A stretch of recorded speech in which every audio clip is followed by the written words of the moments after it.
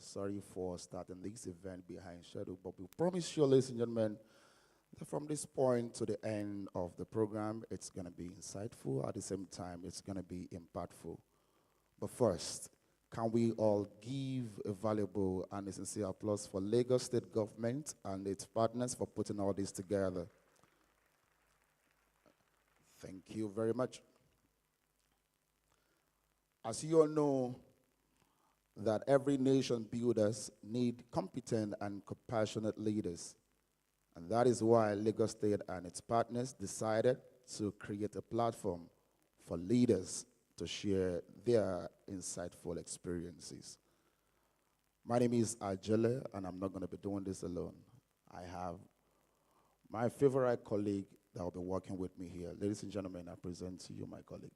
Hello, ladies and gentlemen. My name is Abimbola Craig. It is amazing to be in the room with future leaders and current leaders. Again, we'd like to apologize for starting late, but this event is literally going to start and run as smoothly as possible. So once again, welcome, and I think you should give the next person next to you a handshake and just congratulate them. Coming here and being in the midst of this amazing set of people says a lot. Thank you, and we're about to start.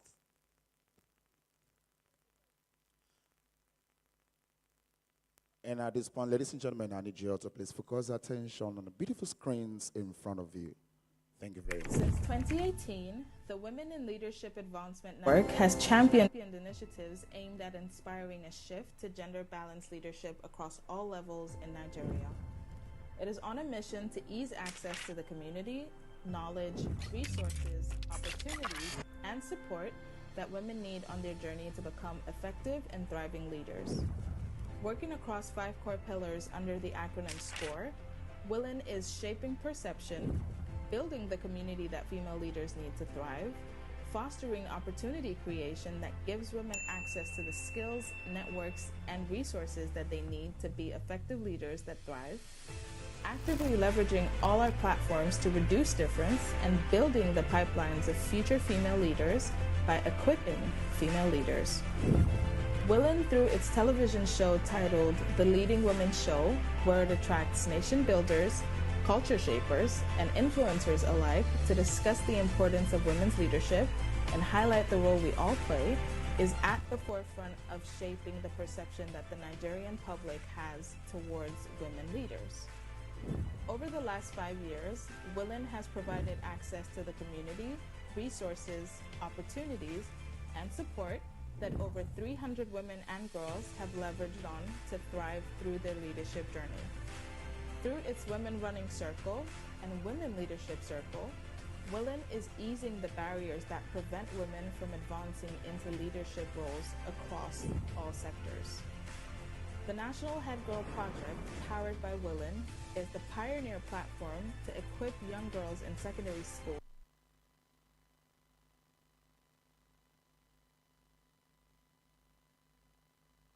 Hello, my name is Aisha Ajay Okwade, serving as the Executive Secretary for the Lagos State Lateef Jakande Leadership Academy, a notable initiative created by Governor Babajide Olusola Sanwo-Olu, crafted to bridge leadership gaps, particularly in public service, through a comprehensive curriculum that aligns with industry trends.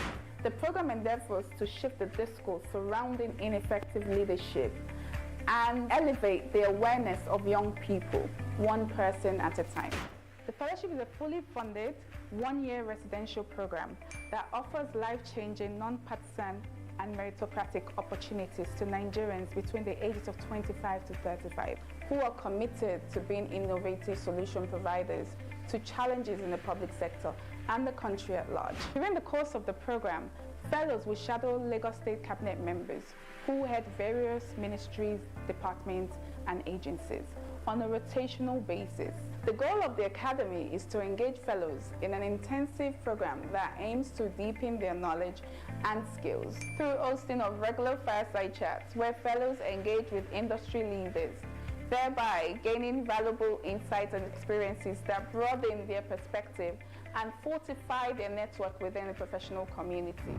Adding to our repertoire, is the Brown Bag Series, which is a platform where heads of MDAs sit down with our fellows to share their diverse leadership strategies and how they plug themselves into the greater Lagos agenda for effective governance to further build their leadership capabilities towards achieving greater societal impact.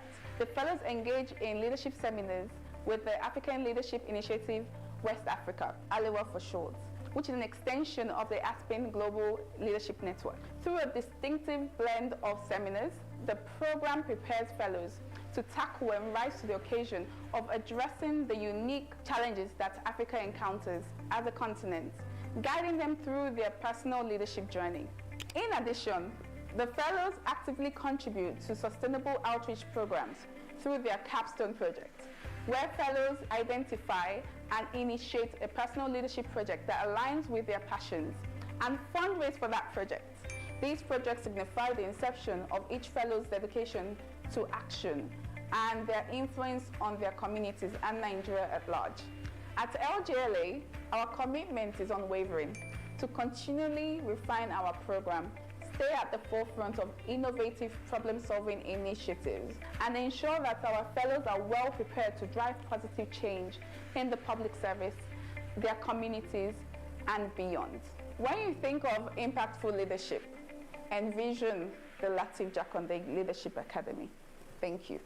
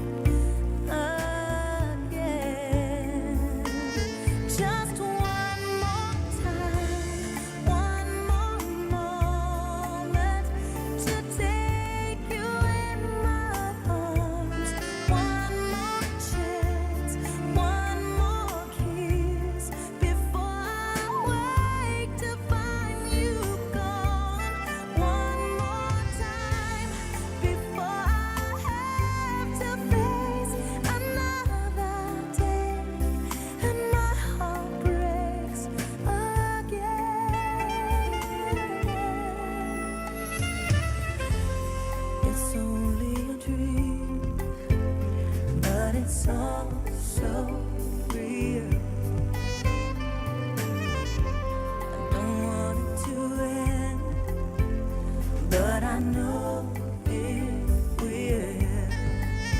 So I pray and I pray every night. I'm on my knees, begging for the chance to see you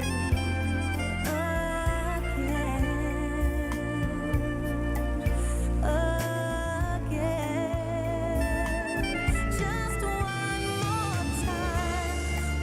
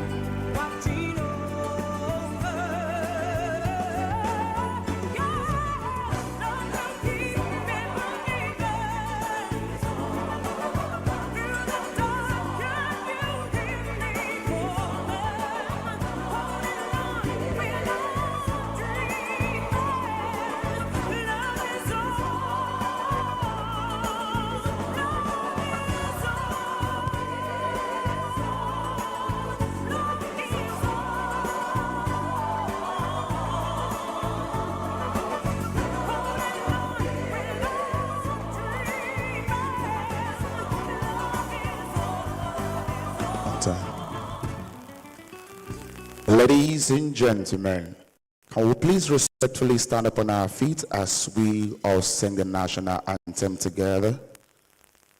And to lead us into this, ladies and gentlemen, permit me to respectfully invite to the microphone a man whose voice is ear-tingling. Can we welcome Noble G?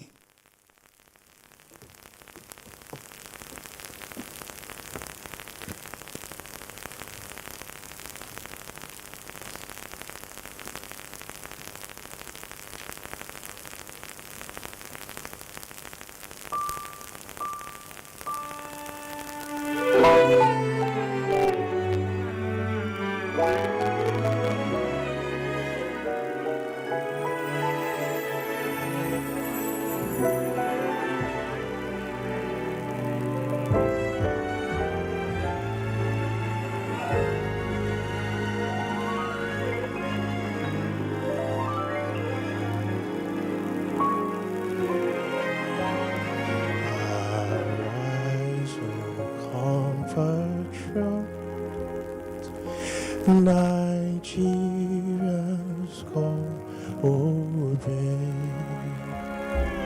to serve our father's land with love and strength and faith. The labor of our heroes past shall never be in vain. To serve without a mind, one nation bound in freedom, peace and unity.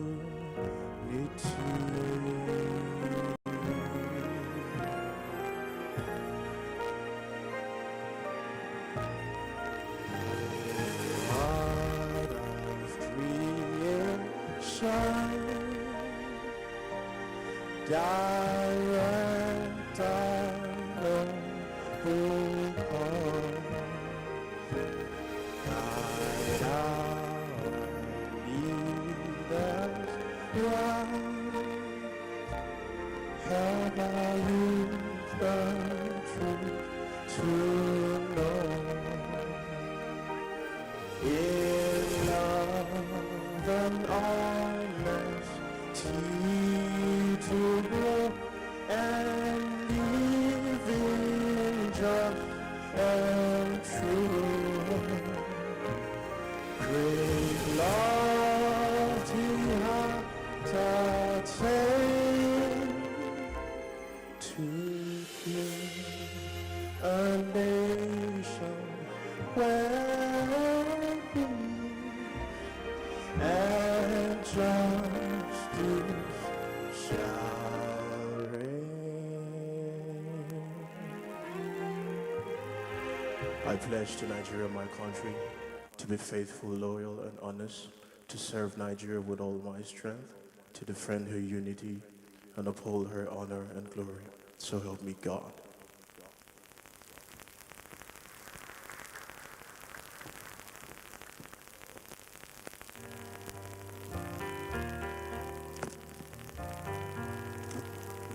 We would like to call on Mrs. Aishat Agbaje Okwade, the Executive Secretary of the Lateef Jakande Leadership Academy. Her academic background and professional achievement reflects a commitment to education, leadership, and public service. She's also the reason why we are all here today. And again, Mrs. Aishat would like to welcome you to give the opening speech.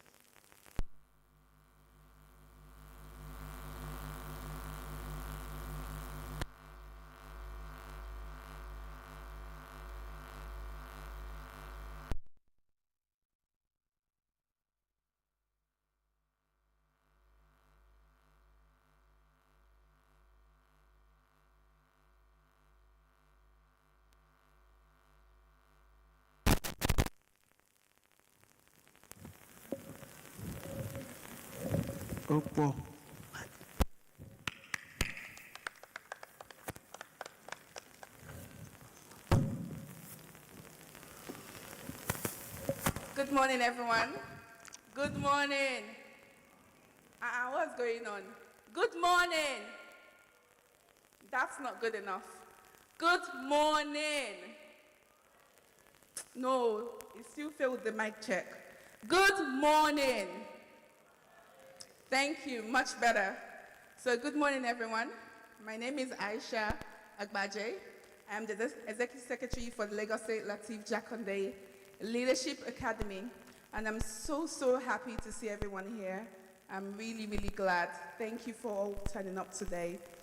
So I'm going to make this speech as short as possible because we have a full day and a lot of things to unpack today, and I'm very excited to be here. So I just want to say before I start, I would like to thank everybody that took part in making this event a success. So I would like to start with thanking the committee members, the staffs of LGLA, our esteemed speaker for being here. I'm sure you guys have seen the list of speakers we have, and you know, it's really packed, isn't it? So, and everybody has volunteered their time to be here, and we are extremely grateful because we wouldn't have this event without them. So thank you so much to our speakers. Thank you. To our keynote speaker, thank you. So thank you everyone for being here. So, and special thanks to Mr. Governor. He's on his way. So we are so thankful. So maybe we'll do the thanks again when he gets back, when he's here. So let's start. So it's an absolute honor to stand before you as the convener of the maiden edition of the Lagos Leadership Summit, powered by the Lateef Jakande Leadership Academy, in a gathering that brings together visionaries and advocates for a better Nigeria. This summit represents not just a convergence of brilliant minds, but a celebration of the transformative power of effective leadership.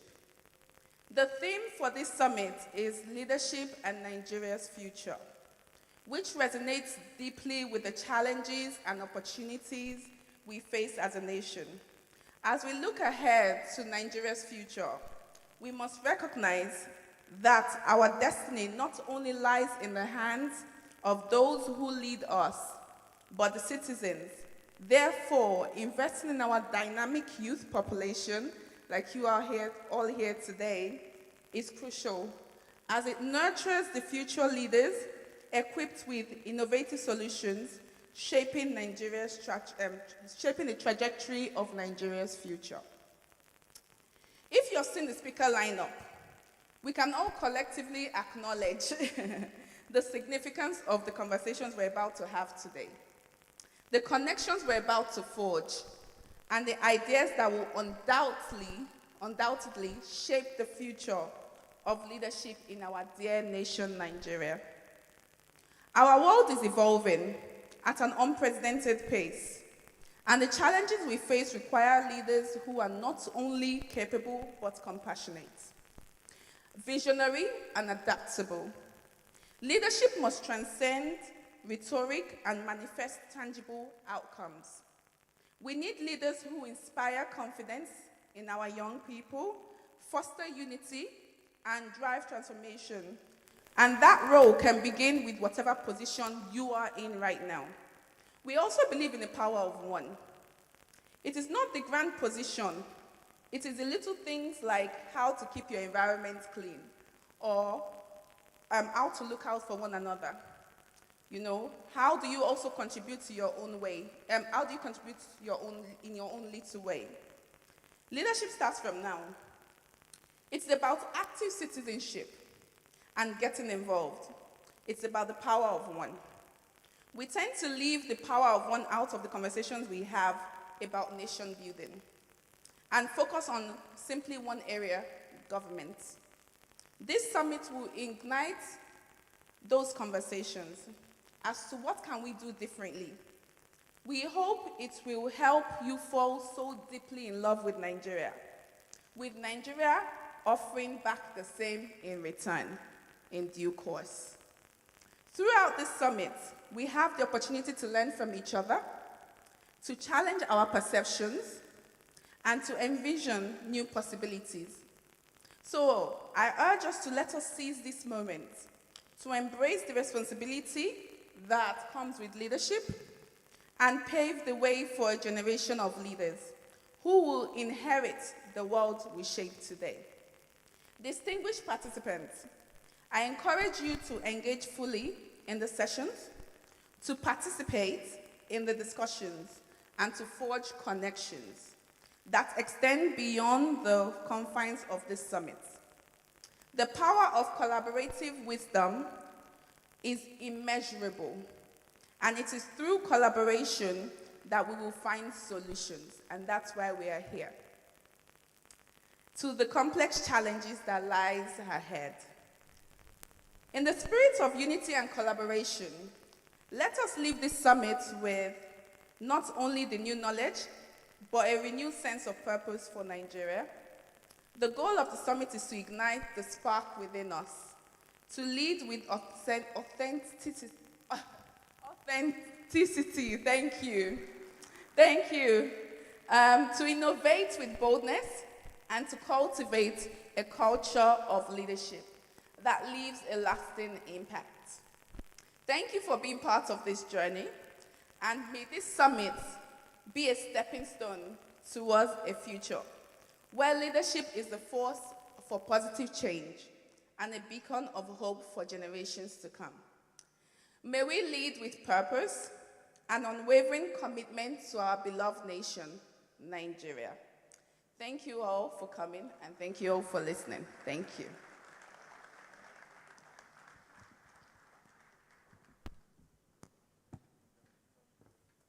Ladies and gentlemen, I believe she deserves a better round of applause. Thank you.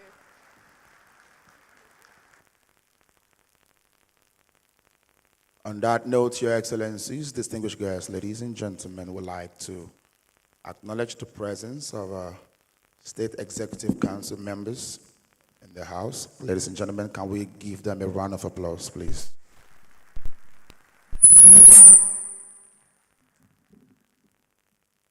We are honored and blessed to have in the House as well our very own head of service, Lagos State. Can we put hands together for Mr. Bode Agoro? I would also like to use this opportunity, ladies and gentlemen, to acknowledge the presence of all permanent secretaries in the House. Please, let's give them a valuable and a sincere applause as well.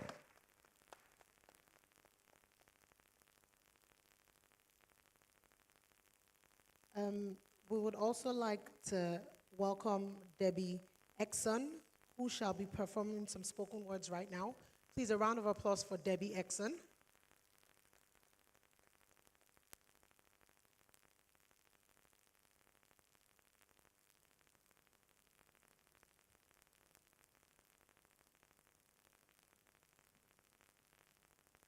Hi. Good morning. My name is Deborah Johnson, and I'm a poet. And I'm here to do poetry, and I would like if we could all just listen, and I hope that this means something to you.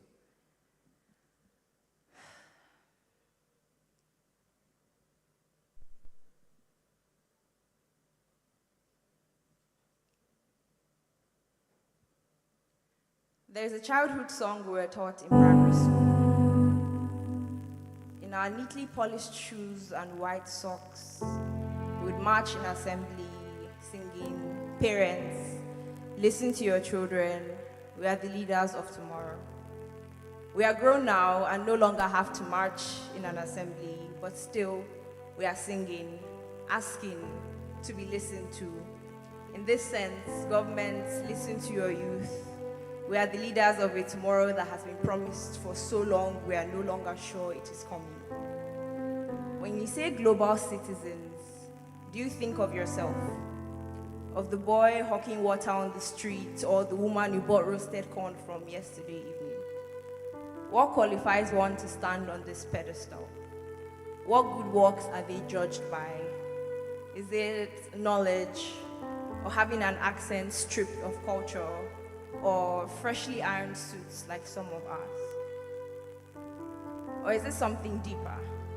Not found in the way you walk, but the attitude you carry.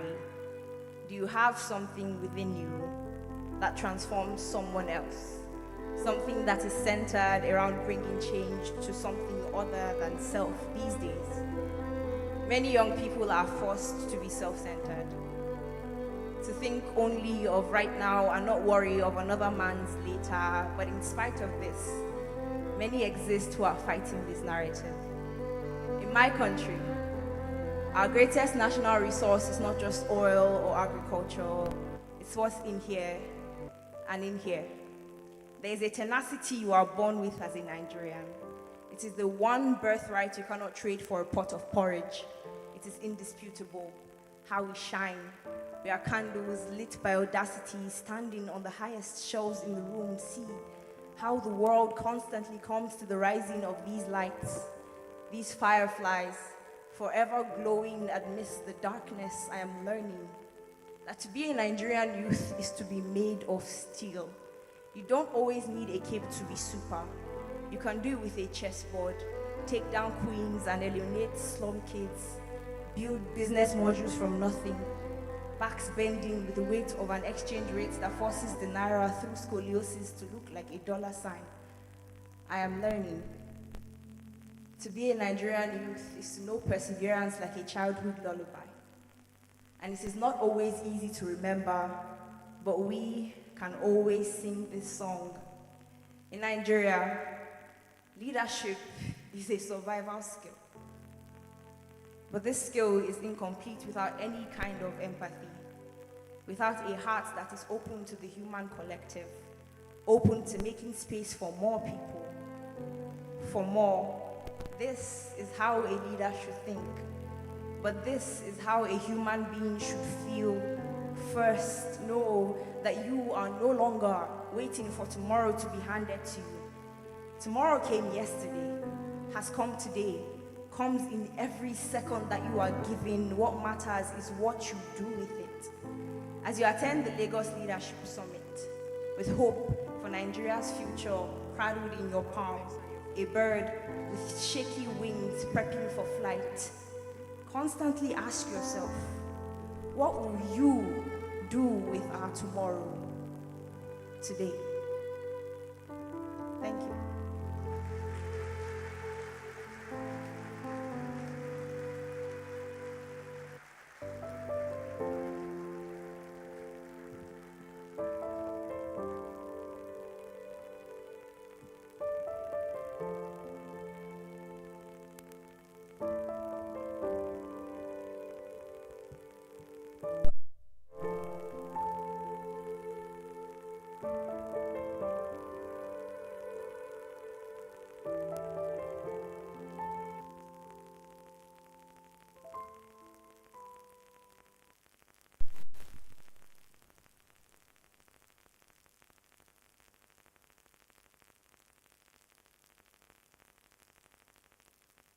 The leadership debate will be taking place next.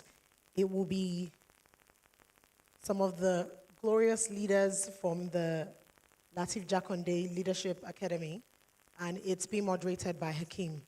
A round of applause, please, ladies and gentlemen.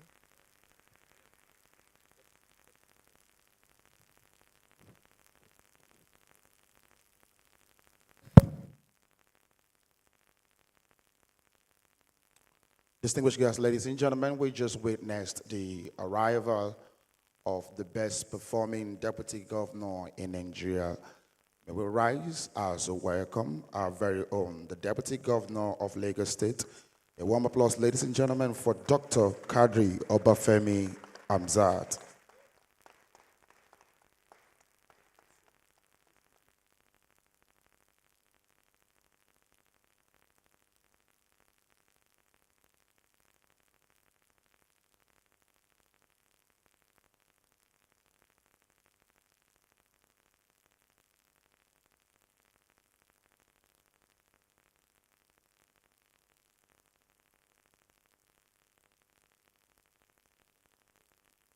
Dr. Kadri Obafemi Hamzat, one more time, you're welcome, sir. Ladies and gentlemen, you can have your seat. One more time, ladies and gentlemen, I would like to recognize the presence of the State Executive Council members and, of course, special advisors. We'd also like to acknowledge the presence of the Head of Service, Lagos State, Mr. Bode Aguru. And ladies and gentlemen, we'd like to also welcome and acknowledge the presence of all permanent secretaries in the House. You're welcome.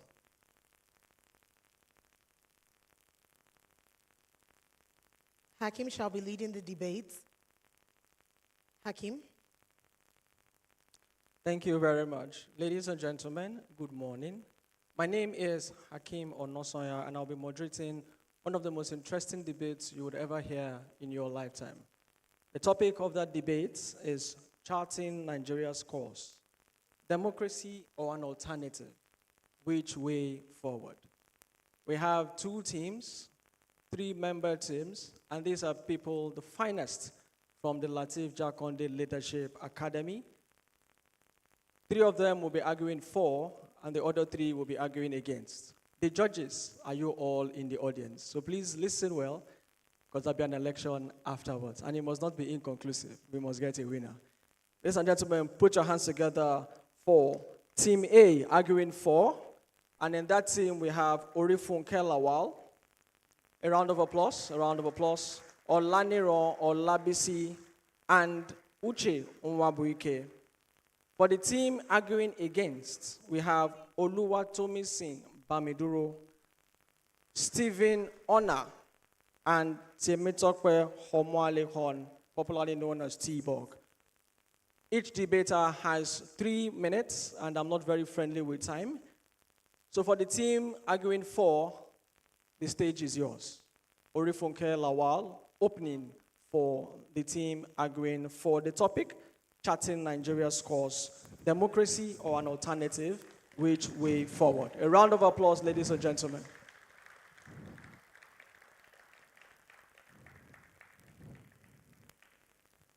To deny people their human rights is to challenge the very existence of their humanity, says Nelson Mandela. Good day, everyone, distinguished ladies and gentlemen, all protocols duly observed. My name is Orifunke Lawal, and today I am speaking for the motion that democracy is better than all other alternatives for the benefit of Nigeria's economic future. Why democracy? Why democracy? When I hear you say, why democracy? I hear you ask me, why should your voice count? Why should you matter? Who is your father? Who is your mother? Why exactly should your voice matter in the grand scheme of things? Why do you need freedom of right, of expression, of religion, of belief, of enterprise? Exactly why? Well, if not democracy, what would it be? I know my opponents would dare not mention authoritarianism. Authoritarianism? Many people in this audience today have experienced the brunt of authoritarian rule and will consider it a gross nightmare to even go back to those ages. Am I right or am I right? Now, if we don't go through authoritarianism, my opponents also, or anybody here might want to consider, oh, let's look at regional government. Again, been there. We have done that. I want you to remember that the reason we are here today is because Nigeria has gone through different systems of government. Democracy is not a conversation of convenience. It is a conversation of necessity, of life and of death, of your life or your death, God forbid. Now, when we talk about democracy, one of the things we see is that we are sure that we can be safe. Delegiwa and Sken Sarabiwa were people like you and I who were brutally murdered simply because they dared to have a voice like you. These people could have been your fathers, your uncles, your brothers, and they could have been you. We look at Jimmy Lawal, who could have been Africa's Elon Musk, and he will be joining us here today. Rinsola Abiola, I am very sorry about the death of MKO, but I know that if democracy had come earlier, it would not have needed to die that kind of death. So tell me, what exactly benefit of other systems of government? I know my opponents will come and tell you about tales of wars and foes, about why democracy doesn't work. But I tell you that democracy is the only system that has the ability to self-check itself, to self-correct itself. It's the only system that has the ability to be accountable accountable. And it is the only reason why you can go to the polls every 4 years to decide who is you. I'm going to leave you with this question. Do you want a person that serves you? Do you want a person who serves you? Or do you want a person you will serve? Thank you. Thank you very much. The next speaker, please.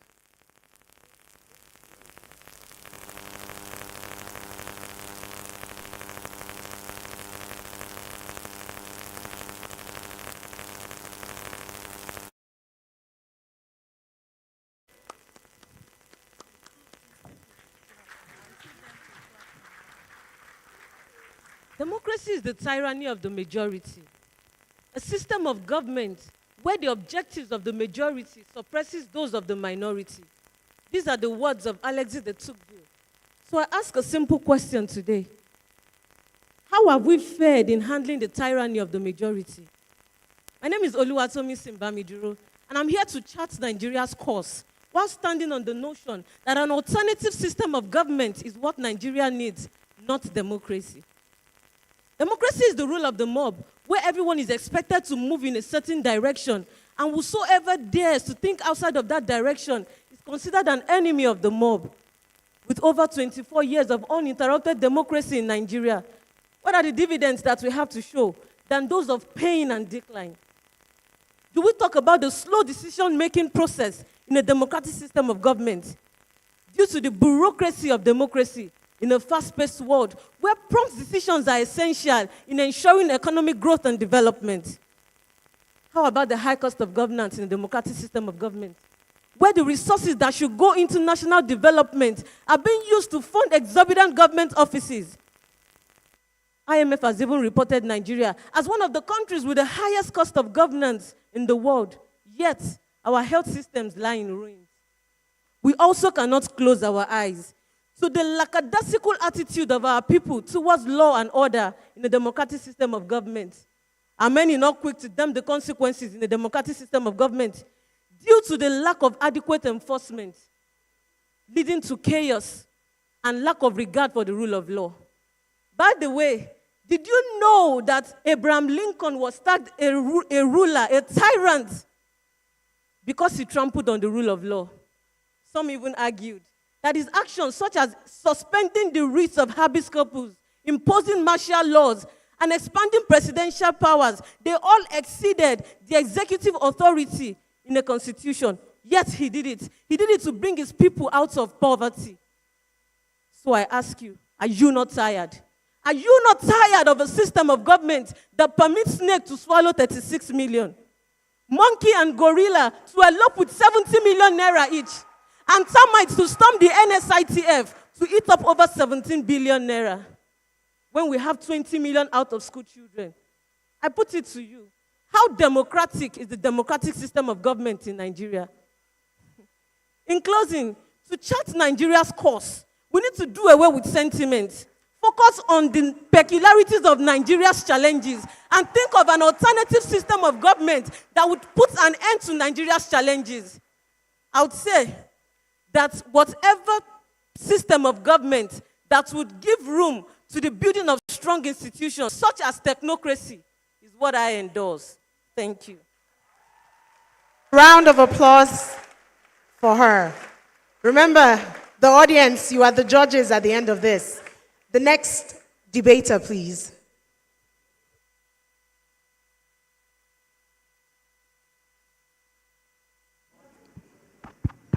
Yeah.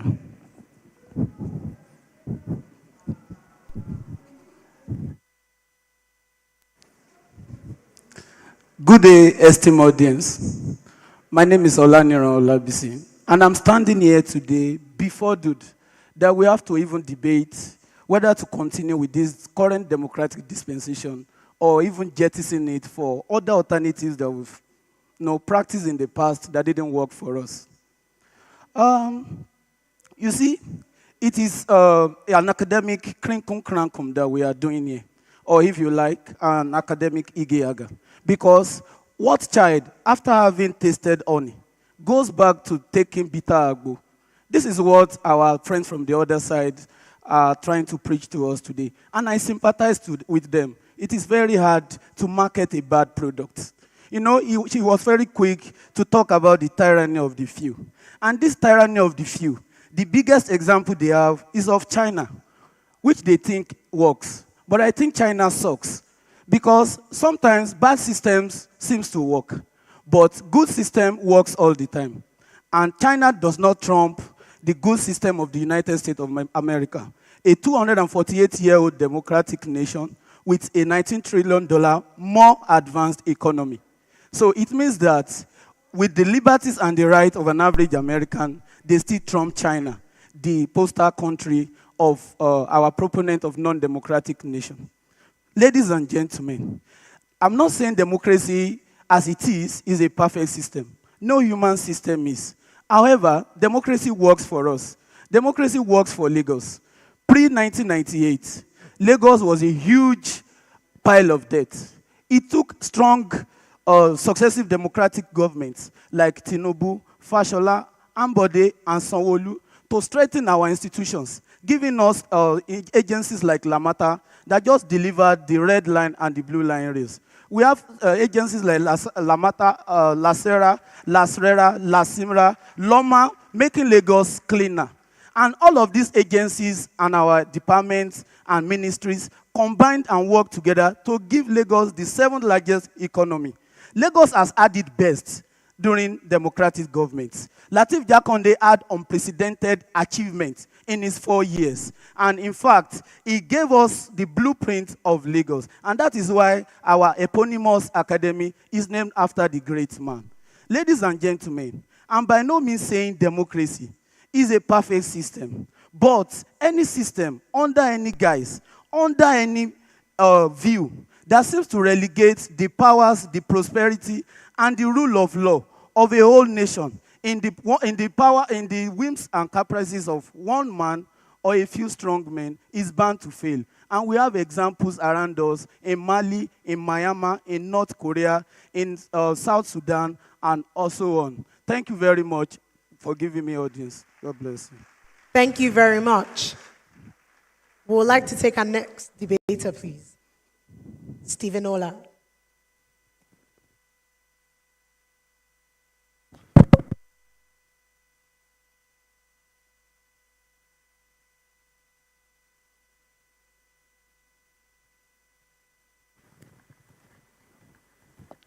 Okay. Let me begin by saying what this argument is not about. That democracy, as practiced in the Western world, should be abandoned. That would be outrageous, seeing what democracy has done for them. But what we are arguing against is the notion that what we chart a new course for Nigeria is democracy. But rather, that we should be open to other alternative framework of governance that will take into consideration our peculiarity, history, and culture. Distinguished guests, ladies and gentlemen, my name is Stephen Honor, and I'm here to let you all know that democracy is not the panacea to Nigeria's current challenges. A lot has been said about democracy, mostly by people who don't know history. But it will interest you all to know that not a single Western nation was a democracy at the time of its economic takeoff. It was always development first, before democracy. Why then are we putting the cart before the horse if we want to be like them? The last 24 years of uninterrupted democracy has given us nothing to write home about, except for a country ravaged by poverty and insecurity, with 6.5 million internally displaced persons, as recorded by the International Center for Investigative Reporting, with inflation rate of 31.7%, as reported by the CBN website, which is perhaps the highest in the history of this nation. This situation has further pushed 133 million people, or 63% of the population, into poverty, as reported by NBS, making Nigeria the second largest nation with people living below the poverty line. Again, let us take China, for example, which is not a democracy, by the way, but a highly competent technocratic state that has become the most remarkable economic transformation in human history. What the Chinese people want is a system of government that will guarantee development and prosperity for its people. The truth is, democracy is not meant for everybody. While some people will thrive under a benevolent dictatorship, Others will grow under a centralized authority with strong leadership, such as the case with Singapore, UAE, Egypt, and Rwanda.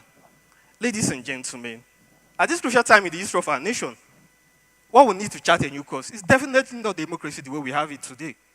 What we need is a system of government that has the capacity to implement bold reforms swiftly and efficiently, unencumbered by the constraint of democracy. A system of government that will safeguard lives and property and create opportunity for people to create wealth for themselves. And a system of government that will let the people breathe. And that is what technocracy is all about. Thank you. Thank you very much, Stefan. Our next debater is Nwabike Uchechukwu.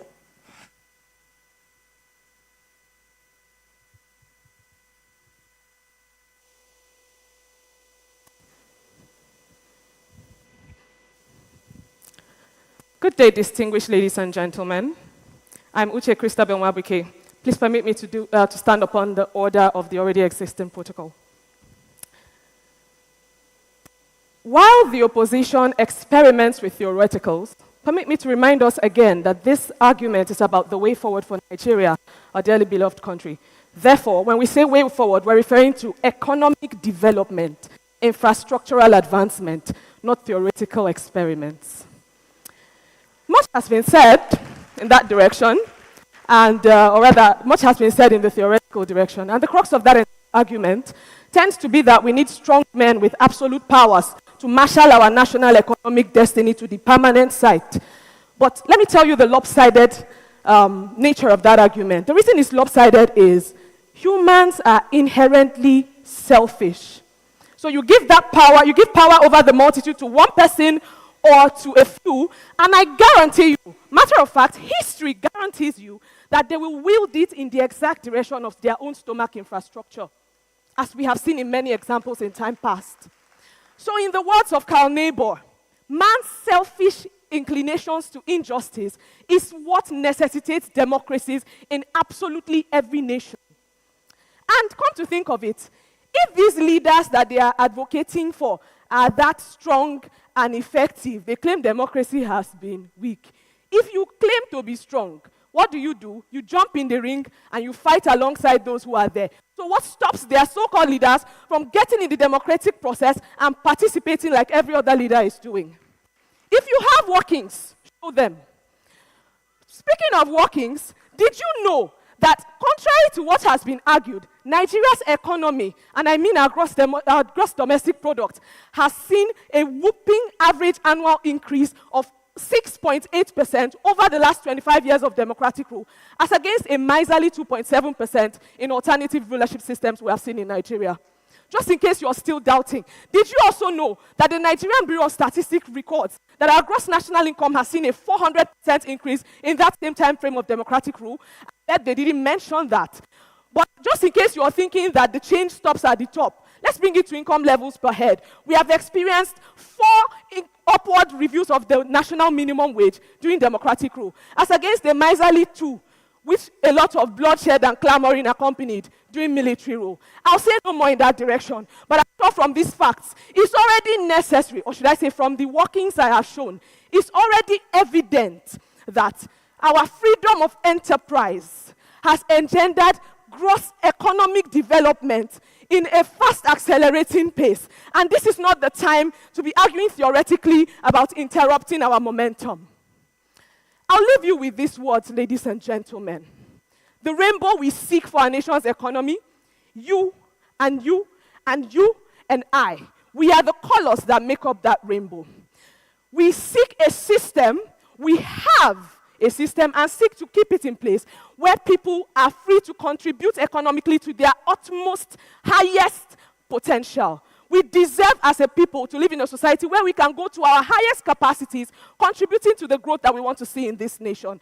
And our democracy is what will give us that. National advancement is a shared responsibility, and you deserve a right to participate to your fullest. So choose wisely. Choose democracy. Thank you. Okay. Both teams definitely came in guns blazing. We would like to please invite Temi Tokwe, our last debater, to the stage.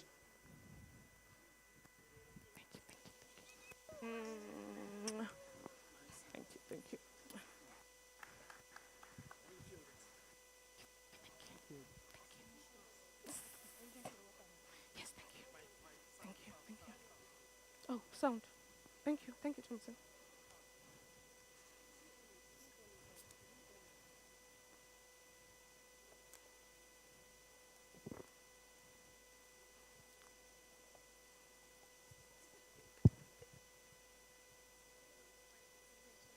May 23, 2017.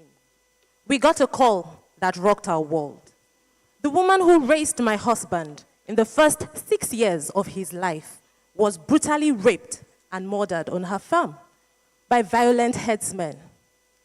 7 years later, not a single soul has been brought to book. And you say democracy as it is now has done us good? The 8,343 persons killed by headsmen, according to the ACLED, will beg to differ. This month of April will mark 10 years since the Chibok kidnapping. Do you know that over 80 of these girls are still in captivity? Does this not bother you? These are human beings, flesh and blood, just like you and I. And you say democracy as it is should continue. Sometime in the 1990s, just before the commencement of this uninterrupted democracy that we currently endure, kidnapping in Nigeria was so minimal that it was not even mentioned in the 8th survey carried out by the United Nations survey on crime trends and criminal justice systems conducted in 2002. But by 2012, the Africa Insurance Organization published that Nigeria was the global capital of kidnap for ransom cases. Ladies and gentlemen, as long as insecurity continues in this nation, economic development is impossible. And so today I stand here to chart a new course for Nigeria, something that will deal with the insecurity so that we can advance as a nation. Today, my team and I propose the technocratic system of government, where leaders emerge based on their competence and their expertise, rather than political consideration, to chart a new course. Give these leaders the opportunity to chart the economic and developmental state of the nation for however long they need, as long as they produce results, because the technocratic system produces results. You see, the Romans understood the limitations of democracy.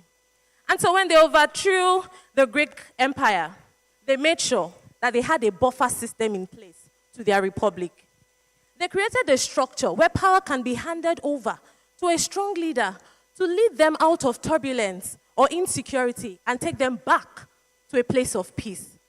Now, my definition of a strong man is not necessarily a dictatorship or an authoritarian. No. A strong leader is anyone who has the ability to lift Nigeria from its knees to a place of global relevance. That's what we need as a nation, to emerge once again as the giant of Africa that we truly are. The technocratic system of government gives us one very important thing: results. Women can go to their farms without fear of being brutally raped or murdered.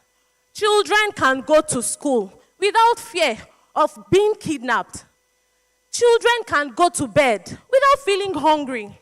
We are saying we want Nigerians, every Nigerian, to stand up with their heads held up high, to say, I am a Nigerian.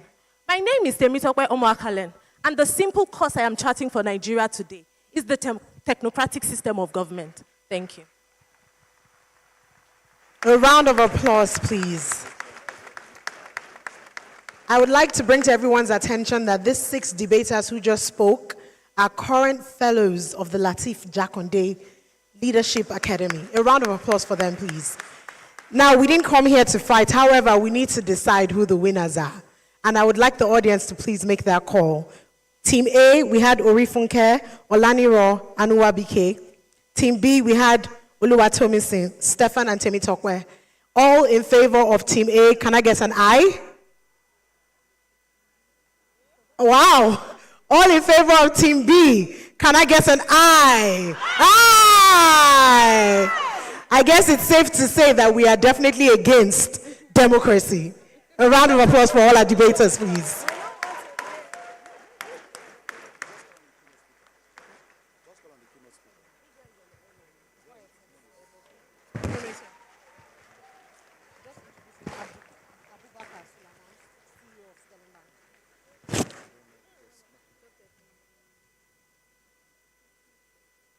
Thank you very much.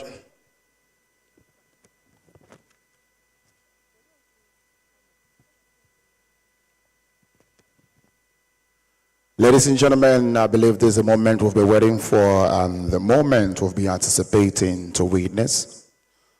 We'd like to invite to the podium right about now a compassionate leader, a complete gentleman. I am talking about no other than our very own keynote speaker. Ladies and gentlemen, can we all give a valuable and necessary applause for the CEO of Sterling Bank Limited? A warm applause for Mr. Abubakar Suleiman.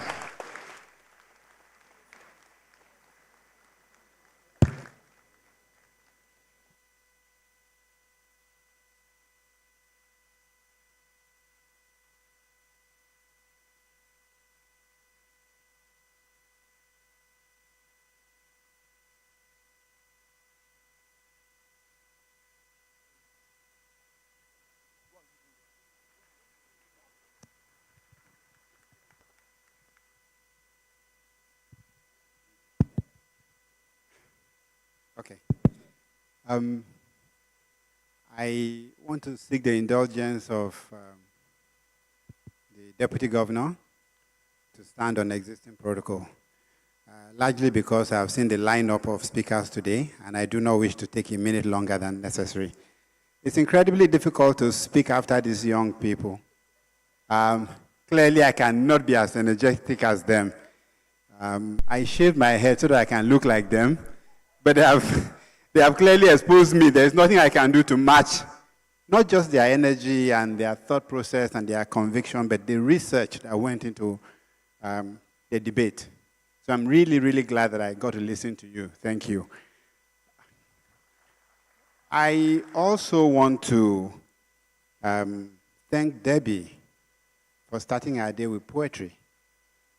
Because the one thing that I have learned is that if you have something important to say it in as few words as possible. Because nothing is worse than having this incredible amount of idea in your head and not having the time to say it. So I'm going to do my best to be as brief as I can be. I also want to seek the indulgence of the audience to sit down so that I can also confer with my note. Thank you.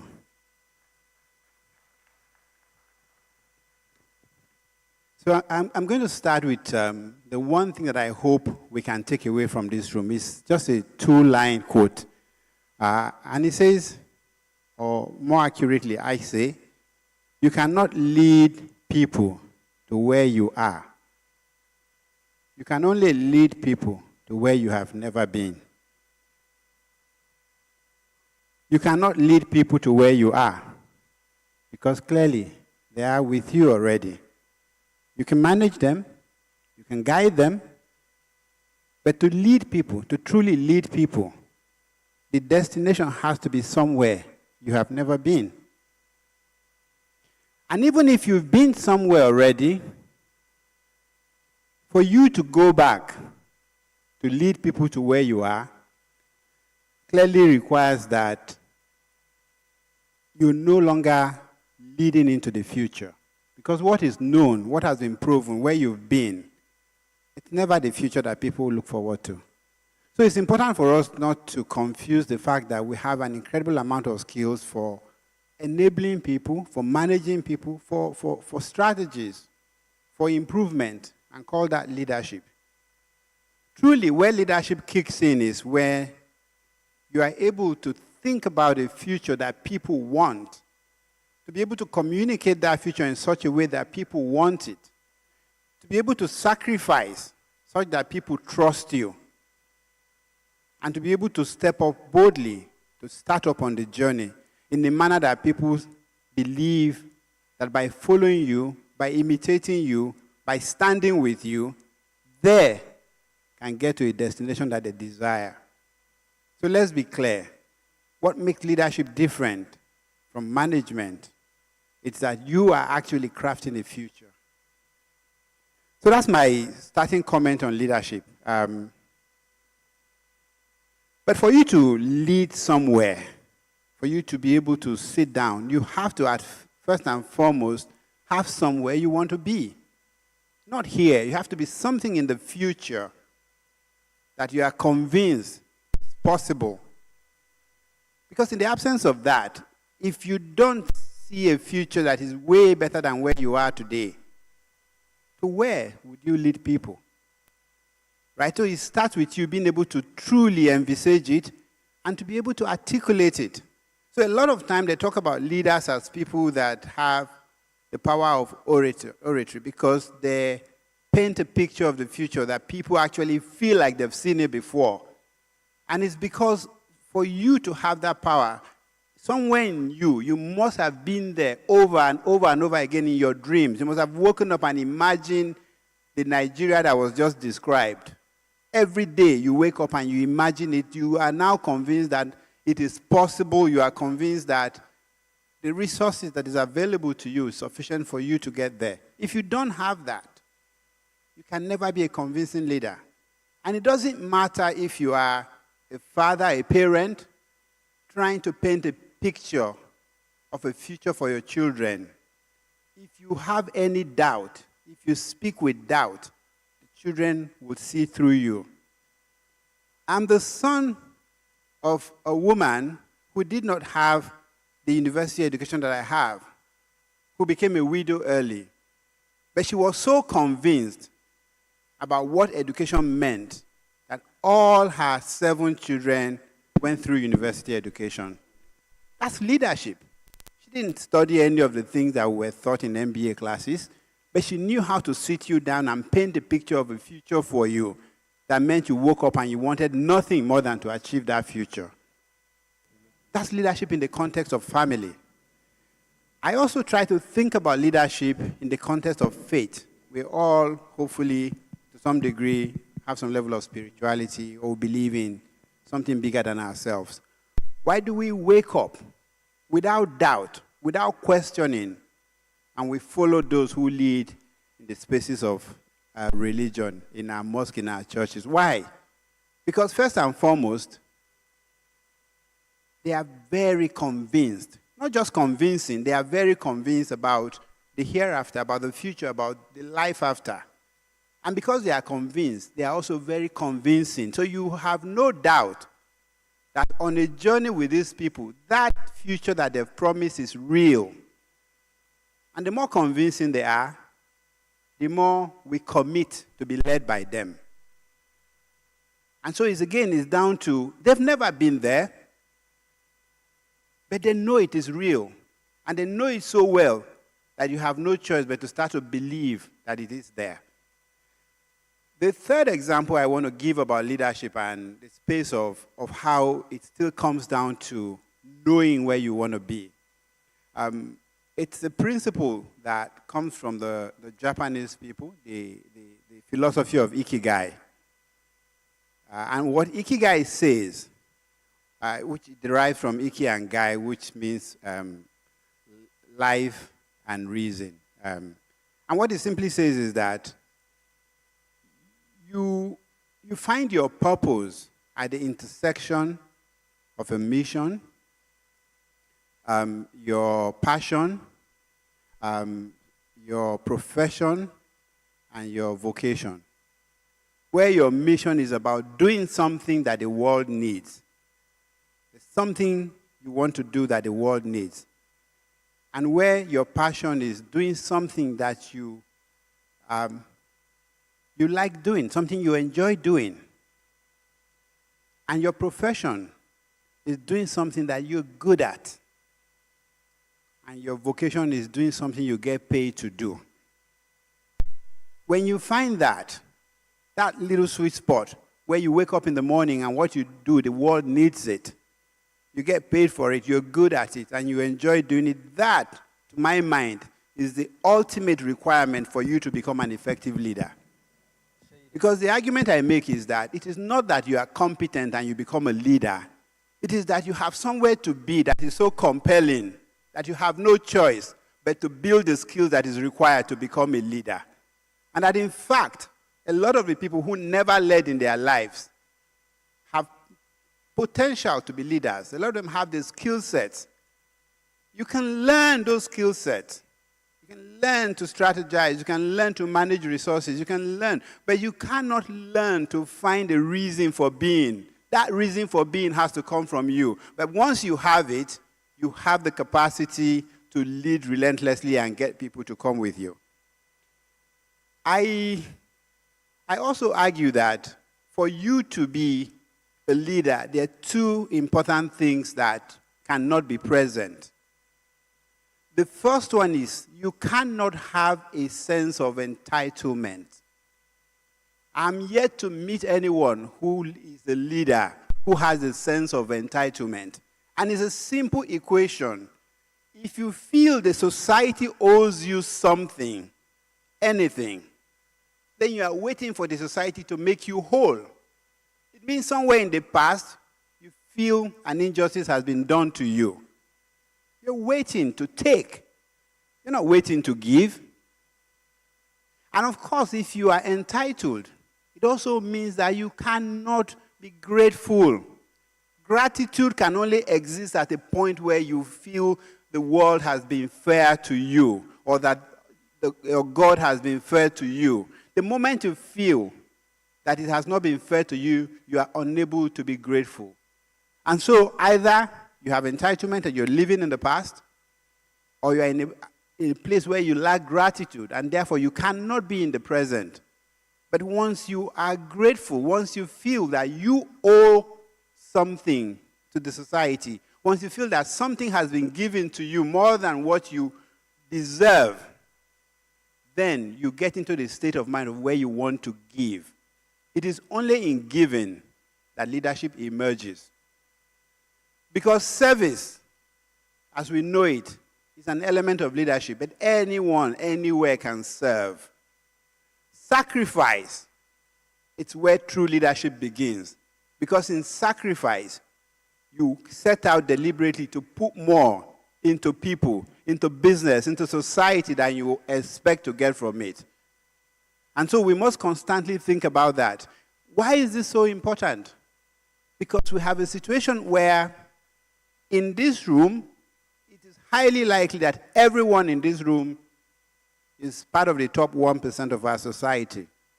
And it is highly likely that 90% of us will argue about that. Think about that. The top 1% of a society waiting for someone to lead them. What would the 99% do? Nigeria today, with 215 million plus people, we have only about 2 million people in all the institutions of higher learning combined. About 2.3 million. That means that 1% of our population from OND to PhD are the ones that have a chance over the next 4 years to be among those that have a university degree. And when you reflect deeper on that, of that 1%, about over 90% of them are in government-funded universities, meaning that the government is giving to them what the government cannot give to the remaining 99%. And if you are not one of those in government-funded university, it is highly likely your parents or your grandparents came out of institutions funded by government. In which universe, whether you are a parent of someone in university or you are a student in university, can you say the society owes you something? Can you wait for the society to come and bail you out? When the 99% that never had the chance are supposed to be waiting upon us to do this. There is also another element of leadership that I think we need to address. It is this idea that the body of elite, which to my mind is anyone that's had the benefit of a university education, because your mind has been open to the entire world and what it can do, and you have every opportunity, in my view, to set out and try to use that knowledge or the access to knowledge. We think that amongst us there are different elements. There is a political elite, there is a business elite, there is the intellectual elite. But the reality is that to the 99%, we are one. And the idea that I can sit down here and point fingers at government and government hasn't done this, and that is actually, it's a joke. Because there are 99% of the country waiting for me and them to move this country forward. So for you to be a leader, you have to ultimately be in a position where you take responsibility.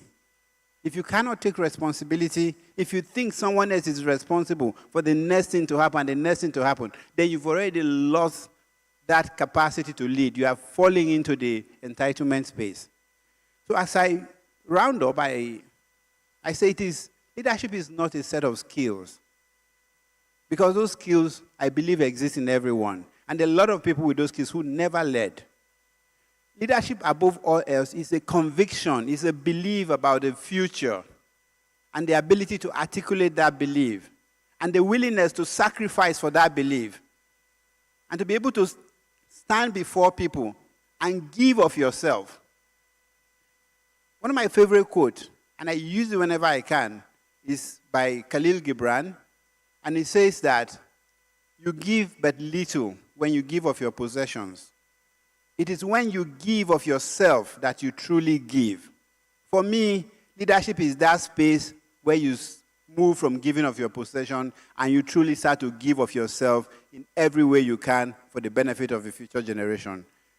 I thank you for listening, and I hope that if you remember nothing else, remember that you cannot lead people to the place that you are. You can only lead people to the place you've never been. That is exactly why leadership is such a rare thing to do. Thank you.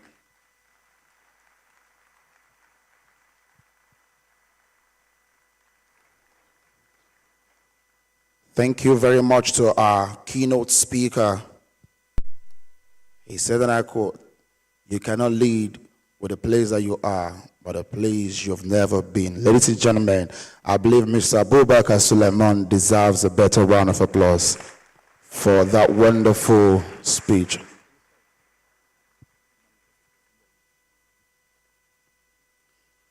We are honored, ladies and gentlemen, to have the chairman of NESG.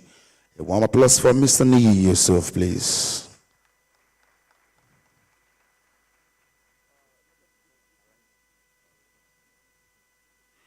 We'd also like to acknowledge the presence of the former Commissioner for Budget and Economic Planning. Ladies and gentlemen, a warm applause for Mr. Sam Ilgube.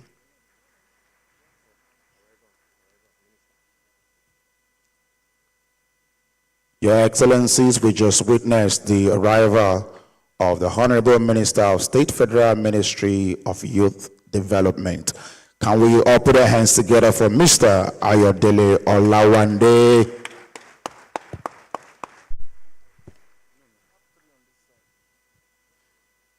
I would like to ask you, ladies and gentlemen, that while you are posting pictures and videos on social medias, please kindly hashtag LL Summit 2024 and Lagos Leadership Summit. I'll take that again. Hashtag LL Summit 2024 and Lagos Leadership Summit. Thank you very much. Next, we'll be having the theme speaker, Dr. Jumoke Oduwole, MFR, Special Advisor to the President on Presidential Enabling Business Environment Council, PEBEC, on the topic, The Nigeria We Want. Welcome, please a round of applause for Dr. Jumoke Oduwole as she comes to the stage.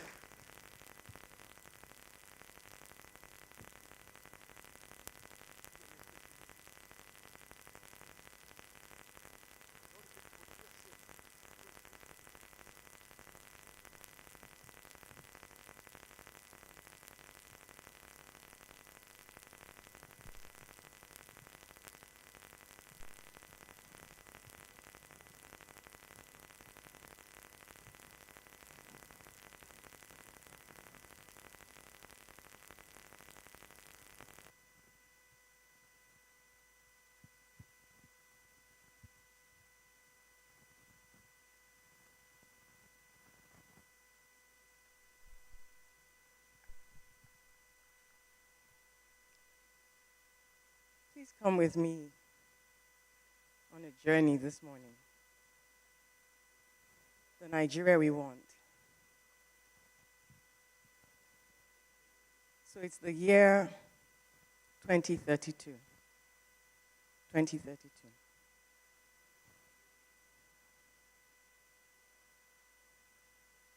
It is 30th of September 2032. Nigerians are preparing for the 72nd Independence Day celebration, and the mood of the polity is elated and expectant.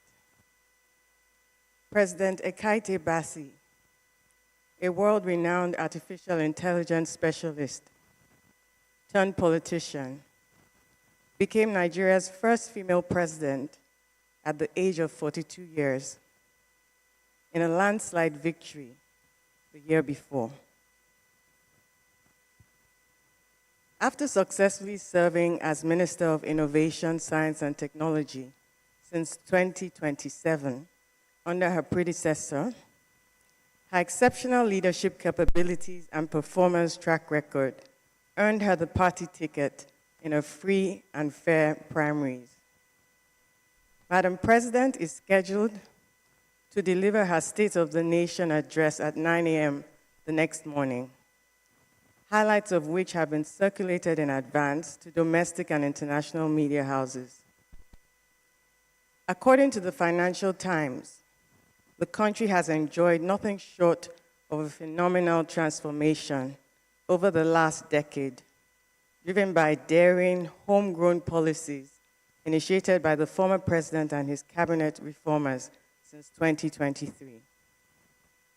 The economic growth trajectory now sees Nigeria ranked at 16th position in global GDP at USD 1.05 trillion as of 2031, and the first African country to ever surpass the 1 trillion USD mark in history.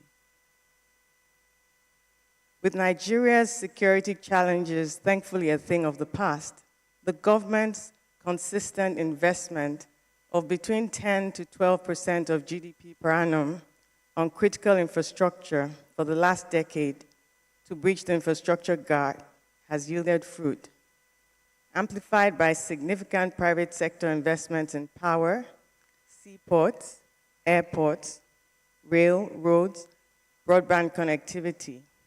Nigeria's competitiveness increased exponentially as productivity across the country in manufacturing for exports, agribusiness across global value chains, and the services sector galloped, leading to the creation of millions of new jobs from growing businesses across the 6 geopolitical zones. With the completion of several critical long-term infrastructure projects in the last few years, and its giant strides in its business and regulatory environment, Nigeria is undoubtedly the location of choice for foreign direct investment by global investors and is now consistently ranked as a top 3 emerging market destination. Today, over 30 of the world's top 100 auto parts makers have production facilities in the country. Last year, African countries imported $23 billion worth of cars and car parts from Nigeria, and many auto brands continue to make significant new investments in Nigerian factories, including Tesla, Toyota, Audi, Mercedes-Benz, BMW, and Nissan. 8 Nigerian commercial cities now have metros, and the Lagos Metro is Africa's busiest, carrying more than 15 million passengers daily. In addition, Nigeria now has about 600,000 kilometers of paved road network across the country, as well as active inland waterways. In human development indicators, Nigeria has made significant strides in health, education, poverty eradication, and housing to achieve considerable, remarkable improvements in just 1 decade. For health, life expectancy of an average Nigerian at birth has increased from 62.6 years to 71.3 years, and GDP per capita now stands at over $8,000. Importantly, the under 5 mortality rate per 1,000 births has decreased from 112 to 24, and maternal mortality ration has decreased from 917 per 100,000 to 117 per 100,000, with 95% of births now attended to by skilled health personnel, and over 110% increase from a decade ago. Today, Nigeria is one of the top 5 countries in the world with the use of technology in the classroom, particularly for teachers training and delivering innovative education solutions to children in rural areas. As a now undisputed leading tech destination globally, Nigeria boasts of over 80 unicorns in the past 2 years due to its vibrant tech-enabled space that has continued to grow exponentially. And in culture, the country is now one of Africa's top 5 tourism destinations. After Nigeria's successful bid to hold the next FIFA World Cup, there has been a significant inflow of capital into the country's sports value chain as a whole, and the excitement is palpable across the country. In the Science and Technology Readiness for Frontier Technologies Index of 2031, Nigeria now ranks 38th in the world, thanks to the enabling policies of the then Honorable Minister and her colleagues. And Nigeria is first in Africa, having overtaken South Africa, currently 54th position, nearly 5 years previously. The entire African region has benefited from the effects of Nigeria's economic prosperity as a result of a vibrant and maturing African continental free trade area, which has boosted intra-African trade to 36%. Global analysts have watched in amazement as Nigeria has come a long way over the last 10 years, becoming a textbook example of how an economy can turn itself around. What they have done is nothing short of a miracle, said the IMF chief in Washington last week, commenting on Nigeria's performance. How have they succeeded where others have failed? You can come back tonight. You can come back now. Mr. Governor of Lagos State, Mr. Deputy Governor of Lagos State, the Honorable Minister of State for Youth, members of Lagos State government and private sector, and perhaps most importantly, our indefatigable Nigerian youth here with us today. Ladies and gentlemen, good morning. So it really is my pleasure to be here at this 2024 edition of the Lagos Leadership Summit. And I want to thank Mr. Governor for the kind invitation to the summit. I applaud the Executive Secretary of Lateef Jakande Leadership Academy. She's extremely tenacious. Thank you. And her team for curating such an important summit. This morning, I had the privilege of connecting with several old friends from Lagos State government and from the private sector. So it's really a pleasure to be here. The theme I've been asked to speak on is the Nigeria we want. And as Abubakar was saying, I went to this place of creating that about 3 years ago. And I actually spoke, much of what I said, I spoke at an event, and I was asked to speak about how far can I see in Nigeria. And he said, you cannot lead if you cannot see. So just continuing with the theme from the keynote, I would say that there are many things that I can speak to you about this morning. I can speak to you about what's happening globally. We had COVID, we've nearly been in recession. We've had the war in Ukraine, Europe is at war. We had the war in the Middle East. We're all watching the news over the weekend and the escalations. We've seen how this has affected global value chains in manufacturing, in food, leading to food inflations and the effects that those things have had on our continent and on our nation. I can speak to you about the unrest, the geopolitical landscape of Africa, particularly our sub-region, West Africa, about 7 coups in the last 4 years. And at the same time, Senegal voted in a 43-year-old president that was sworn in just last month. So the news is mixed. There are different things happening across the world. There's climate change issues. And bringing it home, we ourselves have had a transition. And His Excellency, President Bola Ahmed Tinubu, GCFR, has put forward an 8-point agenda, which many of you may be familiar with, of where he's taking Nigeria and his absolute determination to get us there. So believe it or not, the picture I painted is based on data. Right now, Indonesia ranks 16th, and it's actually 1.5 trillion because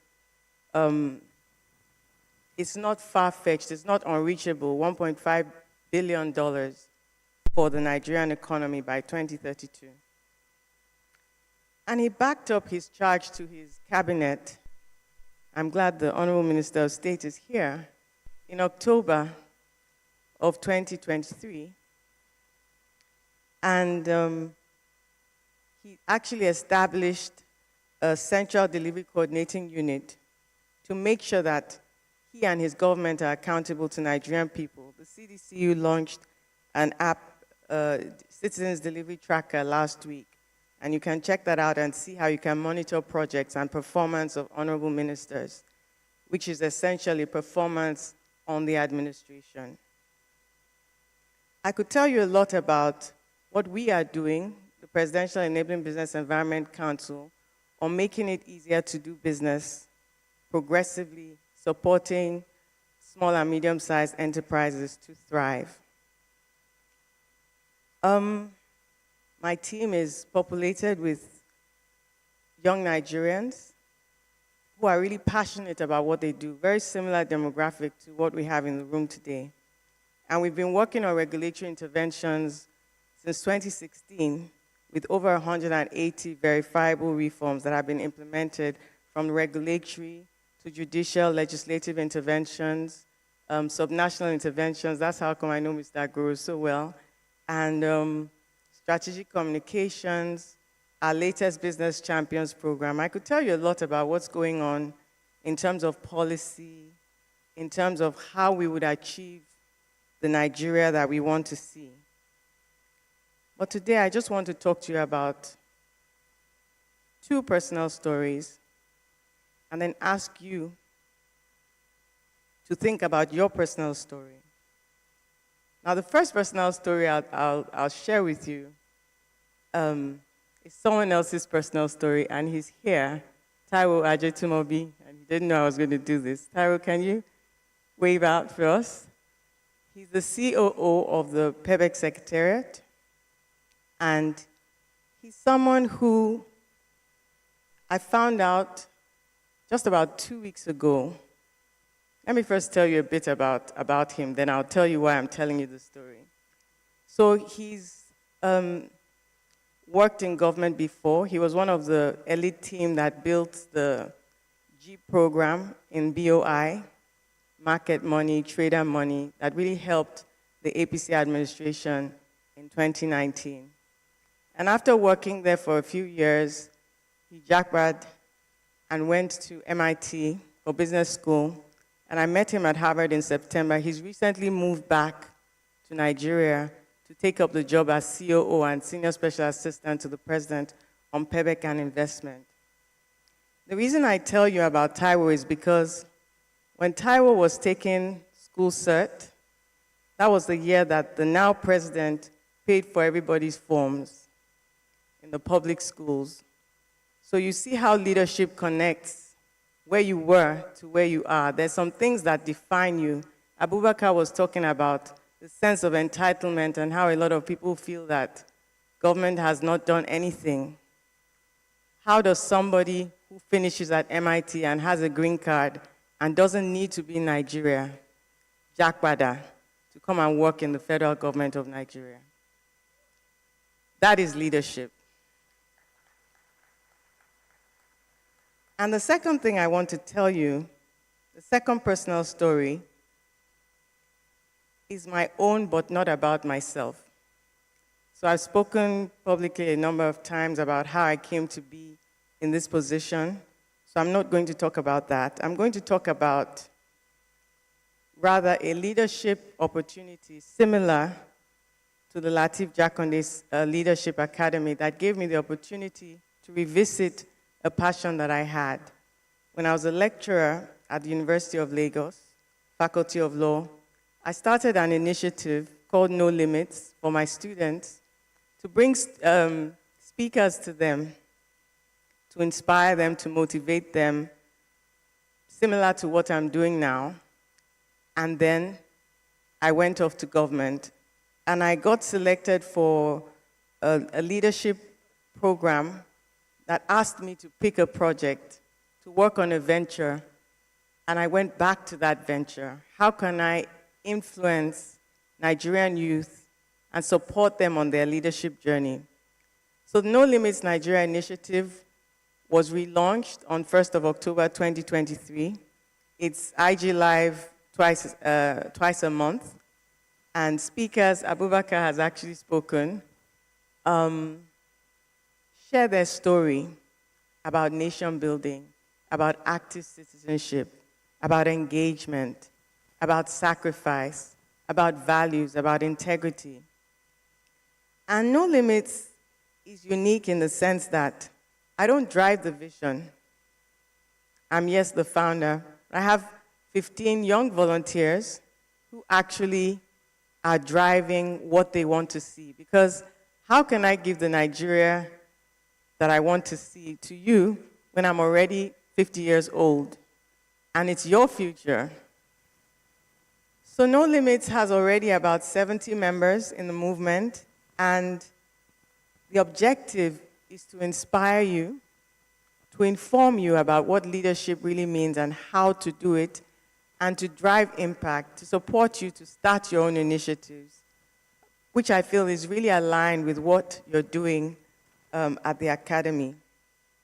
And there's an initiative called the Shared Diary of a Nation Builder, which is 60-second clips that anybody can send in on what it is that they do. If you pick up trash, and that is what is your contribution to nation building, please say it, share it. These are stories that will inspire you, will inform you, and help you to create impact. When we talk about leadership, and servant leadership in particular, when people see people in government, you often think about the power, the influence, the position, sort of the more glamorous parts of the job. But I know that Your Excellency and the Honorable Minister and a lot of the permanent secretaries, everybody here would tell you of the burden and the responsibility of what it truly means to lead. So I hope that I've sown something in you this morning that lets you know that leadership is not somebody else's responsibility, but it is what we do individually that leads to what Nigeria becomes collectively. In conclusion, as we reflect on the theme of this summit, leadership and Nigeria's future, let us remember that the future of our nation lies not in the hands of a few, but in our collective efforts. And it's easier to blame the government and others, but it actually starts from us. And it may sound naive and it may sound simplistic, but history has clearly shown us that the disconnect between Africa's potential and its actuality is a people challenge. the difference between Africa's potential and its actuality, because we have everything, the human resources, the geographical location, the English and French-speaking populations, everything. The gap, the difference, is a people challenge, both leaders and followers. So we shouldn't think for 1 minute that we can blame the leaders, and it does not absolve the leaders from leading. The responsibility of leadership is clear, but the responsibility of followership, because every follower is also a leader, is also clear. I tell my team all the time, when the dirty water splashes, it splashes on all of us. What do we need to do to make Nigeria truly great? Take a minute to ask yourself, what are you going to do? What are you already doing? What are you going to continue to do? What are you going to encourage others to do to build the Nigeria that I painted for you this morning? No one else can do it. The change really does start with us. It starts with you. It starts with me. Thank you.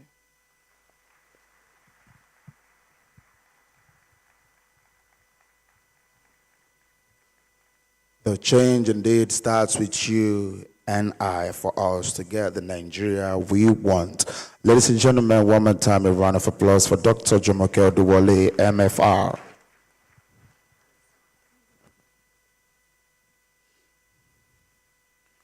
We are going to be having the first panel session, and I would like to invite to the podium right about now our moderator. One more time, ladies and gentlemen, let's have Mr. Hakeem Onosanya. He's going to do us the honor of inviting the panelists to the podium. Thank you very much.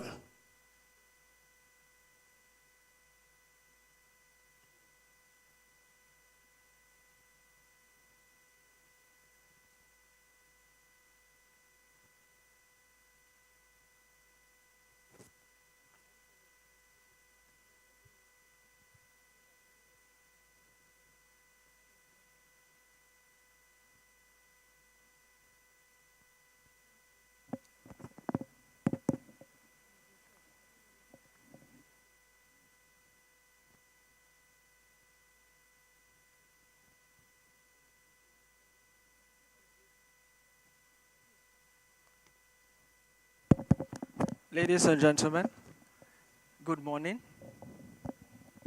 Ladies and gentlemen, good morning. All protocols duly observed.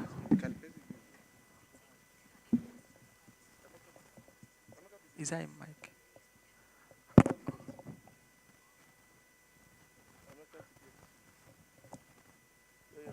Okay, ladies and gentlemen, I've just been informed that the very excellently delivered keynote speech might have elicited some questions in the minds of the audience.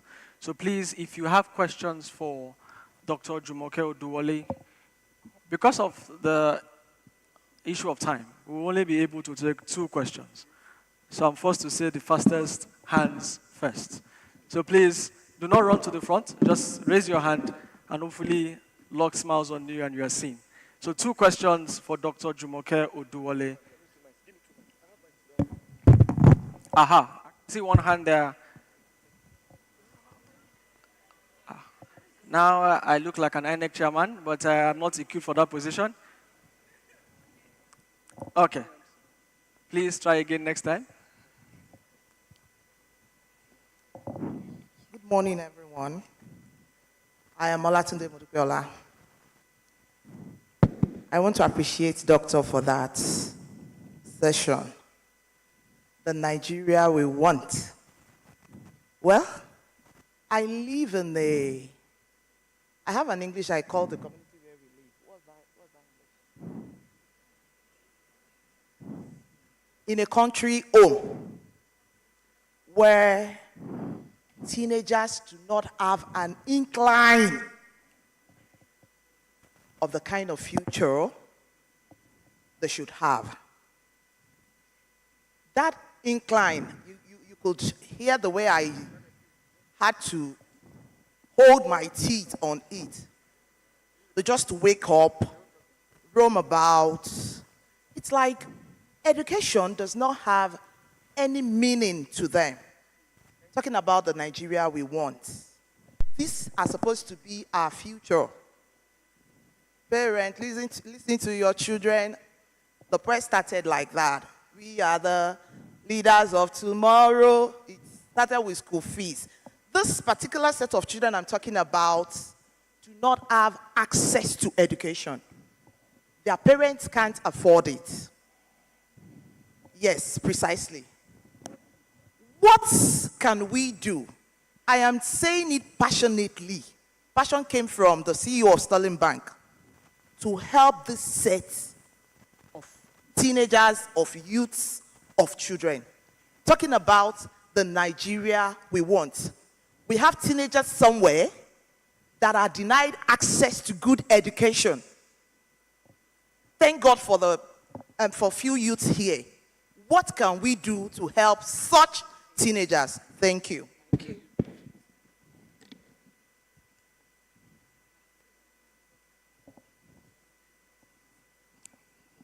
Thank you very much for that question.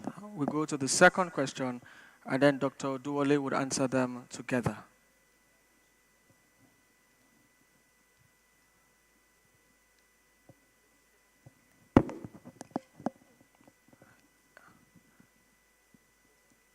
Ensure that the mic is on. Confirm that it is put on.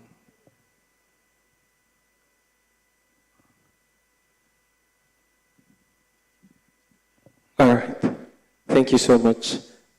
My question goes thus, and I want to take it from the former person. I listened, Mr. Abubakar talked about 2.3 million of the youth in institutions, and out of the 230 million plus in the country. And the highly esteemed Dr. Oduwole Jumoke talked about what can we do. Now, I want to ask a question because he said, the former speaker talked about how you need to take it from where you are. And I'm not in every space, and we're talking about leadership in the country. So I'm going to be focusing on my space.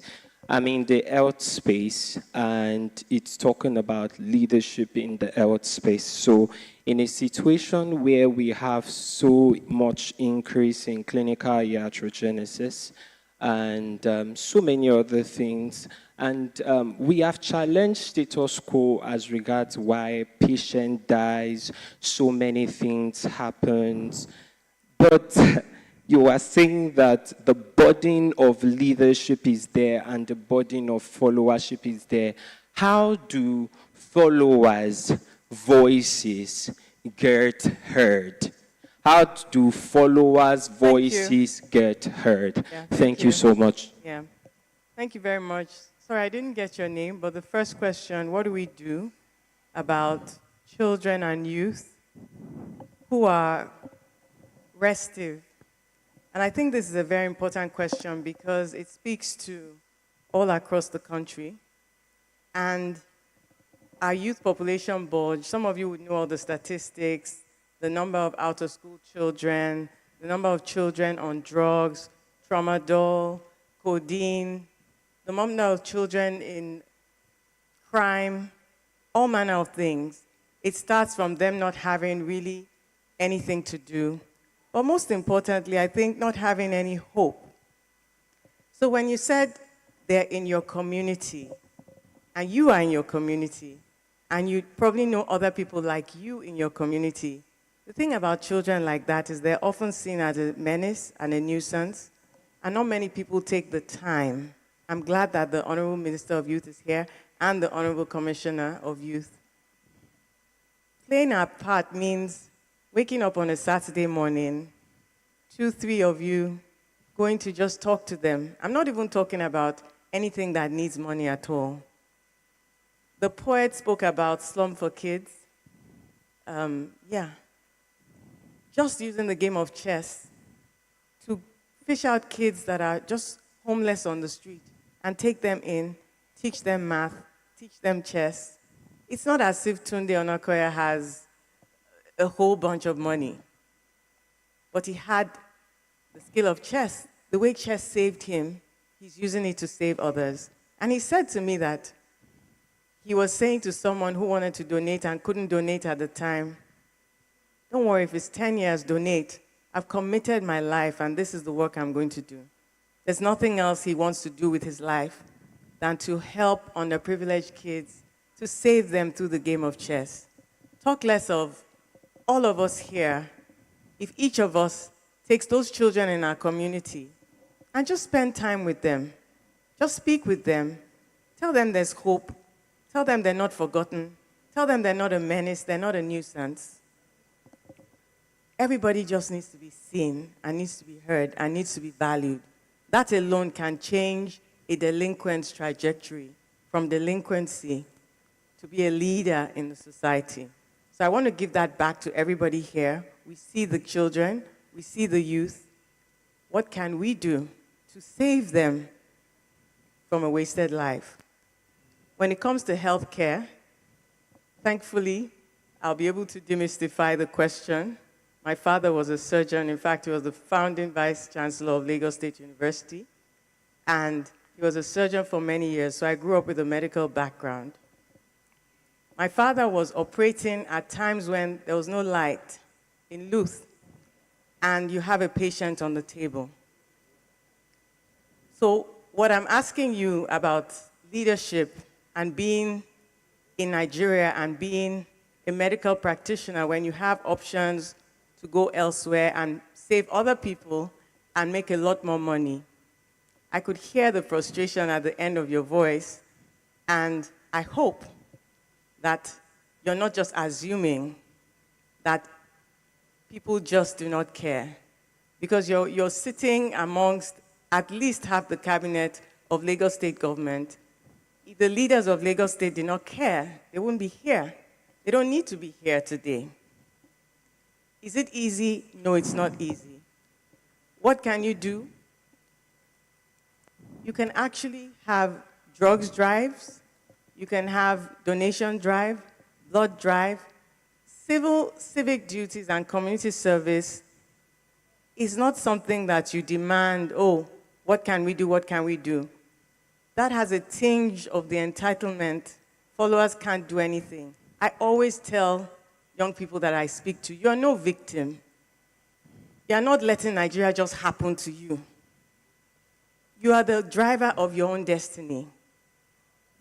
You, as a doctor, every problem you see is the problem that you're born to solve. The problem that agitates you the most is the problem that you're born to solve.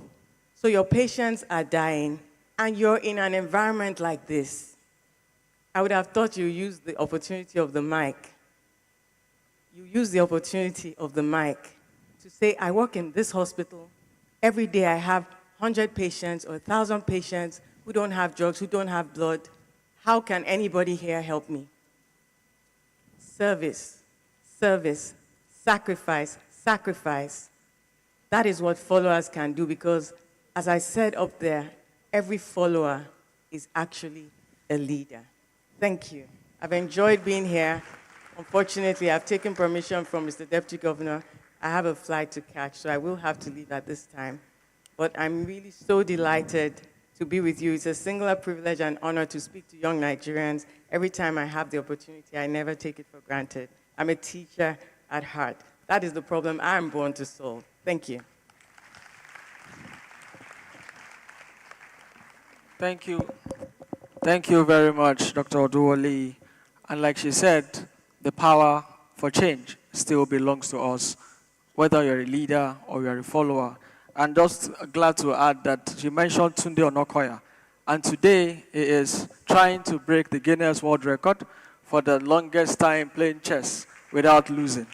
I don't know how far he has gone, but we wish him the very best on behalf of Lagos State and on behalf of the young people in Nigeria. I would be introducing my co-discussants on this panel, and I would start with the Senior Special Assistant to the President on Citizenship and Leadership. Put your hands together, ladies and gentlemen, for Rinsola Abiola. Following her closely is the Honorable Commissioner, Ministry of Innovation, Science and Technology in Lagos State. Honorable Commissioner Olatubosun Alake. A round of applause for him, ladies and gentlemen. Also following closely is Executive Director, Africa Leadership Initiative, West Africa, ALI, Ayo Maji.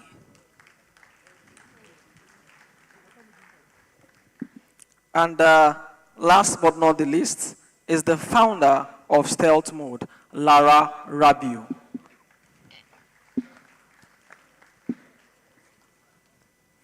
So while we have 4 of my discussants sitting with me physically, we have someone who would have wished he was here. And because he knew that he could not be here because of circumstances beyond his control, he sent a message to us. And I'll please indulge the team to please play that video of the member, Federal House of Representatives, Kaduna North Federal Constituency, Honorable Mohammed Bello El-Rufai. Please put your hands together for him in absentia, and please play the video message that he has for us.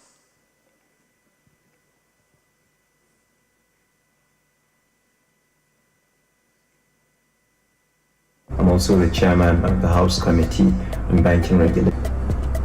Good morning. My name is Honorable Mohammed Bello El-Rufai. I represent the good people of Kaduna North Federal Constituency. I'm also the chairman of the House Committee on Banking Regulations in the Nigerian Federal House of Representatives. It's this goal to address this esteemed group of young people in the Lagos Leadership Summit. Regrettably, I will not be able to attend because of prior engagements, specifically sports and business conference being organized by my wife at the same time as this is going on. I would like to extend my sincere apologies and regrets to the organizers of this event, the good people of Lagos State, and His Excellency, the Governor of Lagos State, our father, Babajide Sanwo-Olu. It really bothers me that I wouldn't be with you, as any opportunity to engage young people, get good ideas, and discuss the way forward for us as a demographic is something I truly cherish from the bottom of my heart. 70% of the country's population, by the country Nigeria I mean, is under the age of 30. The potential is limitless and the talent is in abundance for all to see.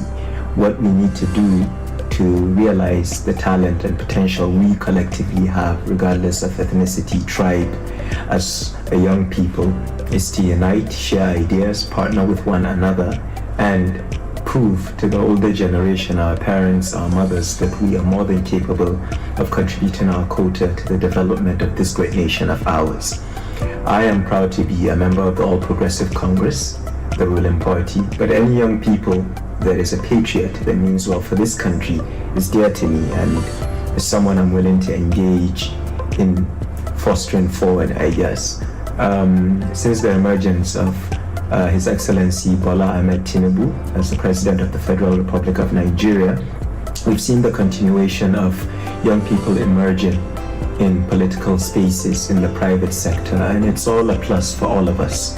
I commend the President for highlighting that from the appointments of his Minister of State for Youth and the substantive Minister of State. You could see movement towards youth as it is defined, and we are grateful to the President for the opportunity.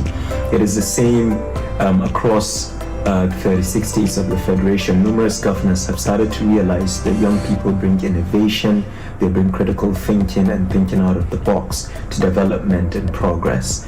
In the House of Representatives, our leader, the People's Speaker, Honorable Tajuddin Abbas Yanzazo, who's as a father to me, has actually inaugurated the first committee on youth representation. It is headed by my dear friend Olajimi Alawakala, who represents the good people of Ogbomosho. And all that is so we could continue to connect with the young public.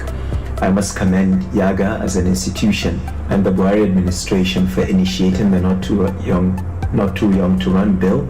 If it wasn't for that beautiful convergence between civic society and politicians. People like me will not be here as a federal lawmaker at the age of 36.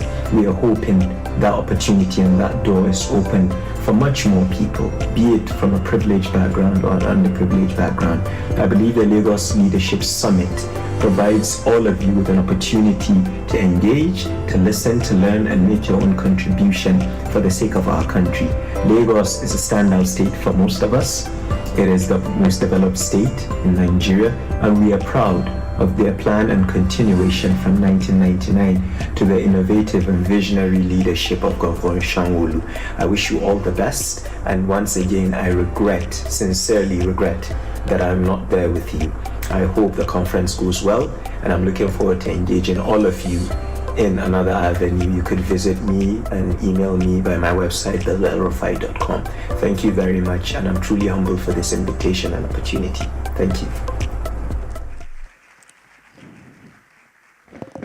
Thank you very much, Bello. I'm sure you can hear us wherever you are. We really, really appreciate that remark. The topic of the panel discussion is youth in the driver's seat, fostering leadership capacities for effective governance. And a lot has been said about one of Africa's youngest presidents at the age of 43, if I'm not mistaken. But today's topic, we will be digging deep on youth participation in governance. Are we there yet? Are we ready? What do we need to do? And I'm happy that the Minister of State for Youth is listening to this panel, so that when we are done, he would ensure that the number is times 10 of number of young people in government. So I would start with a question, and we'll make this as short as possible because of time. Yet we have the not too young to run bill. Now we have young people coming out for office and the likes, but the question still remains: do we have enough young people at the driver's seat? And if your answer is yes, why? If your answer is no, why? So I'll start with Risola. Hello, good morning, everyone. All protocols duly observed. Congratulations to my dear sister, the Executive Secretary, on this very packed hall, this very successful event. Do we have enough young people in the driver's seat? The answer is obviously no. It's improving. We're almost there, but we're not there yet by any metric, by any standard. Before I go on to fully state my reasons for that conclusion, I would like to commend the President Bola Ahmed Tinubu, for appointing an unprecedented number of young people into key positions where we're able to actually influence the decisions of government, to formulate policies, and to serve in different capacities. This is the first time we have so many young people in leadership positions. And I would also like to commend the Lagos State government for the very deliberate effort to include young people in decision-making structures. However, the federal government does not properly capture the reality in all of our states. Honorable Mohammed Bello El-Rufai, in his address, acknowledged the fact that a number of states also have young people in key positions. But that's not the situation in most of our states. And we're in a situation where the young people in key positions in places like the federal government and states like Lagos, they're laying a good example that I believe should encourage other people to do the same. I'm very happy about the fact that we have the Nigeria Governors Forum led by Governor Abdul Razak of Kwara State, because he's also very gender-friendly and he's also very youth-friendly.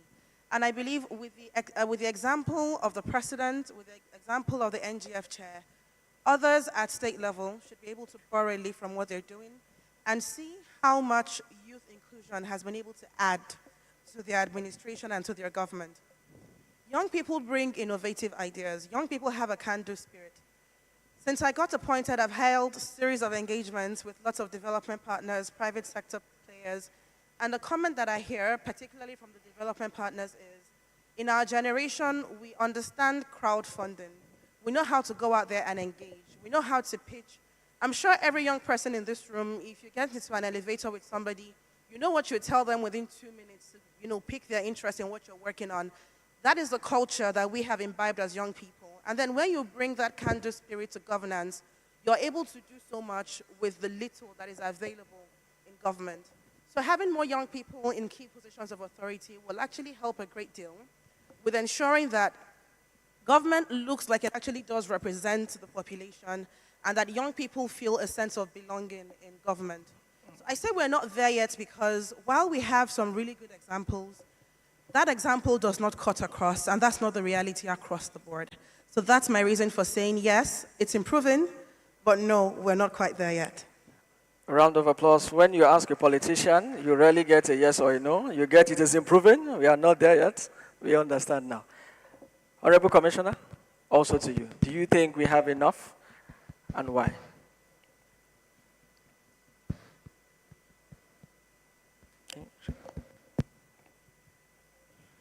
Yes, thank you very much. Good morning, everybody, Deputy Governor, all protocols duly observed. I think the answer to that question is multi-pronged. I don't know. Politician said working on it. The technocrat said he doesn't know. Interesting. I don't know.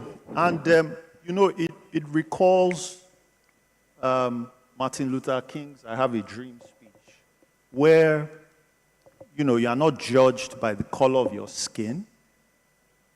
But I also add, you are not judged by age or gender, but the content of your character. Right? And so, for me, the question is, do we have enough people of character? So, because you have very good young people, you also have very terrible young people. You have very good older people, but you also have very terrible older people. So the question is, maybe the question should that be the question? Or should it be, do we have enough people of character in the right places? I've dealt with a lot of young people in my sojourn. I've dealt with a lot of old people. A lot of them are the same. A lot of them are different. So I don't think it's necessarily about, do we have enough young people? But do we have people with the right mindset, with the right character traits? You know, there was a debate earlier about democracy versus non-democracy. And you know, there's a reason why democracy emerged, right? Because democracy decided that no human being is good. So you cannot trust him with too much power, young or old. Nobody is good. And that's why in democracy, there are structures, there are power blocks, so that each other can negotiate with the other. You give a little, I'll give a little. You win here, I lose here. You win there, I lose here. As opposed to one man calling all the shots. And then the entire social fabric of that country is based on that one man's whims. So, in democracy, it brings out a quality trait that we should have. The art of give and take, compromise. The art of losing for the greater good. And so, is that a character trait young people have? I don't know. You tell me. So, I think the question should be, do we have enough people of character in places of power? If it's young people that have that, so be it. If it's old people that have that, so be it. But I think my question is, what is our national character?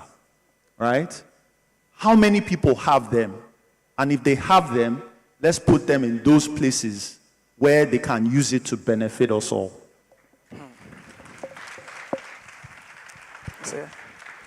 I have to report to the organizers. They've given me a panel that has given me a question.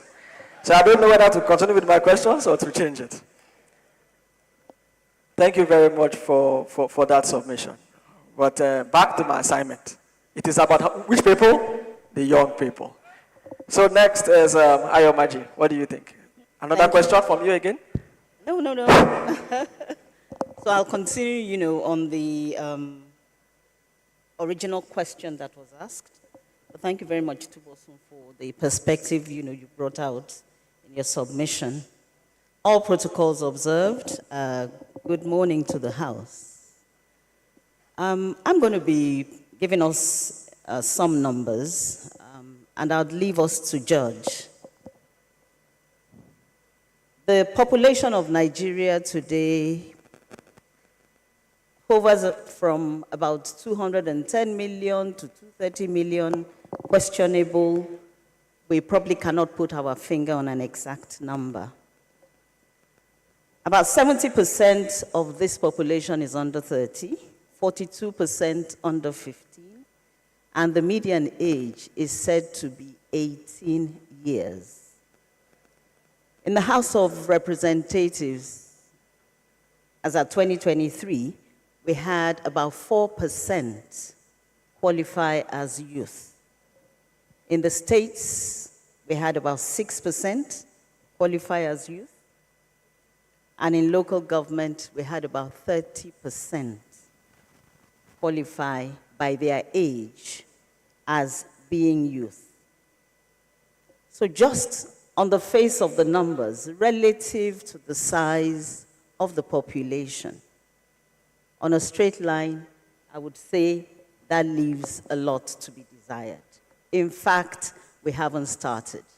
But that being said, I'm going to take a leaf from Ms. Ola's submission that this administration has done very well in including young people in its cabinet as special advisors, and has given opportunity even, as at ministerial level. But it is all still work in progress. I think that is the submission of it. Yes, there's been an improvement compared to 2019 as far as political leadership is concerned, but it's still a lot of work in progress because the representation of the sheer number of youth has not, we haven't even begun to scratch the surface with the numbers we are talking about. And we need the youth to speak for the youth to talk about those issues that are pertinent to them. We've talked about the Not Too Young to Run bill and the positive effect of that we are seeing. I think on the technology and innovation front, the youth are actually occupying that space very well. So they've got the passion, they've got the know-how, they've got the creativity, and we can see them holding that space very well. Also in the space of small and medium businesses, we see youth doing much better.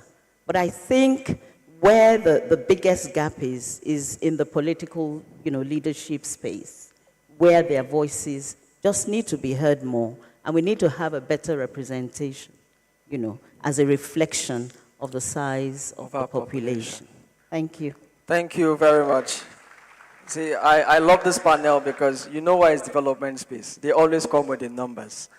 The proposals always have that executive summary with all percentages, and you just confirm that by giving us data to answer our own questions. Rabi, what do you think? Pardon? What do you think? Do we have enough? Good morning, everyone, and all protocol observed. I'm going to go with his view as well, because I'm going to take a step back. When we are thinking about the population of Nigeria, everybody always anchors on this 200 million, 230 million people. And when we think about most businesses in Nigeria, how many of these 200 people can afford what each of these businesses are selling is what we should be asking ourselves. And I'll bring that back to this question and the answer he gave around how many of these young people are equipped, right, to really take the position of power, because power does corrupt. And if you're not ready for power, you would destroy. And so I think taking a step back, you've heard the data. If it's a representation by numbers, we're not doing enough. We're getting there, we're progressing. But if it's a definition of do we have the people to call upon, right? not through nepotism, not through inheritance, but young people that have gone through the system, that have raised their hand, that are equipped to lead? Do we have sufficient numbers? And from what I've experienced, because I run an organization for young people, the answer is no, right? And the second thing I would tell you is that young people need young people to advocate for them, right? I remember when we started our program and we used to get mentors that were older, people would be happy for these people to be on panels to speak to them, but they couldn't really relate. They didn't actually get them to the result. And the result was, I want a job. The result is like, I want to lead, right?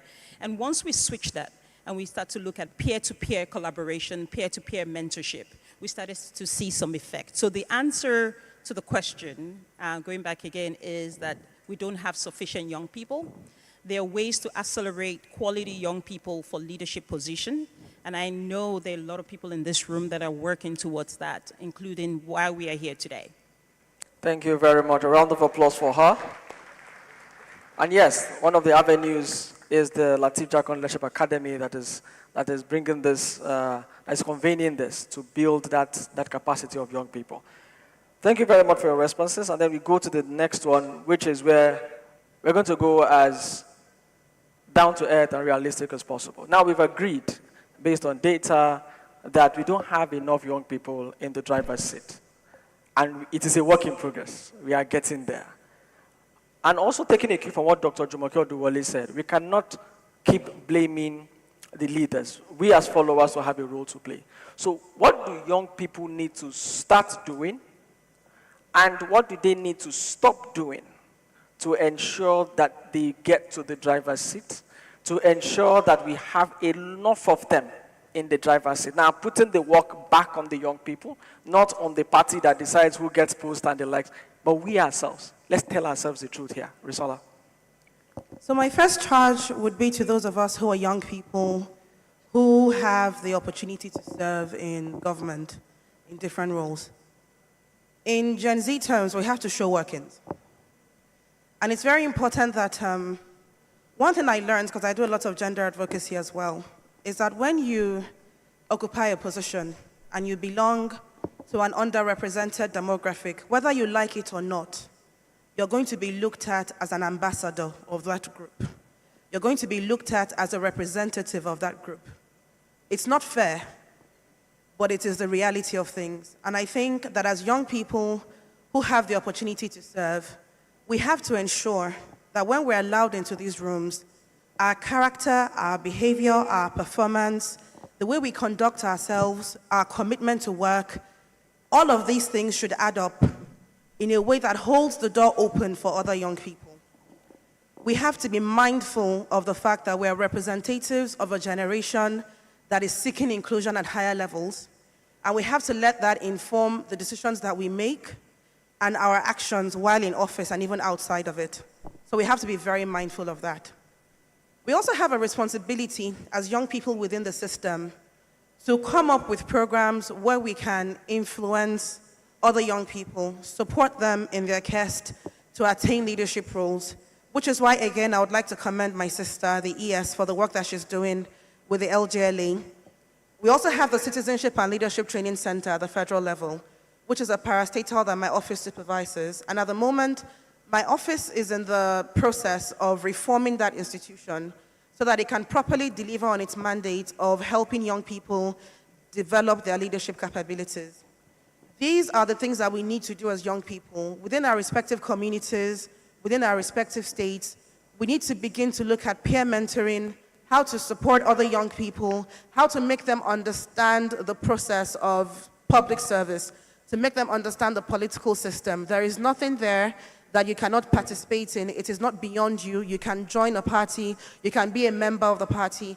And we also need to organize.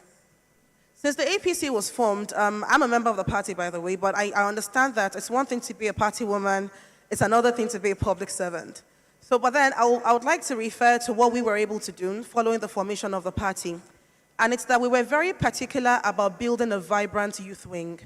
And with those youth structures, we were able to advocate for youth inclusion in all the structures that mattered.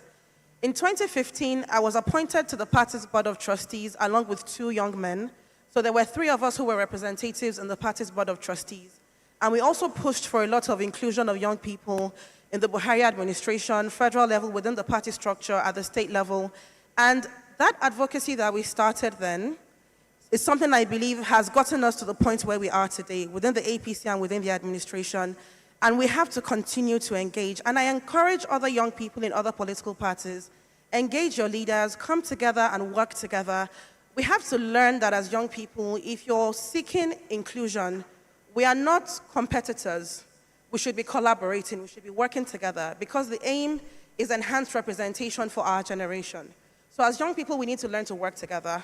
We need to help other young people understand the political process, to understand governance, to understand leadership, to share with them what we learn from our mentors, what we learn from our leaders, and to also facilitate opportunities for other young people that we can see have everything that it takes to serve as well within the systems. They are not threats to us. The more the merrier. My people will say if you want to go quickly, go alone, but if you want to go far, go together. It is a credit to us as young people if we have more capable young people coming on board. So again, in summary, understand that we're representing others, and so we should be mindful of how we conduct ourselves, and we should strive to hold the door open for other young people in as many ways as possible, both through advocacy, within the political party system, within government itself, and we should work together towards this aim. Thank you. Thank you very much. So, Honorable Commissioner, same question. What should the young people stop doing, and what should they start doing if we want to have more young people in the driver's seat? Okay. So let me just try and give a little bit of a history lesson. Show of hands for anybody that believes the youth is the answer to Nigeria's problems. Hands. I don't want to influence the hands, but I cannot see enough. Is youth the answer to Nigeria's problems? More young people. I see a mix of answers. 30%. Okay. So to confirm some of the things I've been saying, in the 1966 coup in Nigeria, some of the leaders of the coup, people like Nzeogu, and they call them the January boys. They were all young people. They had the passion.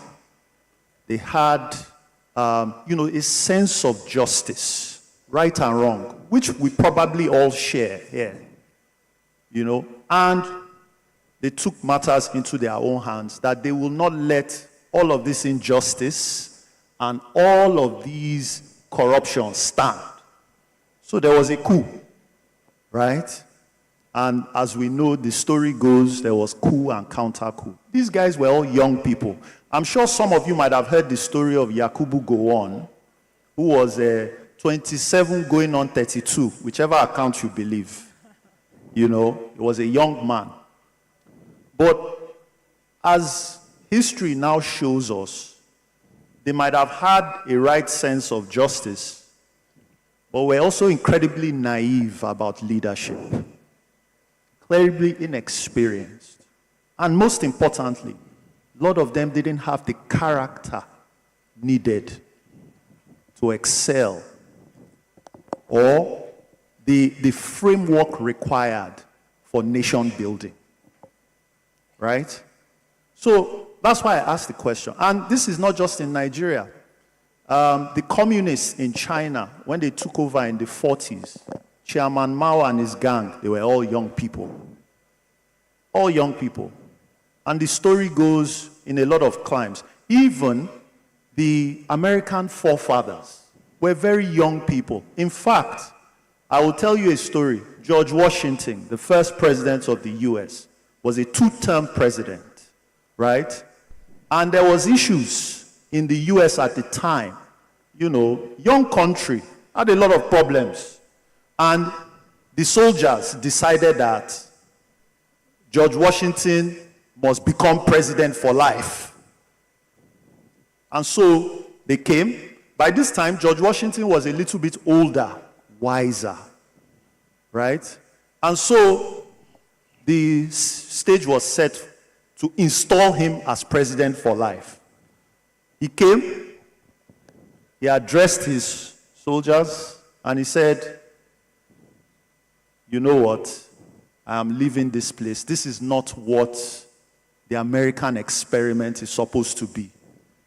And then he voluntarily resigned for another president, and another election could be conducted. Imagine how the story of America would have been different if he had been president for life. That sacrifice he made actually set the stage and the foundation for the democratic system that the US now enjoys. So it was a personal sacrifice, not a grandiose ambition, or maybe just a sense of right and wrong. And maybe George Washington could correct the problems at the time, but he knew the importance of sacrifice for a greater good. So again, is youth the answer to our problems?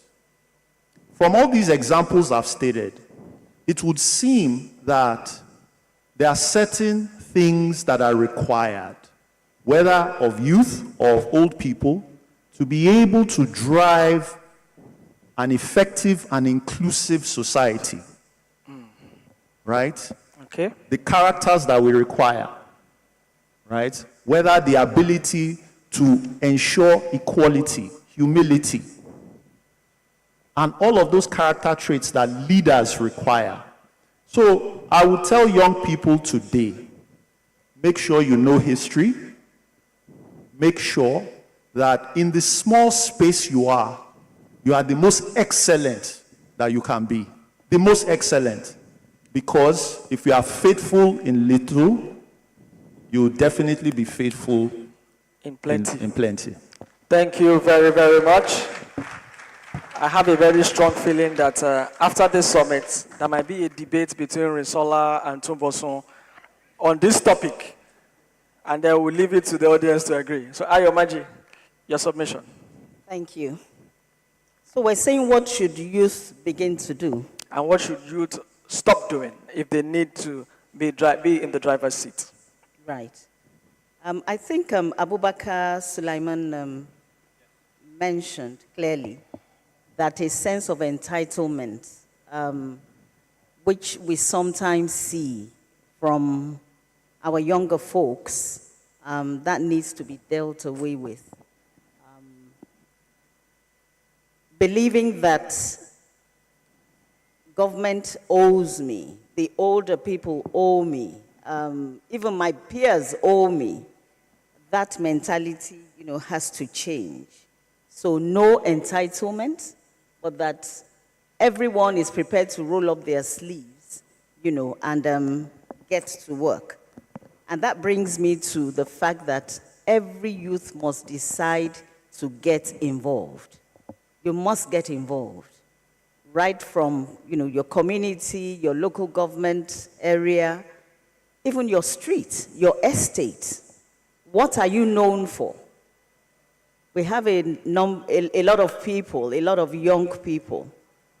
They are busy, but busy doing what? So you must be known to be adding value in a particular area. What are you known for? What do you do? We must be doers and not just talkers and, armchair critics of what is not right, but believing that that change that we want to see actually should start with us. We've heard some of that this morning. Preparation, preparing ourselves, taking time to come out to be a part of this summit is part of the learnings that, you're developing yourself. So it's very important that you continuously develop yourself, move with people that will add value to you, not those who take away from you. If you're the champion amongst your circle of friends, then it's time for you to move to another circle where you can have people actually teach you and you can learn from them. So preparation. What's your goal? We've also talked about this morning about knowing you want to be a leader, but what does that leadership look like? What's your vision as a leader? So you must be able to paint that vision, articulate it, and share to as many as you believe will be a part of that journey of leadership with you. Accountability. Some people don't like being asked to be accountable, but it is one of the strong traits of a leader that you decide to hold yourself accountable, first and foremost to yourself, and you set your boundaries. I will not, there are certain areas that I will not go beyond. So as an individual, as a leader, you've set boundaries for yourself, and also you have accountability partners. People who are able to look at you in the eye and tell you, oh, you goofed on that one. There are many a leader whose undoing has been the fact that nobody has been able to hold them to account. They have simply refused to let themselves be accountable. So also being an accountable person. Okay. The organization that we work for, we're partners with Lateef Jakande Leadership Academy. We're the Africa Leadership Initiative, West Africa. And what we do is develop leaders. We've heard a lot about being selfless in leadership. Lateef Jakande was known to be after anything that was about the greatest good for the greatest number of people. So I would encourage our young people, look away from yourself, but look at how we can be of benefit, and we can drive policies, we can influence things that will would benefit a greater number of people. Okay. So that takes us to selflessness and sacrifice.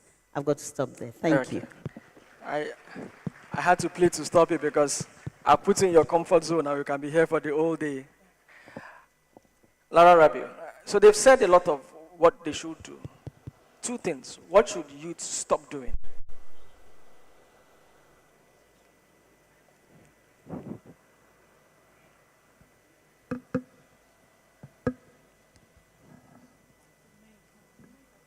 All right. So the first thing I wanted to say, because you had asked a question earlier around, is youth the solution? And only about, give or take, 25% of the people in the audience actually raised their hands. So I think one of the things that you should stop doing is, one, stop doubting yourself. Stop thinking you're too young to lead. It doesn't mean you should not equip yourself with what is necessary. You have to be ready, right? So if you've not been given the tools and the opportunity to lead up till now, your job is to find the opportunities, is to make sure you're ready. So when a name is called, when you're called to whatever position of leadership, that you're ready to take it on. But not just take it on as a title, but take it on as someone that can contribute and can actually deliver.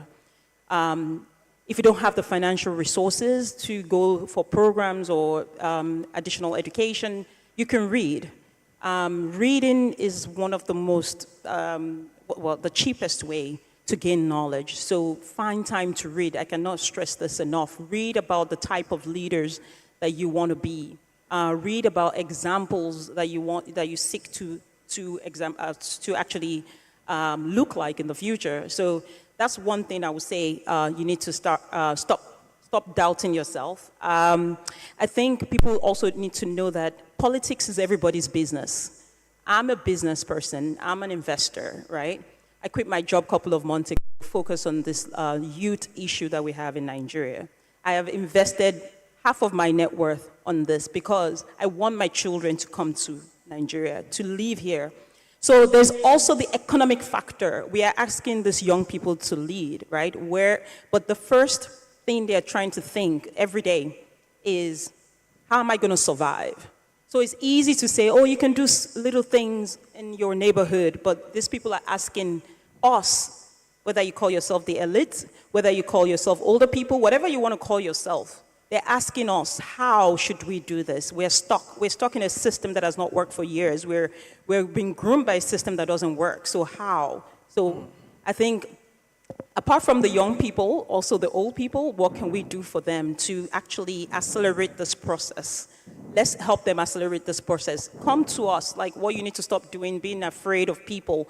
Everybody here is just a person. Like if I'm going in the hallway, no matter what you think I am, ask me questions, ask for directions, ask for guidance, right? You'll be amazed how many people are willing to give you direction, to give you the tools, to connect you to people, the network, right? Whether it's your peer network first, and your peer network will get you to the type of networks that you want to be part of in order to be able to get to those positions faster. We don't have time.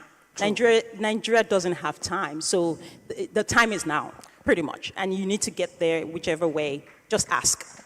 Wow. You summed it really perfectly. We do not have time. And on that basis, we'll be going to the audience for questions. Just like the last time, we are only going to take 2 questions. So another fastest, not finger, fastest limb first. Let's see who the 2 lucky people will be. And there's a difference between asking a question and explaining a question. Assume we are all smart, assume we understand, go straight to your question. We've thanked all our speakers enough, don't bother thanking. My question, and you sit. We know you're smart, just go to your question. 10 seconds, I'll time you. So who is with the mic first?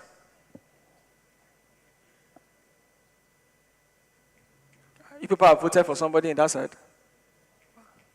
Okay. Okay. 10 seconds.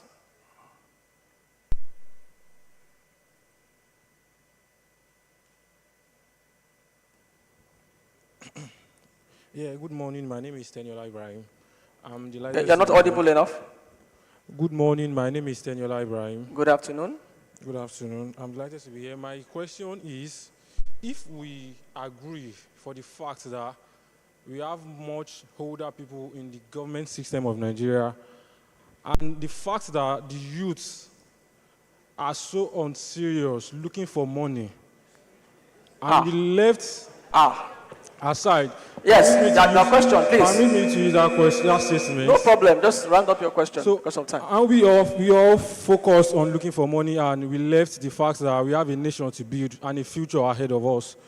How can we orientate the masses of the youth that this is what we are supposed to take care of instead of this?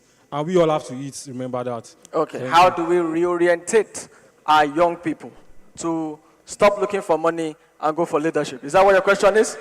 The second question. Please, for the sake of inclusion, second question should please go to a lady because the first question came from a man. For the sake of inclusion. I wish we had that debate between Tubosun and Risola. It would be perfect. So maybe Leadership Summit 2.0, we start. I'm also glad we have the Honorable Minister for Youth, Honorable Commissioner for Youth. Thank you very much for being here with us. Second question? Hi. Yes, 10 seconds. Wow, that felt like a little struggle. Thank you, finally. My name is Jamaica Lawrence. I'm from Seed Academy, and what we do is help organizations avert bankruptcy. How? By influencing behavior and training. So my question is, we've said a lot about empowering youths to take on leadership roles. Amazing.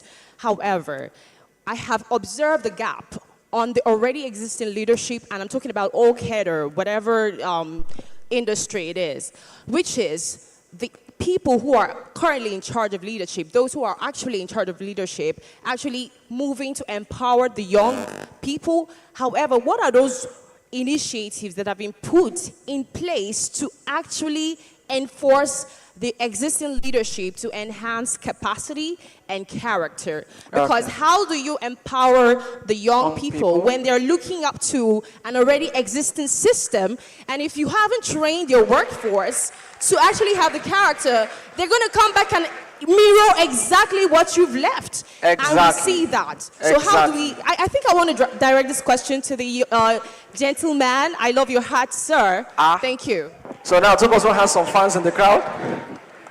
You know, this is the question that got the loudest applause. Interesting. So, because of time, the first question, I think I'll give it back to Lara Rabiu, because it's part of what you mentioned in terms of finding the balance between having money in your account and then pursuing leadership. Then the second question I directed to Risola, because it is about leadership and civic duty building. And because of your fan, Toboson, you have an extra word on that question. So, Lara, first. Yeah, thank you. I think that those two things, they're mutually exclusive, right? I think to have good leaders, there's a basic necessity that they have to be able to fulfill for themselves so that their votes are not stolen, their directions are not muddled. And when you're talking about economic empowerment, is that basic, where do I live? What do I eat? Like, you know, how do I get to work?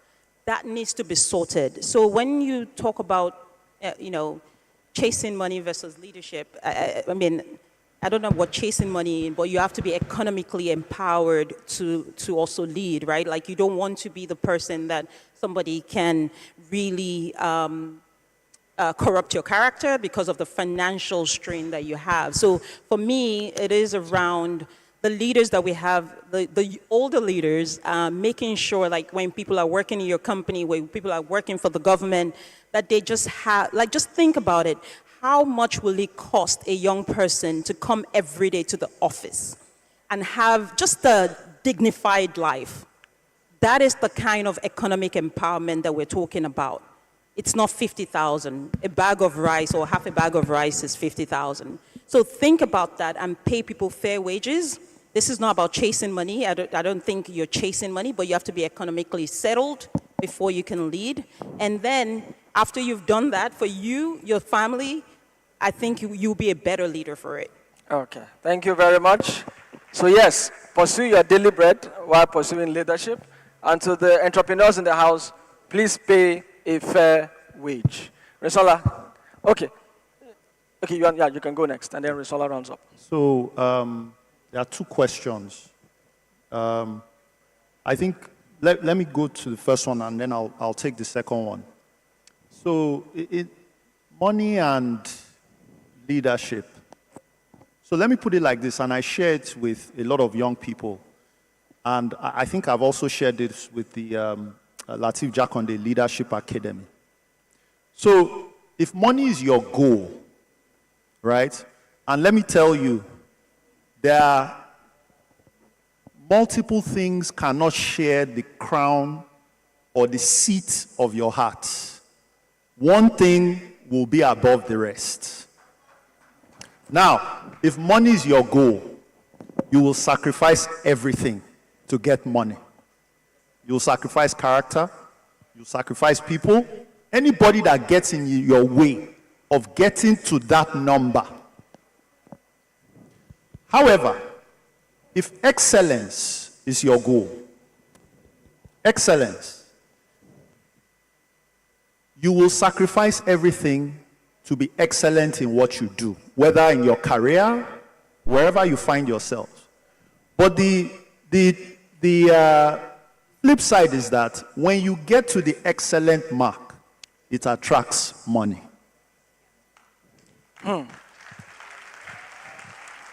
Pursue excellence, so and money will come. When you say, oh, yes, everybody has to eat, for real, I understand. I like food myself. At the end of the day, something has to have the North Star. And you will imbibe the character of your North Star. Right? And so when we talk about character traits, these are things that, say, societies have that they build things on. Now, the young lady asked a very good question that, you know, how can people have character, right, if they are not taught? The honest truth is that, yes, there are some things you should be taught, but you cannot be taught everything. As people grow, you observe the world around you. I mean, you go to school for maybe 20-something years, but that's a fraction of your life. Say if you are going to live to 70. So the majority of your life is self-learning. The majority of your life. You are observing, you are applying, you are recalibrating, you are learning, right? I'm sure, I don't know how many of you are entrepreneurs here. A lot of people will tell you, a lot of motivational speakers will tell you that failure is not the end. You are just learning what not to do, right? Right? You fall down the first time, the second time, you get up again. Oh, okay, this is not how to execute it. Nobody taught you that.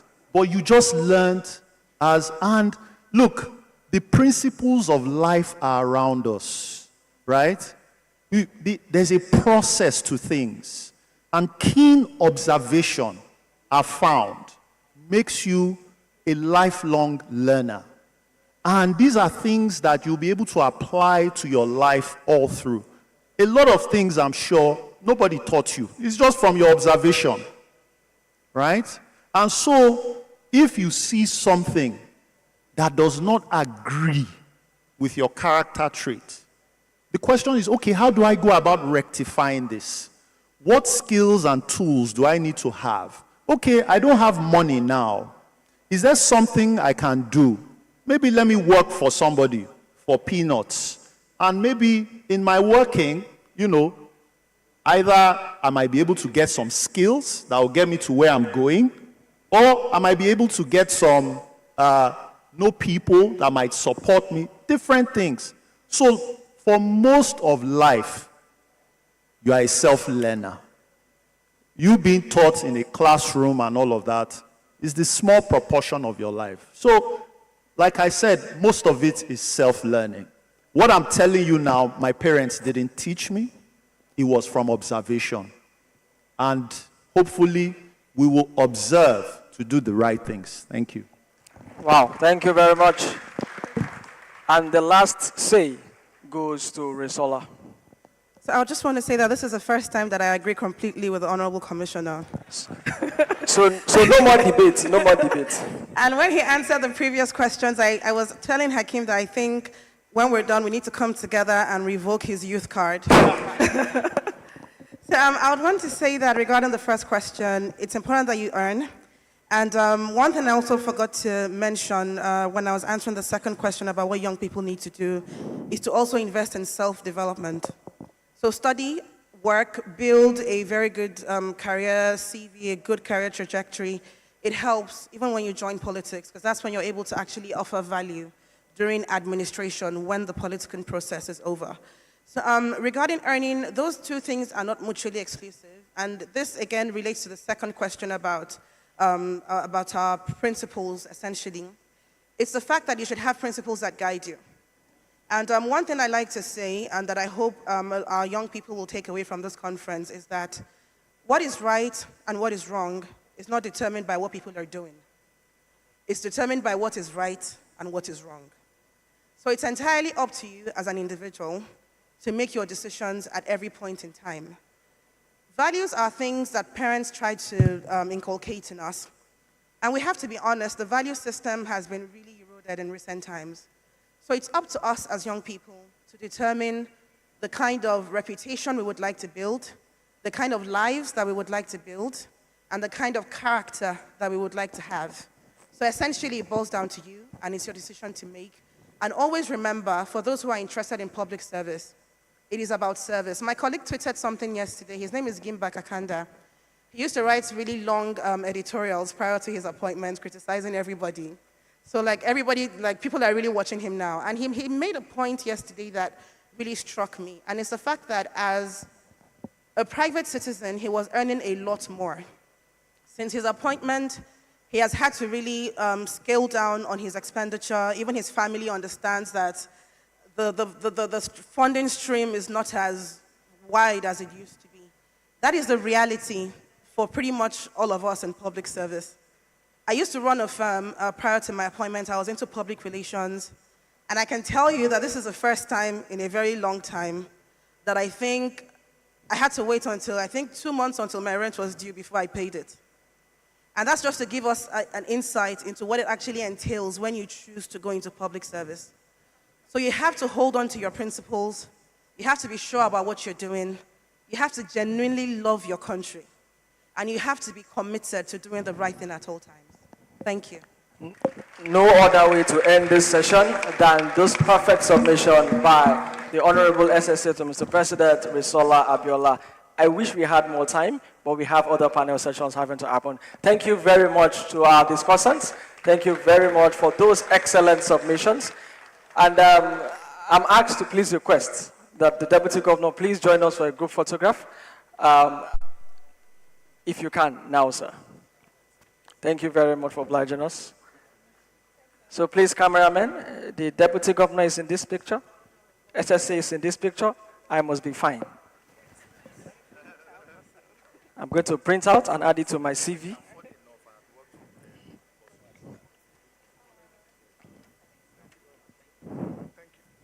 give people the impression that I'm part of the panel. I'm just enjoying the benefits.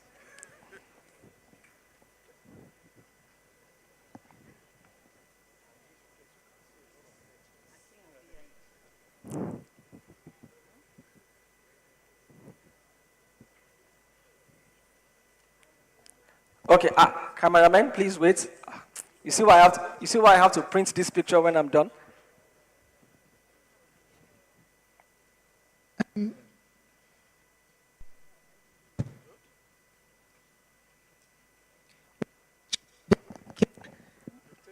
Thank you very much.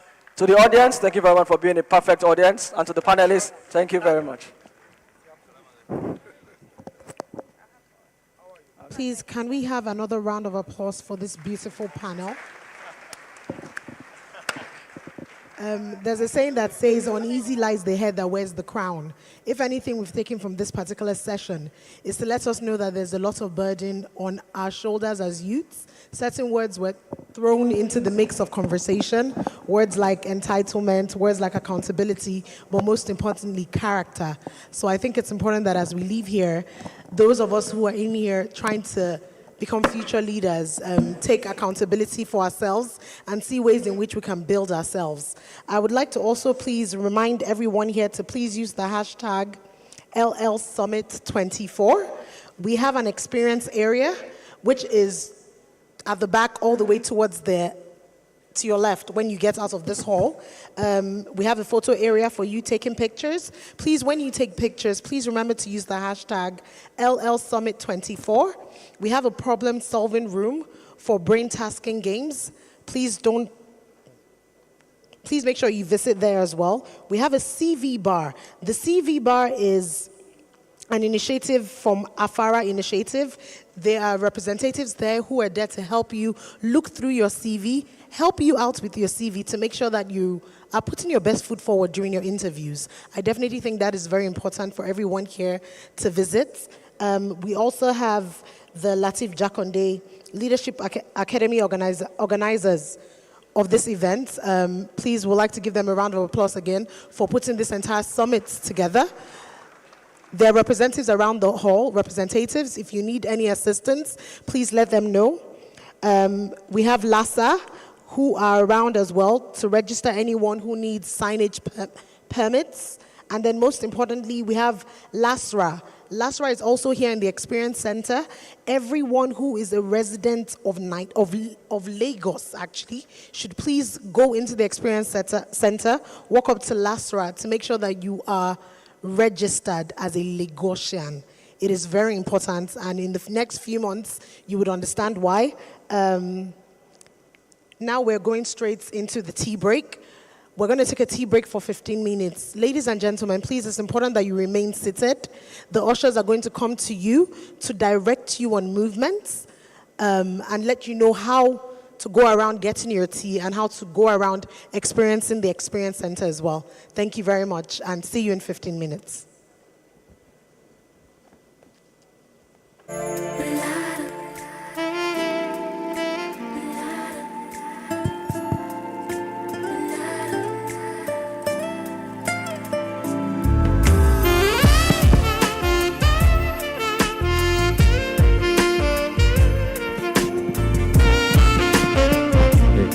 Hey.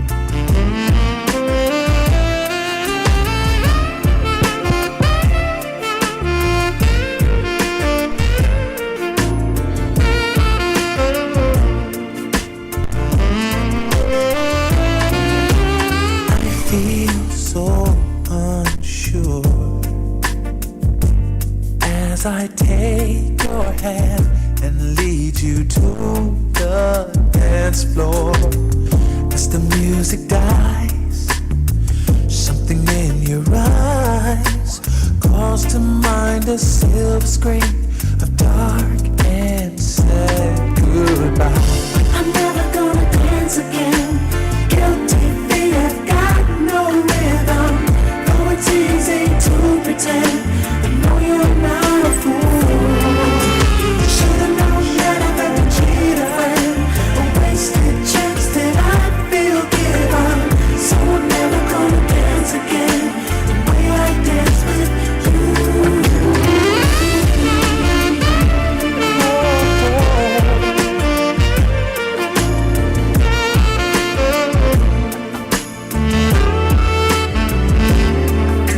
Time can never mend the careless whispers of a good friend to the heart and mind. Ignorance is kind, but there's no comfort in the truth. The pain is the harder you find. I'm never gonna dance again. Guilty feet have got no rhythm. Though it's easy to pretend, I know you're not a fool. Should've known that I've ever cheated a friend. A wasted chance that I feel given. So I'm never gonna dance again the way I dance with you.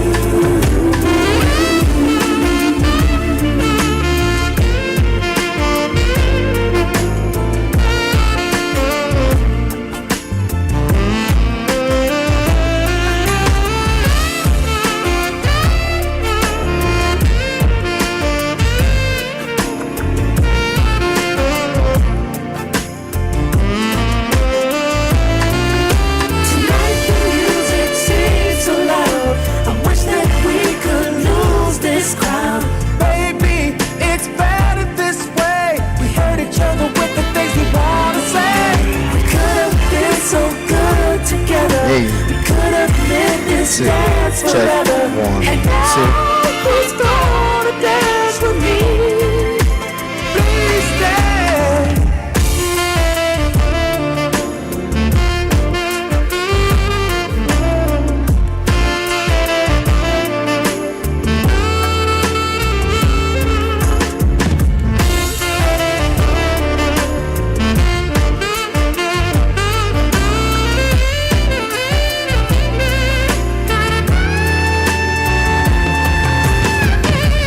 Now that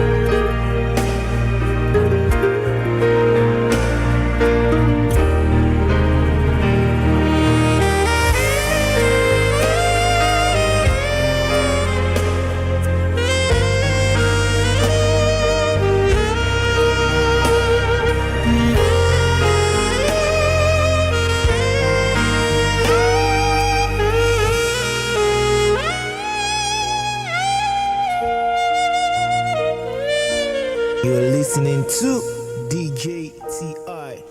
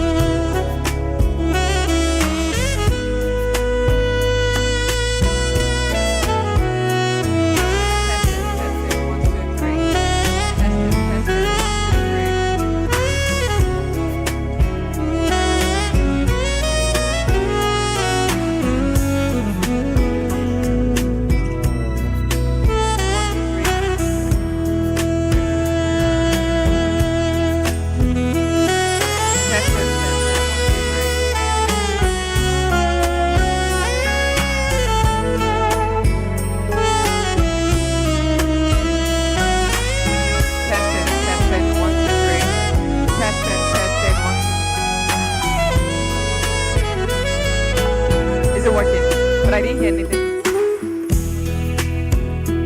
Okay. Okay, so because I want to go over and talk to him, so can I? So put it.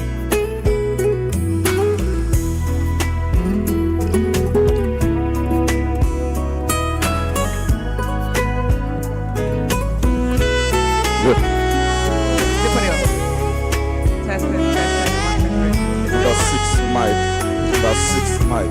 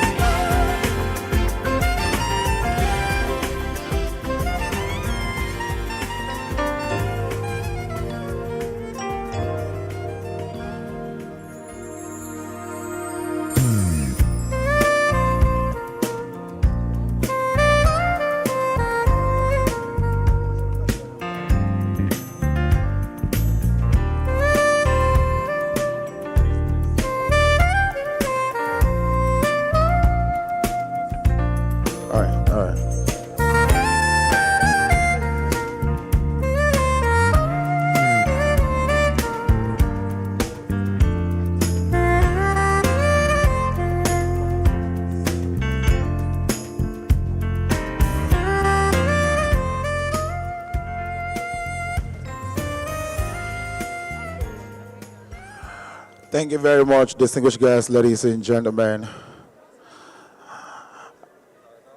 We are sorry we just have to stop the tea break for now. So we need you all to please go back to your seat right now. If you need anything, you can call on any of our ushers. They will gladly attend to you. So because of our time, we want to save more time. We'd like to please ask you to go back to your seat now. Lunch will be served in the next few minutes. But for now, you can call on any of the ushers. They will gladly attend to you.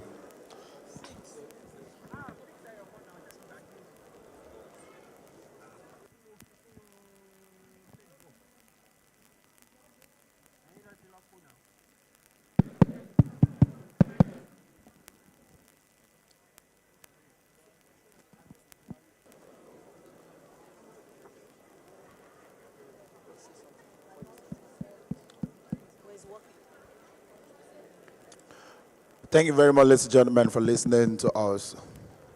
We promise you that the lunch will be served in the next few minutes or few hours.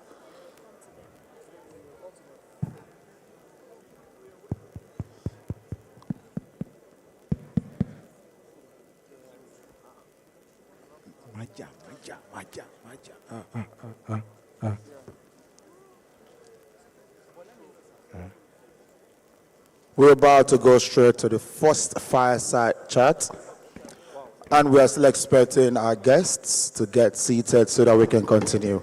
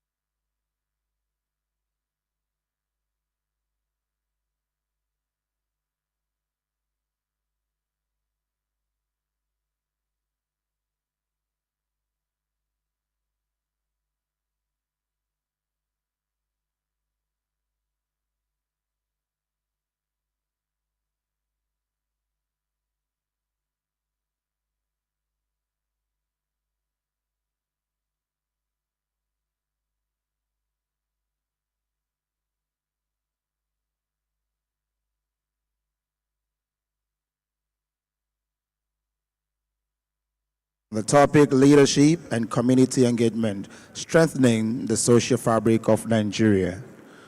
To do us the honor of moderating this session, ladies and gentlemen, permit me to present to you Mrs. Abosade Alimi.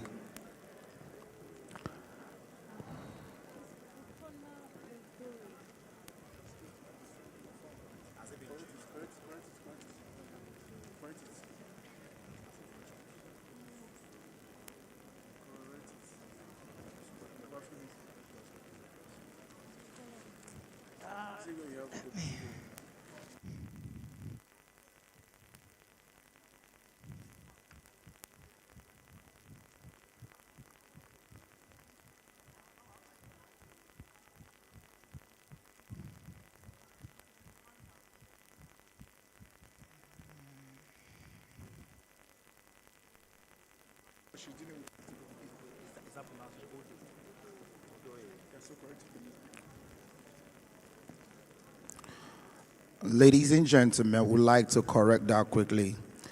The moderator for this session will be Mrs. Bukola Odoye. Can we have you quickly right here, ma'am?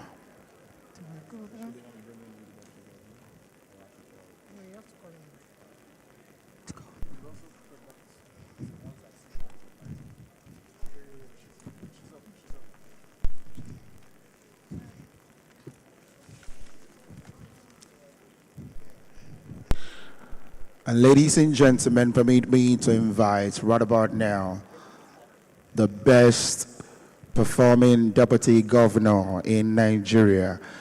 Can we all make welcome with a warm applause His Excellency Dr. Obafemi Kadri Hamzat. Keep clapping until he gets to the stage.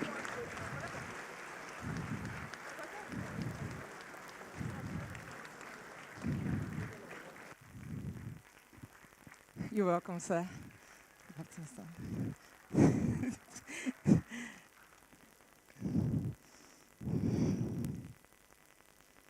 Okay. Oh. Mic. Can we get a mic, please?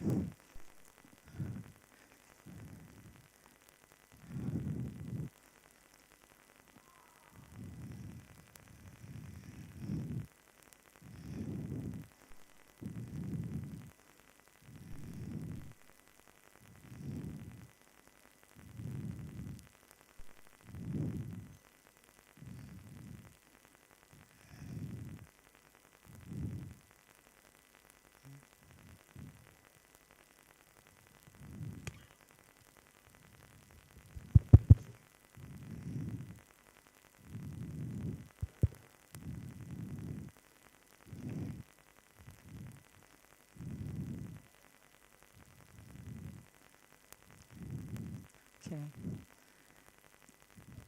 Good afternoon, everyone, and welcome to this remarkable gathering at the inaugural Lagos Leadership Summit. I am deeply honored to be here today as the moderator for what promises to be an enlightening fireside chat session with a distinguished leader whose work and dedication to public service have made a significant impact on the governance and development of our dear state. Our esteemed guest today is none other than our indefatigable Deputy Governor, a tireless advocate for active community engagement.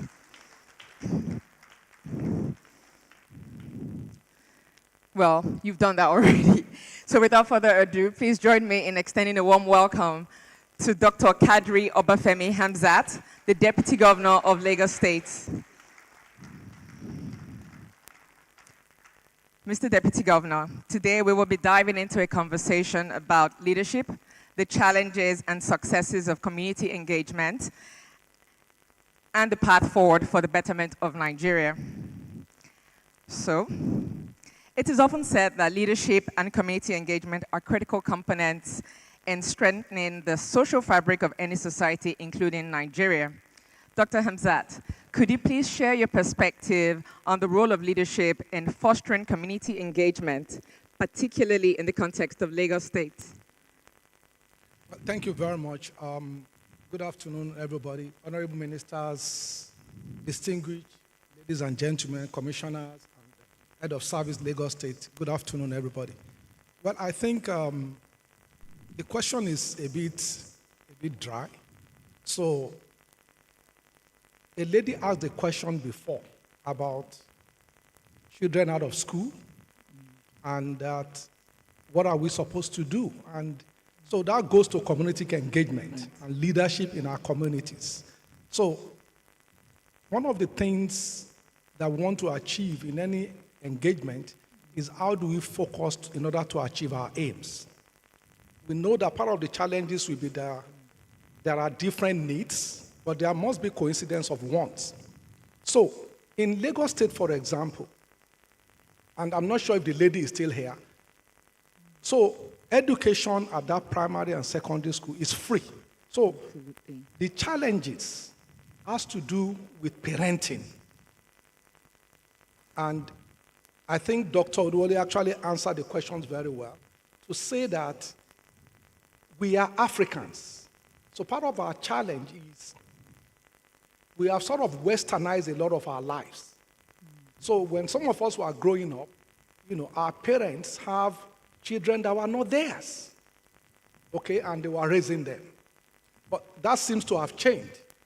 That seems to have changed. But we cannot forget our own history. And somebody, I think, in the earlier audience actually said that we as youths must understand our history. If you don't understand your history, you don't know your background. I don't know if we've seen some of this documentary where people from Trinidad and Tobago, they were actually singing. They were singing about a Yoruba song that their forefathers usually sing, and they don't know the meaning. And it says, "Nígbà tá wà ní Ìbàdàn, ní Lule," they did not know that Ibadan was actually a town. And that's where they were taken into slavery until they came back. So as Africans, if we don't even understand ourselves, we will be lost.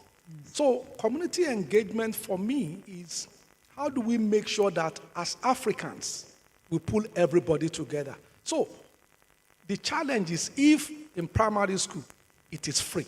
In secondary school, it is free. Since when our president now was the governor of Lagos State started paying for WAEC.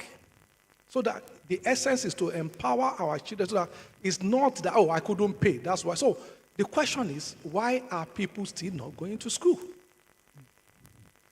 So we must look at relationship between the community and parents. And can I intervene as a community person to say, I see these kids, they are not going to school. What is the problem? And so the essence for me in terms of leadership as it relates to that issue is how can I be part of that ecosystem that move that conversation forward to say, why should there be children in our community that is not going to school? What are the challenges? Because there are various institutions. Lagos State has a program that we call Leave No Child Behind and Zero Something. We realized that during COVID, when children were coming back, the number sort of went down. And we were looking for why. What happened? Why are these kids not going back? And, we must give credit to private sector. Everybody contributed. They realized maybe it's because of financial. Everybody came together and were able to bring majority of them back, except those that have left the city or left the state. So the government is working to make sure that we don't have this. But the fundamental problem has to do with the home.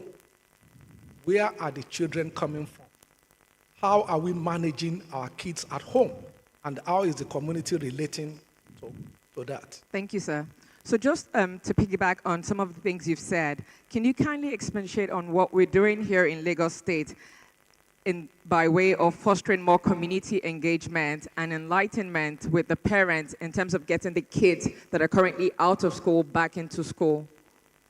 Well, so there are so many agencies. I see the Honorary Commissioner for Women Affairs here. I see one of the permanent members of the State Educational Board, SUBEB, and so many other agencies. So part of what they do, for example, WAPA is they deal with women, vulnerable women, and they work with a lot of NGOs. As a matter of fact, they certify a lot of NGOs to work with the ministry or with the state government to make sure that in various communities, how are we able to find them out? The challenge we have in Lagos is that people come from outside states. Yes. Okay, a lot of them come from outside states. And it's a challenge, it's a dilemma. So you go to Oshodi under the bridge and you see a 12-year-old child. And you interview the child and they says, well, I just left, I'm from somewhere. I left 2 months ago because my parents won't care for me. So it becomes difficult. I mean, this is a child. This is a child, and so you take them into a home, see how you can care for them, and so on and so forth. It's because Lagos State doesn't have a boundary, it's difficult because we can't interact with people outside. But at the same time, what we are trying to do is to make sure that we give access to those children, giving different, looking for their family. How do you trace them? So the Honorable Commissioner for Youth is here. Part of what they are doing is also to get these kids and find, okay, what do you want to do? Is it training, skill acquisition? Is it this? Is it that? Get them certified so that you can. And some of them will say, well, look, if I have the right empowerment, I need to go back home. So the question is connect with the parents back home, wherever home is, and make sure that they know that you have a 12-year-old child in Lagos with our parents and so on and so forth. So it's a huge relationship, and part of it is to work with government to make sure that, in your state, we notice that a trend where children are coming to our state. How can we stop it? What can we do? What are the challenges? Okay, sir. So still talking about children and also the youthful. Thank you, sir. Still talking about children and the youthful demographic of Lagos State. We also noticed that Nigeria in of itself has a very large youth population, particularly Lagos, where a lot of them are concentrated, even talking about some of the startups that we have and the tech community here in Lagos. Can you tell us how leadership initiatives can better engage and empower our young people to become active participants in helping to shape their communities for the better without always relying on the government to provide? Well, I mean, so for us, I think that government is very essential. And part of what government will do is to coordinate with, say, NGOs, private sector, in order to have relationship with our youth, to expose them to what is possible. So, for example, I remember when the Bankers Institute, we worked with them in Lagos State to say, okay, so you are a graduate, but okay, so you've studied economics, you've done all that, but that doesn't give you everything you need in order to be a good banker or a good financial person. And therefore, I think it's this place, I'm not sure if it is this particular hall, we have like 4-day seminar where people were actually able to talk to banks, CEOs, executive directors. What exactly are the qualities that are needed for you to actually succeed? And I think it was the Honorable Commissioner for Innovation, Science and Tech, Lagos State, Mr. Bosunbosun Alake, that said it. The question is, everybody must decide what they want out of life. So if it is excellence, he said it later that, excellence will attract money, ultimately. But if the initial thought is, I must make money at all costs, you are going down the drain. So the bottom line is every society has a norm. We must make sure that we keep to our norms in our society. So part of the challenge is erosion of our values. And it's important for us to understand that, first of all, we are human beings. And therefore, we must relate with each other. Because of that, so your behavior, as it affects others, is also very important. And that's why every religion, we say, love your neighbor as you love yourself. Every religion, whether you're a Muslim, you're a Christian, you're a Buddhist, whatever it is that you are. So there is a reason for that, because it understands that there must be interaction between Mr. A and Mr. B. So in terms for the youth, what I say is that, and I sometimes, some people might not agree, but what I say is that don't see it as a liberty. You know, it's chronological. You know, you can't jump from age 1 to age 10. You must still go through age 1, age process. 2, every year birthday. Do you understand? So the question is, what do you bring to the table? What are you using your youth to do? What are you using it for? Are you like somebody, I think the gentleman asked the question, are you running after money? That a 19-year-old is doing money ritual. Are you okay? You understand? So the question is, but if you run after excellence, and we've discussed it here, some people say, well, you need money too. But let us look at case studies around the world. When people like Jeff Bezos, when he started Amazon, he started it from his father's garage. He didn't have an office. He didn't even he sold a car. So he didn't have any comfort in this sense. When the same thing with Bill Gates. When they started with the MS-DOS, they didn't have anything. But ultimately, because of excellence, they made tons of money. I'm sure they don't even know what to do with it now. But the reality is that character is what is important. And that's what we have all these youth council. You have various bodies. Lagos State government is setting up various areas where youth can meet. So one of the active agencies of government is the Ministry of Youth. So engaging in different areas, trying to set templates for how for us to. But remember, you cannot legislate morality. Absolutely. So you can't teach people like. But it's something that we learn from our parents. It's something like Tubosun said that you actually also observe and see, and everybody must have a standard in life to say, listen, I will not go below this. So I will never go below this. The moment you have that, and you are honest, you have integrity, the money will come. It's almost like a normal template. Okay, sir. So still talking about youth, technology, and innovation in the context of community engagement, what would you say are the various ways that we can use technology and innovation to leapfrog our development as a state, also in the context of participation in the governance processes? So if you look at the methods of community engagement is meetings, online meetings, surveys, so that we can agree on that community, what do we need and what do we want, right? So it makes it easier with technology, apparently. So today, I mean, you have WhatsApp group for people all over the world. You don't need to be physically together. So technology gives us the speed, to actually have a discussion and resolve without physical presence. So the idea, however, we must also understand that everything that's good also have a negative part. I mean, everybody, we all know, cars are very good. We all go around, but cars can also be dangerous when there are accidents. So that's why there are driver's license. That's why they say don't drink and drive and so on. So social media technology also has negative components. So, but we must make sure that we utilize the positive part.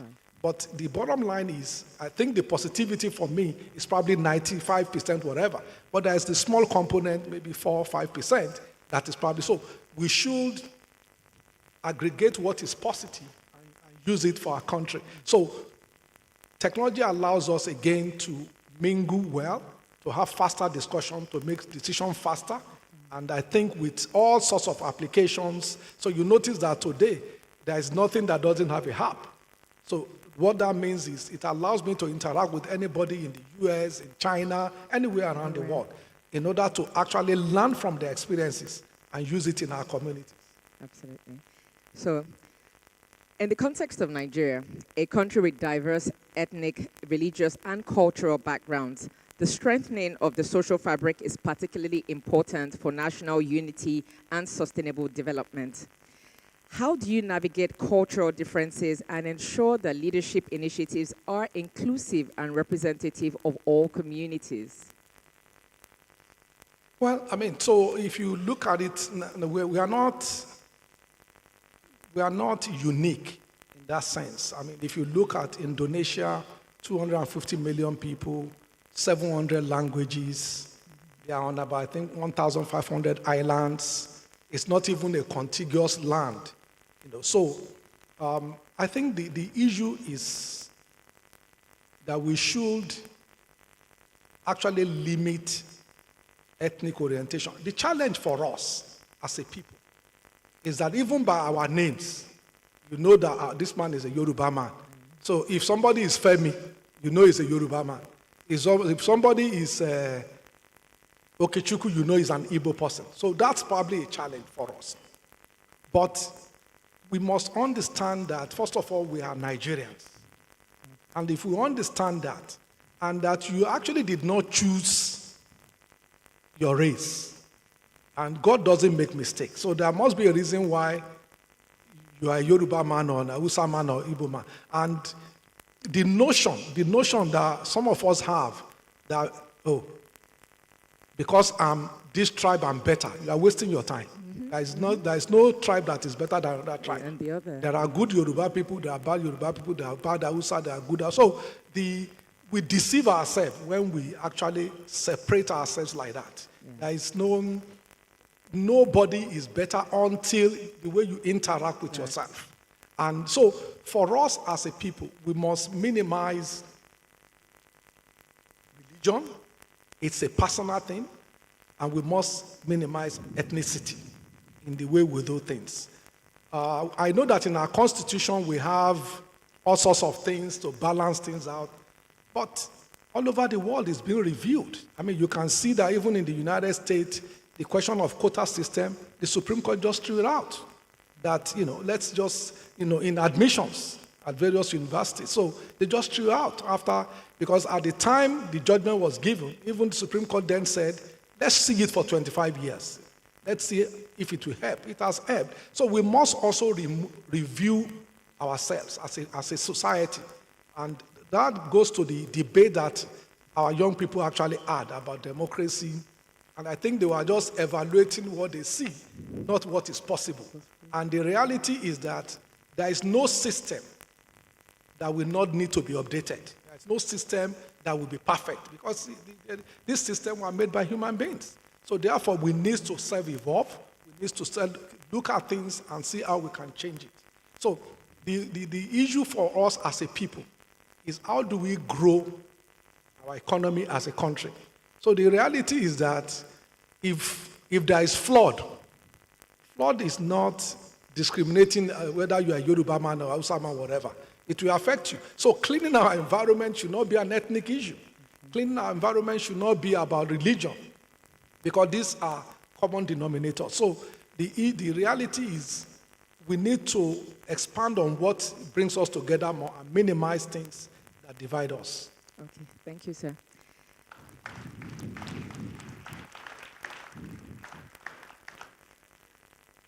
Coming back to the way we interact with the communities. Now, what I've noticed is, in the last couple of years that I've been in government, is that there is a huge trust deficit between the government and the governed. And this is particularly more evident in that youth demography. Now, my question is, how do you bridge that deficit?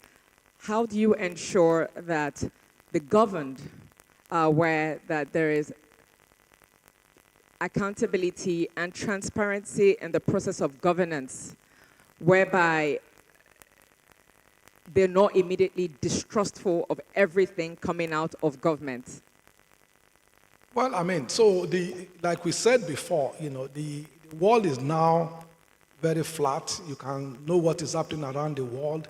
So in some part of the world, for example, the right-wingers are becoming more aggressive, and fake news is becoming more, prevalent, and everybody seems to. So, for example, you have, let's take, say, for example, United States.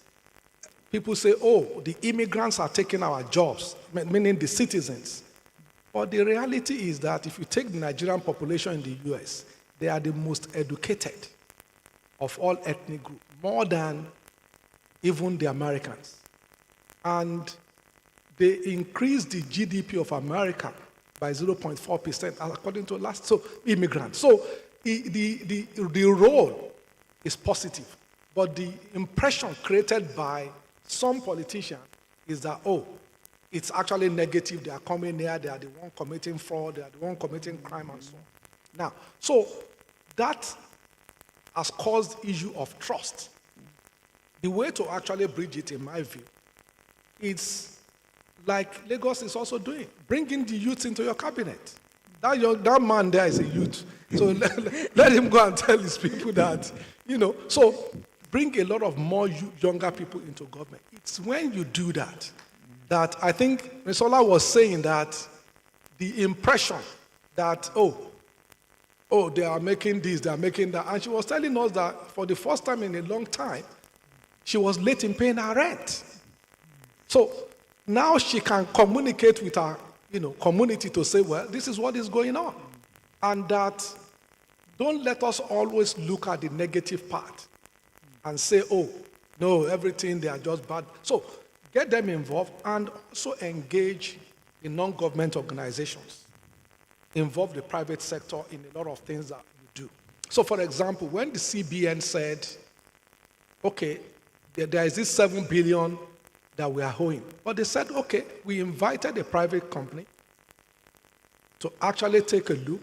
They audited it, and they gave us. Everybody seems to relax, to say, oh, okay, if it's this private firm, well-established, that look at it, and then said, oh, then everybody sort of relaxed, and then they made the payment. So it seems that transparency by involving different stakeholders outside of government is very important. So a lot of the things we do, we must include people from private sector, NGOs, so that they also understand the process.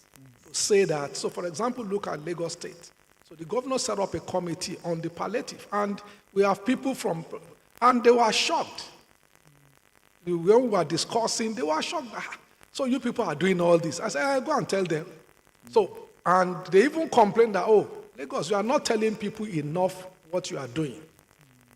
We are not telling enough what we are doing. So I think the idea for us is how do we engage a lot of people that are non-governmental in that sense, private sector, NGOs, so that they can also come into the system and see. People will believe that more compared to when it's coming directly from government officials. So I think that's more of collaborative governance. Exactly. Open government initiative, so that at least people can understand that this is what is happening, these are the challenges that we are facing, and this is how we are trying to resolve it. Okay, sir. So my final question, and I think it's more of what I've noticed. I think in the last couple of months, I've noticed that there's a huge drug pandemic. A lot of youths, maybe more out of boredom, out of lack of employment. I see a lot of them turning to drugs and all sorts of vices. What is Lagos State doing currently to address this pandemic? I've termed it a pandemic because I think it's out of proportion. What is Lagos State currently doing to address this problem, and how are we using effective community engagement strategies to get across to them? Well, I think you answered it rightly. It's more of community engagement. People understanding that. I saw some clips of the commissioner in Ikorodu talking to some youths about the danger of some of these drugs, what it means, how your lives can be destroyed. So we use it, and then even at schools. So making sure that part of what they are taught is also the effect of these dangerous drugs, how it comes in, telling them that, everything that we eat as human beings get digested. When you take some of these drugs, it gets absorbed into your bloodstream, and therefore it's dangerous for you. It's not natural. And as such, so in schools, engaging, and then various community engagement. So we have the youth council that gets trained, and then they go out there to actually also talk to younger people. Also, we understand that we can't run away from it because it's out there. And if you can see, it seems it's sort of global. You see See what is happening in Sierra Leone and so on and so forth. So we are also building a center in Ikosi, where we are building a 500 drug treatment center so that people can actually be brought in, rehabilitated, and then, of course, be released back to society. So that it's a two-pronged approach. Try and see how we can prevent it, and then see those that are already addicted, how do we take them out of that addiction. So hopefully community engagement in schools, in communities, and of course, effect of parents to also understand that we cannot leave our children alone. We must understand what they do. So those type of engagement are those things that we are doing to make sure that this scourge of drug epidemic is something that we can deal with in our state. Thank you very much, sir. Thank you. Those are my questions for Mr. Deputy Governor. A big round of applause for him, please. Thank you very much, sir. Questions and answers. Yes, sir. Okay, so we will move into questions and answers right now into that session. Oh, I see a couple of hands. Okay. The young man with the cap. Can we get a microphone across to him?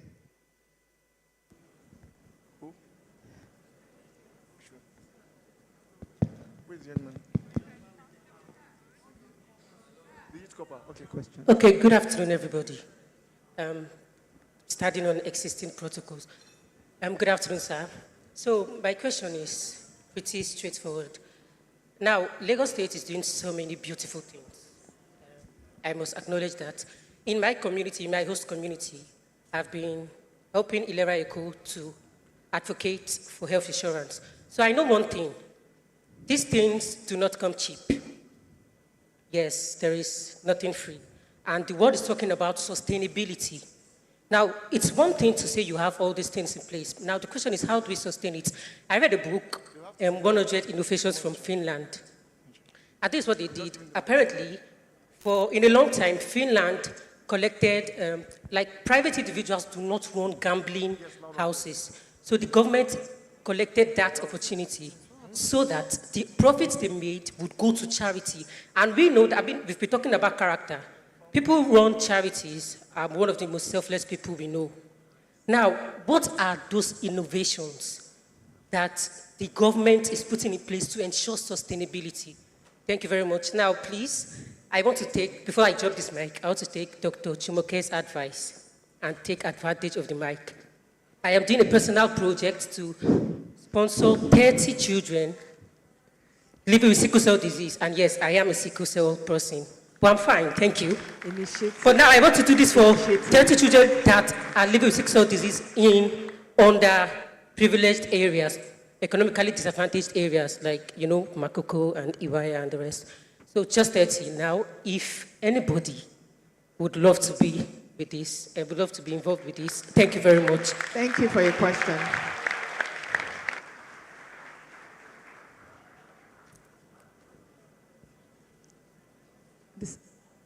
Let's take from this side. Sorry, can you get the mic over to somebody here? We can only take 2 questions. Apologies. No, she said. Yes.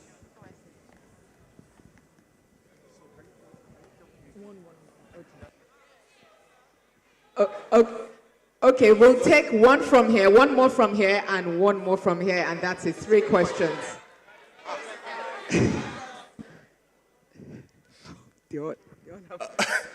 Good afternoon. So, my name is Okweyemi, and I am a representative of the Zero Plastic Straw community. We are an NGO that combats the use of plastics, single-use plastics actually, and providing alternatives for that. So our NGO came up with an idea, an initiative, adopt a gutter. And like my deputy governor here said that even non-profits can actually collaborate to help the government talking about flooding. We also noticed that flooding is one of the major issues in Lagos State. And one of the things that is causing this flooding is blocked drainages. So we came up with the initiative, Adopt a Gutter, whereby we go to a place, we clean up that gutter, but while at the same time, we commit it to someone from that particular community to carry on the work. So now my question is that, now the question here is that we've tried every possible best to reach out, but this particular thing has not been sustainable enough. What can we do, sir? He says that they clean gutters and get people to adopt the gutters to now continue to operate and maintain those gutters. But for them as an NGO, how do they sustain it? Because nobody's Good afternoon, Your Excellency. My question will be a bit, listening to what I've heard this morning till now, it borders on leadership. So my question goes to the leadership of the country, which of course you are part of. When you hear the president talking, considering his policy, his decisions, his plans, he's always talking about generation unborn. What we are doing is that we don't want your children to suffer. We don't want your children to do this. Mr. Deputy Governor, what about us? Our children, they are still, some have not even given back to those children. What about us that voted for him? What is his own plans for us? Thank you, sir.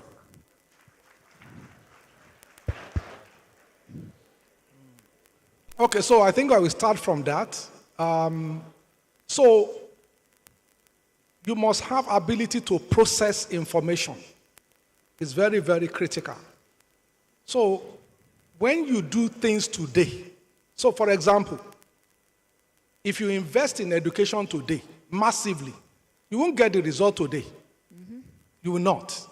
Because those children in primary school, in secondary school, until they finish, and then you see the effect later. That's what he's saying. So how do we make sure that we build the institutional structures so that we can, so people have mentioned sustainability.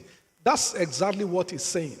So it's not saying that, so for example, if the president, for example, release grains, it's not children in 20 years' time that will eat those grains. It's today. But the question is, what do we do so that we don't need to be releasing grains? So that our children will not go through what we are going through today. So that's the essence of what he's saying. So it's not to say that the plan is not for today. No, the plan is for today. But it must be sustainable so that we don't come back and do the same issue in 5 years, 10 years' time. That's what the president is trying to do, so that we can lay a foundation for economic growth for our country. Remember, he said that by 2026, why can't we have a $1 trillion economy? So that's just 2 years. But you can't do it today.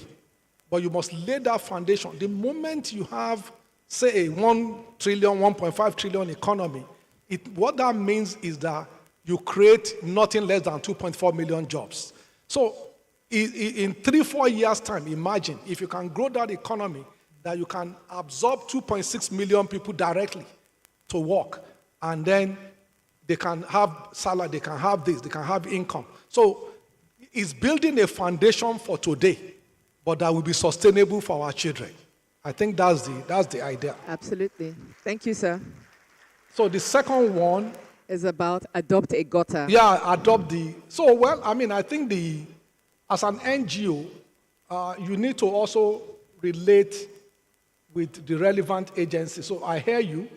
I would like to take your information So if you are doing that, just limit yourself to what you can do in any community. So if it's Yaba, limit yourself. So what we then need to do with you is how do we replicate that across the state? So maybe the state government taking another set of places, and then so that, but we take your information.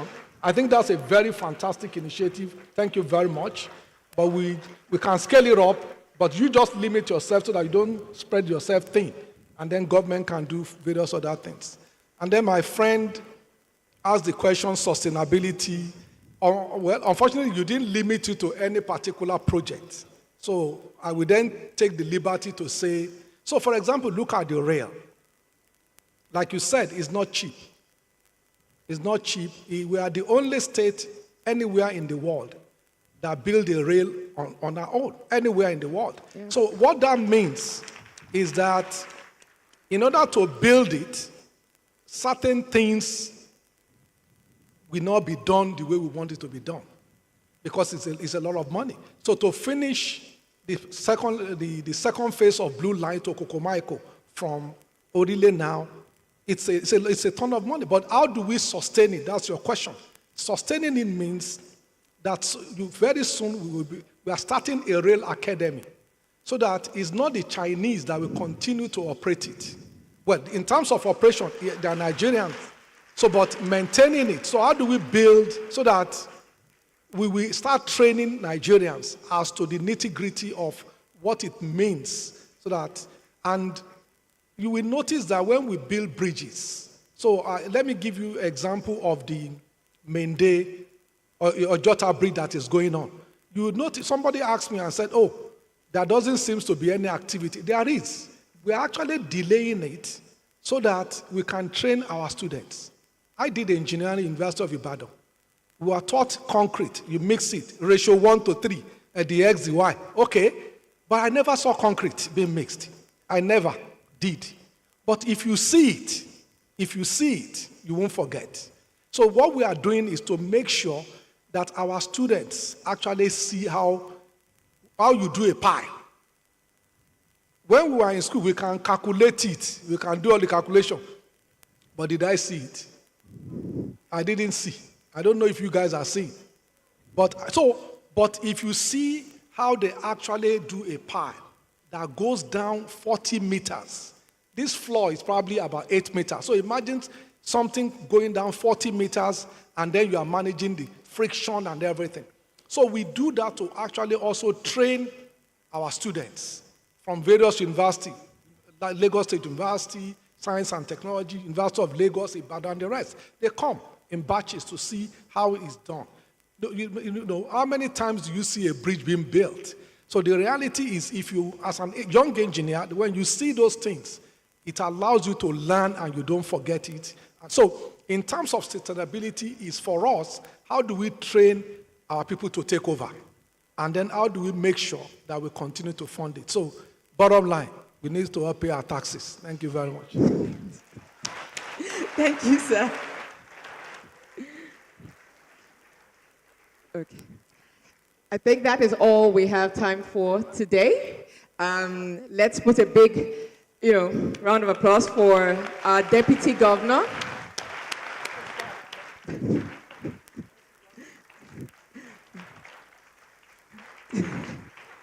Okay. Sir, I think we want to take a picture.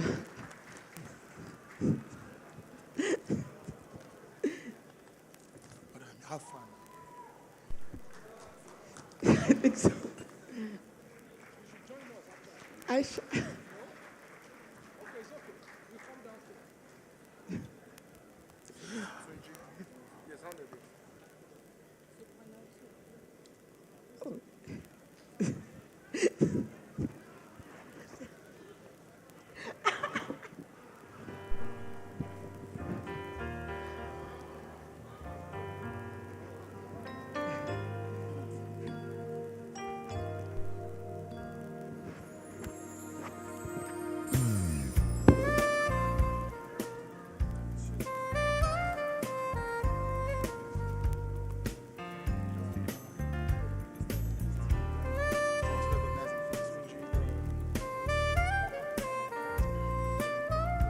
Thank you very much for your time, our very own Deputy Governor of Lagos State.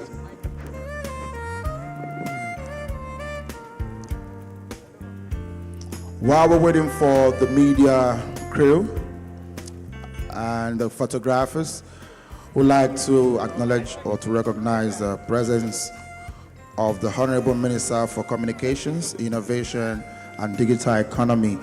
Ladies and gentlemen, let's celebrate Dr. Boson Tijani. Thank you.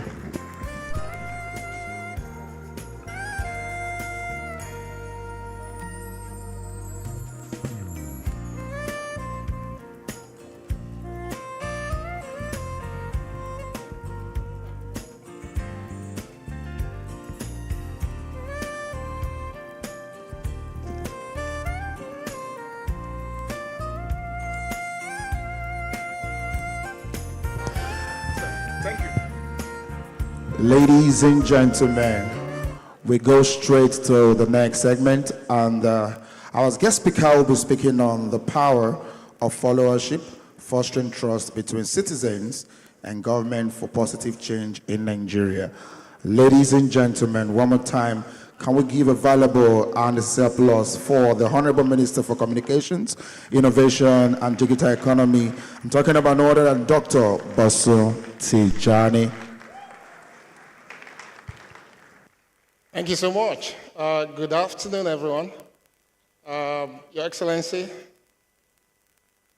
the Deputy Governor of Lagos State, Dr. Obafemi Hamzat, the Secretary to the State Government, the Head of Service, the Chief of Staff, my colleague, Honorable Minister, Youth, State, Honorable Commissioners here present today, the Executive Secretary, Lateef Jakande Leadership Academy, and of course, distinguished ladies and gentlemen.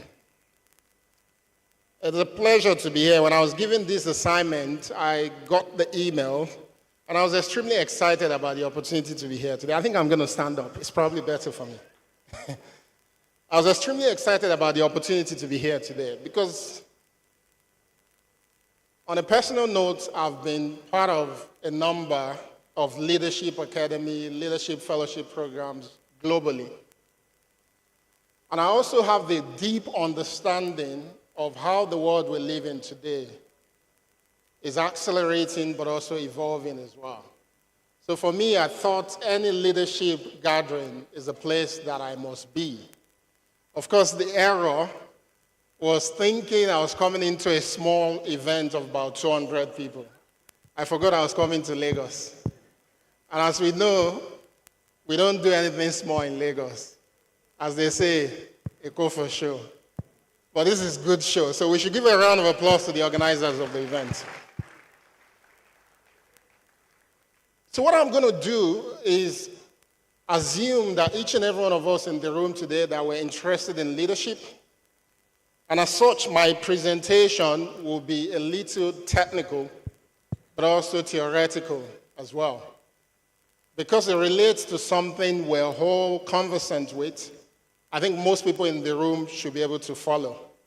I'll try as much as possible to use examples from Lagos State, particularly the case of our dear governor. And I've chosen not to speak directly to the topic, but to use something that is close to my heart to explain the phenomenon, which is technology and economic growth, but implication for leadership. I think for anyone that has led any group before, whether it's in government or the private sector, you know the biggest thing on the agenda is economics. How do you provide for the people? Where do you find resources to be able to meet socio-economic demands in any society? When the deputy governor was on stage, most of the questions that were put forward to him was about how to improve the lives of people in the state. So this is why the conversation around economic growth is extremely important for any leader, whether you're in private sector or public sector. But I'd like to start with this slide, because it's easy to talk about economic growth. But for anyone with a basic economics background, you know that you have two key options for driving growth in any economy, whether it's within a state or a small location. And the first option, which is measured, of course, I've spoken about this in so many places, through gross domestic product, is to increase the amount of input that goes into production function. Right? If you want to raise economic growth, you want to see more economic activities in any nation. So you have to ensure that there's enough labor or workforce that will go into production of goods and services. At the same time, you want to make sure that there's enough capital that will go into production of goods and services. But economics will tell you that if you take two similar countries and you give them the same amount of workforce and the same amount of money, the one that is going to come on top will adopt something that is called the Cobb-Douglas production function, which is that it is not enough to put in more people and more capital, but you need to introduce something which is on the second option that I'm showing on the screen, that is called technological innovation. And the simplest way to understand this is to take two farmers, give them 1 hectare of land each, tell them to cultivate maize, agbado, and ensure that the size of the land, the labor, the capital is the same. Then allow one of them to use technology. So for instance, one is cultivating using cutlass and hoes, and the other is going to use tractor. The other one perhaps is going to use drones to spread fertilizer, to do herbicides and things like that. If it's going to take the one with hose and cutlass about 3 weeks or 4 to clear 1 hectare of land, the guy with tractor will probably take only 2 days. Only 2 days. For you to be able to spread fertilizer on a land of 1 hectare manually, it will probably take you about 2 weeks. With a drone, it will take you about 2 hours. So what you get at the end of the day is one of them is going to become a lot more productive. And I think we can all guess which one will become a lot more productive. And that's the notion of where the importance of technology comes from. So most of the time when we talk about technology in society, people make the assumption that this is something that is alien, that is modern, that is not compulsory. But the truth is, historically, you actually don't see any nation in the world that gets to develop without investing in technology. Absolutely no nation. And most of us can relate. If you think of the phone that you're holding today, compare back to 15, 20 years ago. For those of us who got our mobile phone when it came into Nigeria the first time, we paid about 30,000 or so for SIM card. A lot of the young people in the room today are probably getting it for free. Right? Remember back in the days where for you to make phone calls to anyone abroad, you have to come to Nitel building, the Nets building in Marina, to make the calls, because only a few people actually had mobile phones in their homes. But fast forward to today and imagine how the liberalization and the growth in the telecommunications sector has changed our world significantly. So you can begin to see why technology is important. And maybe you've been hearing from people in the past where they talk about the different industrial revolutions. The implication of the different industrial revolutions as well is that nations over time have paid attention to technology. I think I need to pause. Welcome, Mr. Governor, sir. Ladies and gentlemen, we just witnessed the arrival of the Executive Governor of Lagos State. Ladies and gentlemen, a round of applause for His Excellency Abajide Olusola Sanwo-Olu. A round of applause for him, please. You're welcome, sir.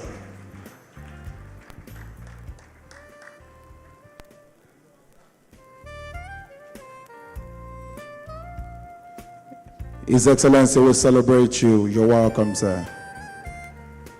If you love Mr. Governor, can we give him a better round of applause? Come on.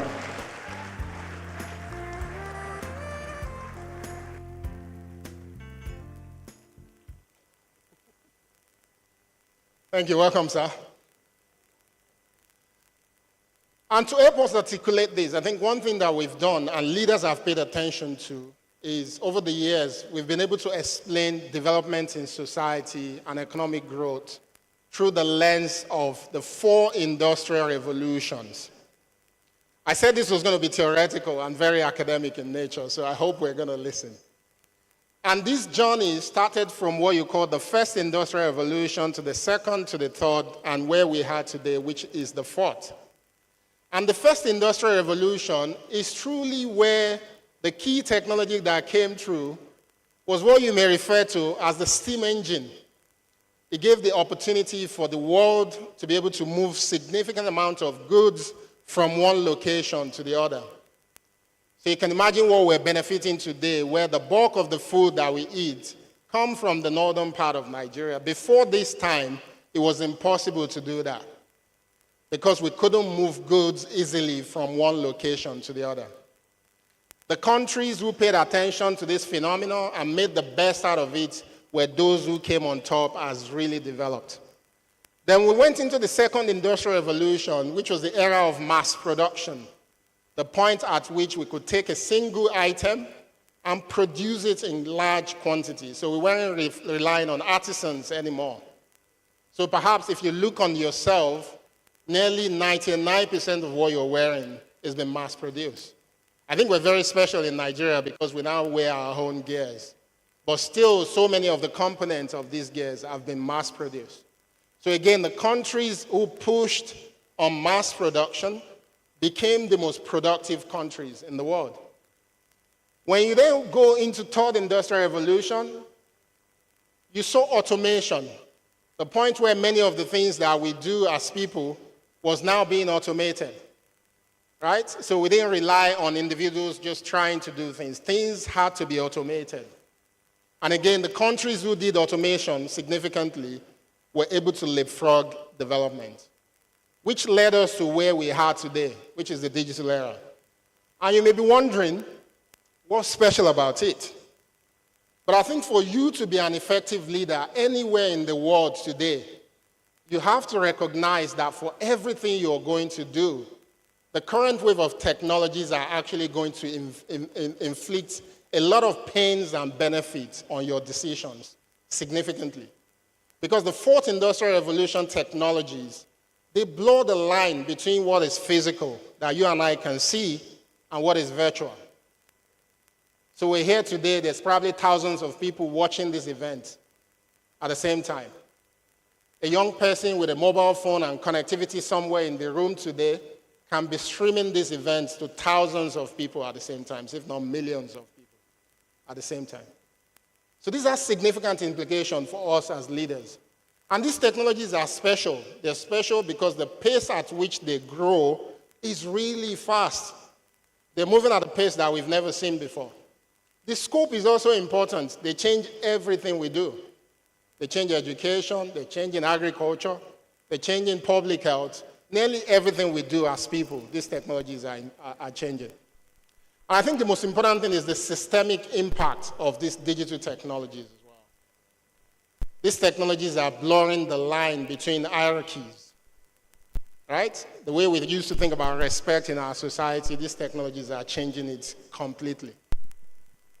These technologies are changing even the way we think. Many people don't know this. They're changing the way we think. For most people, you wake up in the morning, you pick your phone, perhaps you're addicted to social media platforms, and you get onto those social media platforms, that's the first thing you do. That platform can control your mood for the entire day and what you're going to be thinking. This is how powerful these technologies are.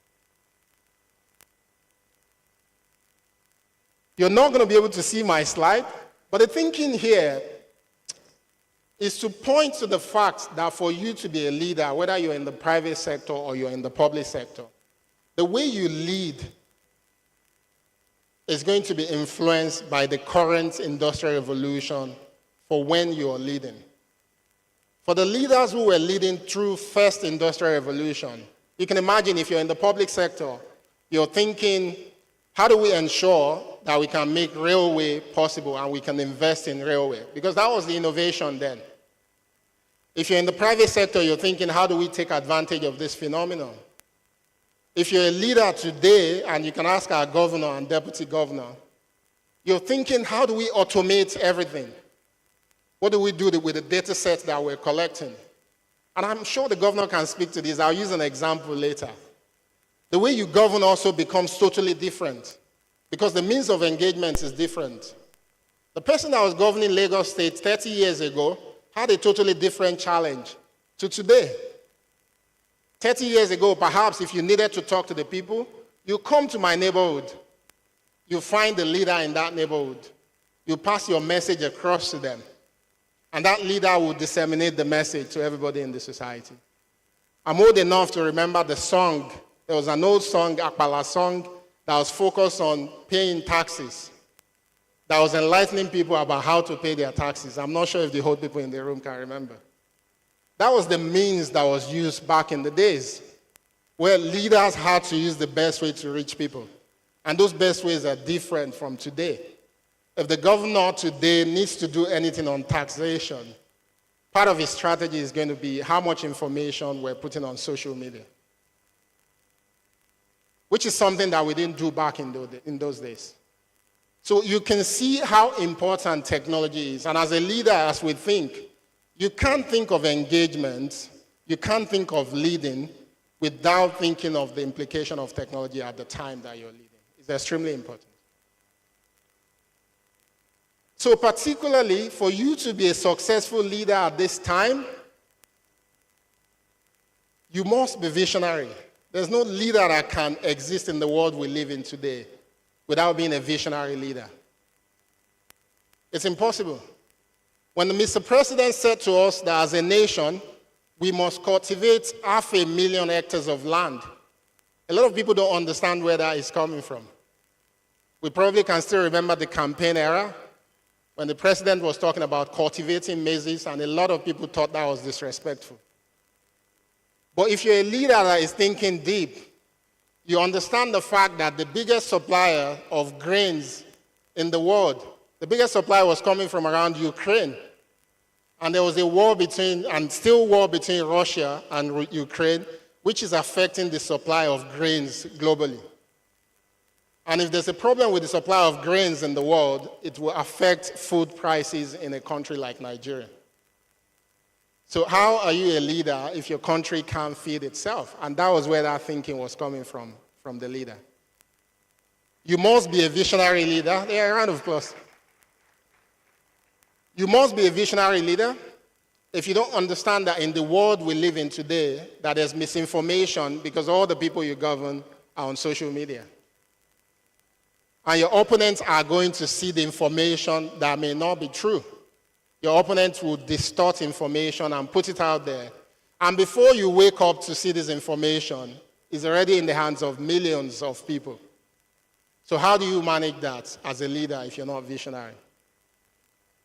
If you're not a visionary leader, you also want to understand that at this time, digital literacy is important.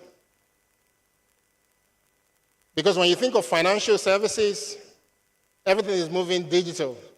When you think of education, 10, 15 years ago, we were told in Africa that the best way to educate our people was to build more schools. Today, we understand that building more schools is not sufficient. We have to think of the quality of the content that we're giving out there.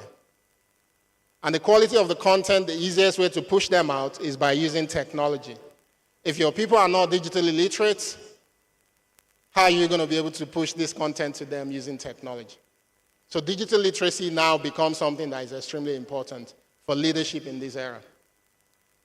Many people don't think data privacy as well. Nearly everyone in the room today is carrying a device, a mobile phone that is probably connected to the internet, that is collecting data on you, what you do, where you are at every point in time. And there are people who are collecting this data. And these people who are collecting this data can do a better job at mapping what is happening within any territory. So as a leader, if you don't understand the implication of the data set that people are collecting on your territory, you're actually not the one in control. There are other people who are more powerful than you, but you may not know that. This is why technology is also quite important for leadership. And at the same time, if you don't invest in the infrastructure to allow people to be able to benefit from it. You close up economic opportunities for your people as well. So it's important as leaders, whether we're aiming to be leaders in the private sector or in the public sector, that we're actually aware of this phenomenon. And this is the bit where I thought, I was hoping that Mr. Governor would be in the room when I'm talking about this, because it's a typical example of this issue. I think a week ago or two, you had a conversation, a town hall meeting as well. When we had NSAS in Lagos, very touchy issue, a few years ago, the governor did something that we've never seen in Nigeria before. But many people didn't pay attention to it. The governor actually went out there to engage. It left the normal practice of dealing with people in difficult times. But what happened was, because of misinformation, it was distorted. And this distortion is not based on anything but technology, which is why it's important for leaders to understand the role of technology in development, whether you're a public sector leader or a private sector leader. And we also know that because of the change that is happening in the world, we cannot get to where we want to be without conversations. And I don't know how many people in the room today can testify to the fact that it's almost impossible to have conversations today, because everything you say is being misrepresented. Before you say it, it's being doctored, it's being put out there. But the reality is that we can't move forward in a world that is moving so fast without conversation. And we have two challenges, mainly, with how technology is affecting conversations today.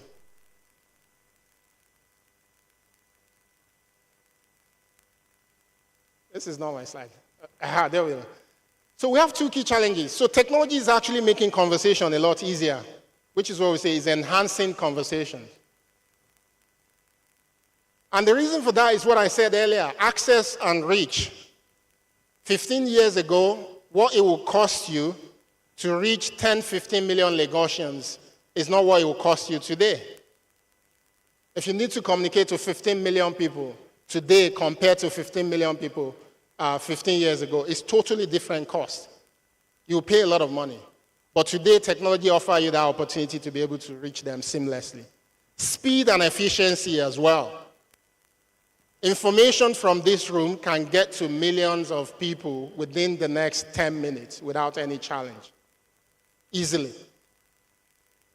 You also have the opportunity for rich media, because you can use media that is both, multimedia in nature, really. It can be video, text, short messages, graphics, which means you can really control how people perceive the information you want them to perceive. And the reality is that you can also engage people because there are collaborative tools as well.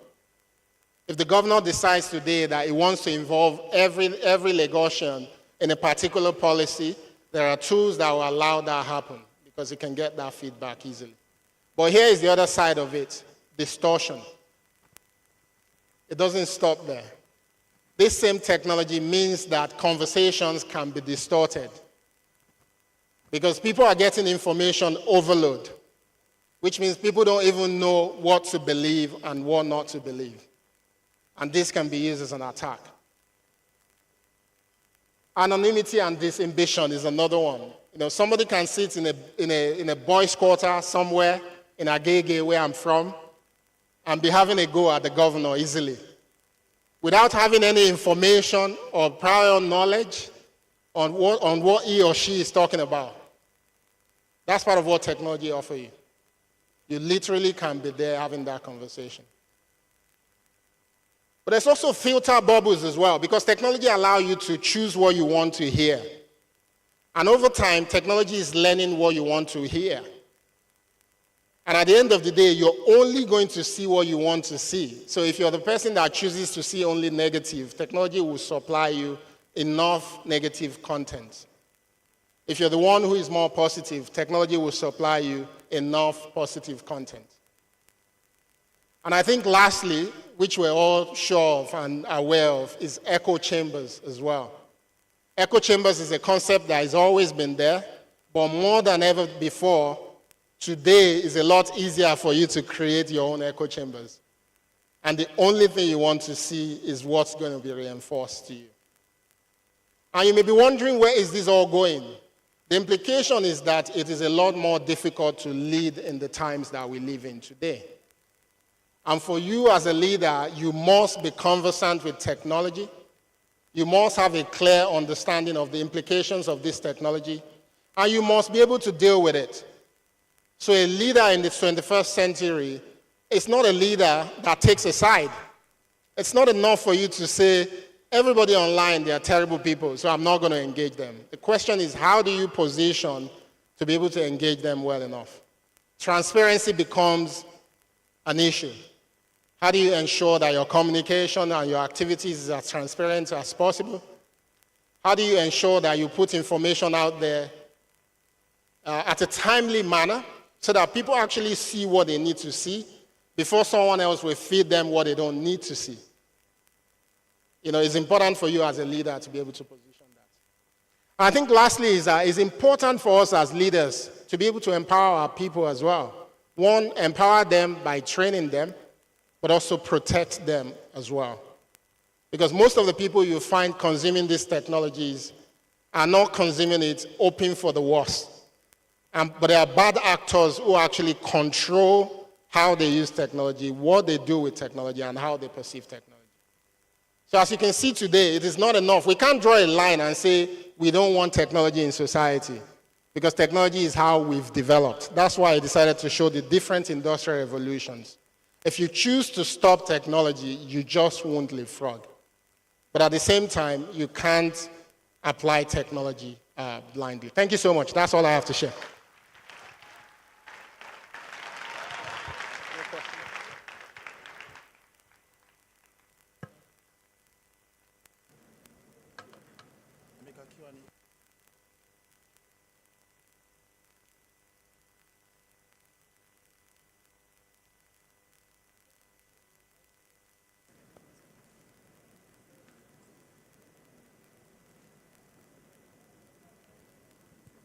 Thank you, everyone. So we'll do the question and answers now. So we'll only take two questions. Two questions, please. So I see the person in blue with the hat. Yes, you. Yes, you're one. And then I'm going to take a female next. Female, yes. The lady in front in white. So let's start with her, please.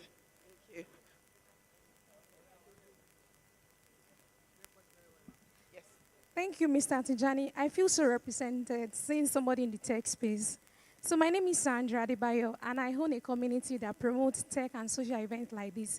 So coming to this kind of event, if I should post my picture online, people will think I'm so privileged to be in the gathering that have the governors and all that. Without understanding that there are free events out there that you can actually attend and nobody's collecting money from you. So because of this, I created a community that promotes tech events for youth. So in the space of 1 month, I was able to gather over 1,000 youths to promote events for them. Now, thank you so much. So outside Lagos State, people in Ibadan and Port Harcourt are now telling me that how can I help them to build the same community? So for the past 7 months, I've promoted more than 80 events, including this event as well, for young people. So I have problem with scaling. I don't know how to successfully scale from Lagos State to Ibadan to PH and Abuja. So as someone like you that is managing the entire youth in Nigeria for innovation, can you just give me tips on how to scale successfully managing communities, because there are demands, but I don't know how to scale. Thank you.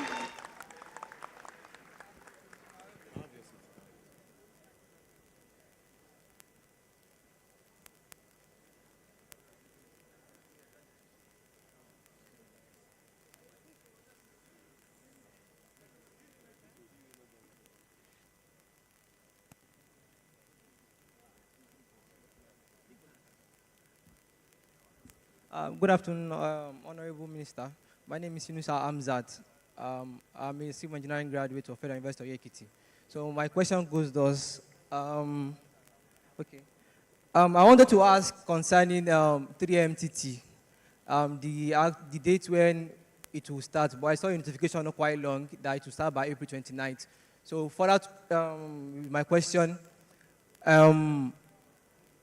Tech, as we know of it now, has been developing, right? So AI, which is an important part of the tech community, there has been discussions, gossip that AI, when AI comes in fully, it will take people's job. And relating to 3MTT, where the program combines web design and other stuff like that. AI, there are some AIs that I know of that they can code, where the tech community are actually scared that it will take their jobs. And your technical team, I don't know how they are trying to adapt to that change in the tech community. Thank you very much.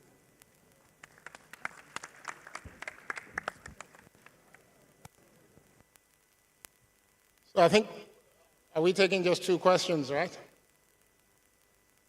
Just 2, okay. Thank you. Thank you so much for the 2 questions. Exciting questions, I would say. I think for the first one, the deputy governor actually gave the right answer to that question in the earlier conversation. I can also say this to you, not just as a minister. I think we have the Minister of Youth for State here, so I'll leave that to him to answer. He's a representative of the young people. But the answer to your question, and using my personal experience, building a business that eventually I was able to scale to 4 different countries in Africa, is the answer that the deputy governor gave earlier. I think you shouldn't always, you may have the dream and the goal and the vision to scale large and to go to many locations. But I think what you want to do, especially when you're serving people, is that in the locality that you find yourself, focus on impact and outcomes. Be able to build that community to a stage where your members can actually show that through your platform, you're influencing their lives, you're changing the things that they do, you're changing their future. And what will happen is as you do that, as you tell your stories, you'll become the go-to person. You almost become an expert in reality. That's what you become. When I started CC Hub in Yaba in Lagos, we didn't leave Yaba for like 6, 7, 8 years. You know, the turning point came when Mark Zuckerberg came to Yaba to visit us, and the attention started dropping from every corner. Then we saw the need to expand into Rwanda. We bought a company in Kenya. We eventually went into Namibia. Looking at you, you probably started this thing a year, 2 ago. A year ago, so it's too early for you to start talking about scale. I think what you should be talking about right now is impact. Focus on the impact, except if you want to build a digital platform, of course, where you want everybody to be able to go to. But that's a tough business to build today because there are so many platforms where people can find information. So get obsessed about impact. Get obsessed about each and every single person coming to your platform. How can you beat your chest to say, because they've been to my platform, they're better for it? I think that should be your goal at the minute. And for the gentleman that is talking about artificial intelligence, as you know, for those who follow me on social media, we're currently hosting the National Artificial Intelligence Workshop in Abuja. I had to run out of that to be here. And the goal is to actually ensure that we have a strategy for how Nigeria is going to apply and approach artificial intelligence. There are so many people who believe that we're not there yet. Some people believe that it's a waste of time. But the reality is that is a lie, because artificial intelligence is already with each and every one of us in this room. And it is already controlling and determining what we do. That's the reality. And as leaders, our role and responsibility is to ensure that we can prepare our society for it, that we can protect our people from it, and that we can also prepare for the future that AI is going to bring as well. It's extremely important that we understand that. And for those who may worry that artificial intelligence is going to take our job, I say to people, that's not the reality in Africa.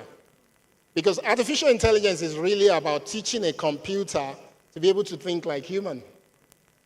And the only way we do that is to aggregate every information that we have on everything that we know, and we use it to train the machine. So what's going to happen is that in the case of Africa, because we have a lot of critical sectors where the level of productivity is currently low, AI is going to help us raise the level of productivity in those sectors. So more than anything, we should be creating more jobs. But we're not going to create these jobs if we wait and say AI is too early for Nigeria, it's too early for Africa, which is a lie, because most of us are already using ChatGPT to write our proposals. You know, I just bounced one in my ministry now that was totally written by ChatGPT. And most people are already using ChatGPT to write their speeches. They're already using ChatGPT to do their assignments for those of you that are still in school. So I'll encourage the young people in the room, don't fall for that trap. Artificial intelligence is here and is here to stay. Thank you very much for listening. Thank you.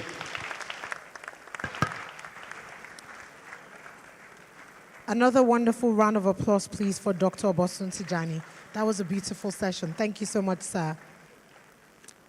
I would like to ask that everyone please pay attention to the screens right in front of you. We will be showing a quick 2-minute documentary from the Lateef Jakande Leadership Academy. The video, please. Hello, my name is Aisha Agbaje Okwade, serving as the Executive Secretary for the Lagos State Lateef Jakande Leadership Academy, a notable initiative created by Governor Babajide Olusola Sanwo-Olu, crafted to bridge leadership gaps, particularly in public service, through a comprehensive curriculum that aligns with industry trends. The program endeavors to shift the discourse surrounding ineffective leadership and elevate the awareness of young people, one person at a time. The fellowship is a fully funded, 1-year residential program that offers life-changing, non-partisan and meritocratic opportunities to Nigerians between the ages of 25 to 35 who are committed to being innovative solution providers to challenges in the public sector and the country at large. During the course of the program, fellows will shadow Lagos State Cabinet members who head various ministries, departments, and agencies on a rotational basis. The goal of the Academy is to engage fellows in an intensive program that aims to deepen their knowledge and skills through hosting of regular fireside chats where fellows engage with industry leaders, thereby gaining valuable insights and experiences that broaden their perspective and fortify their network within the professional community. Adding to our repertoire is the Brown Bag Series, which is a platform where heads of MDA sit down with our fellows to share their diverse leadership strategies and how they plug themselves into the greater Lagos agenda for effective governance to further build their leadership capabilities towards achieving greater societal impact.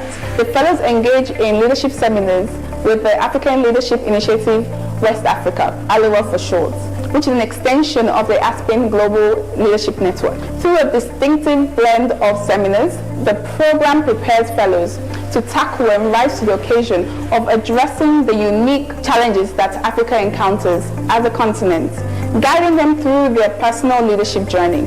In addition, the fellows actively contribute to sustainable outreach programs through their capstone projects, where fellows identify and initiate a personal leadership project that aligns with their passions and fundraise for that project.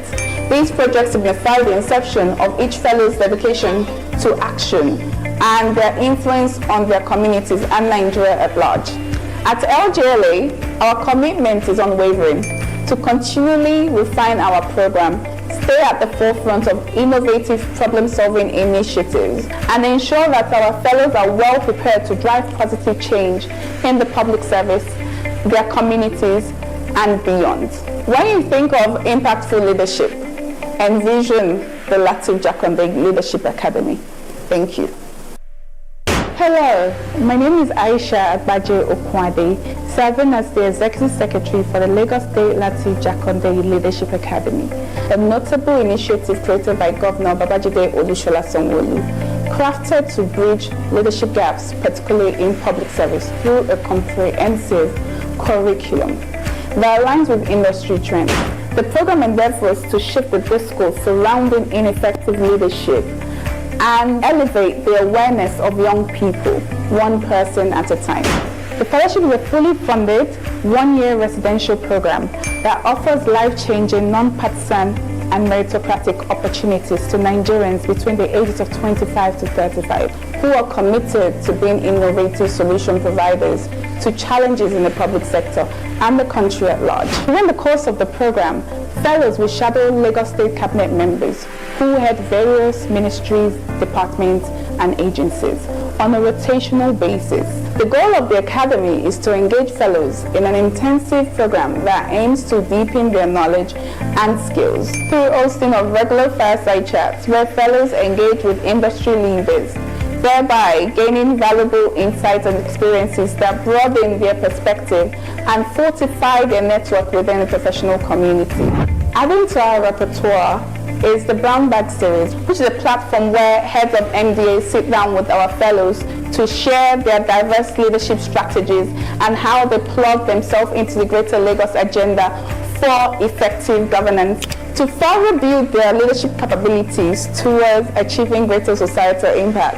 The fellows engage in leadership seminars with the African Leadership Initiative West Africa, ALEWA for short, which is an extension of the Aspen Global Leadership Network. Through a distinctive blend of seminars, the program prepares fellows to tackle and rise to the occasion of addressing the unique challenges that Africa encounters as a continent, guiding them through their personal leadership journey.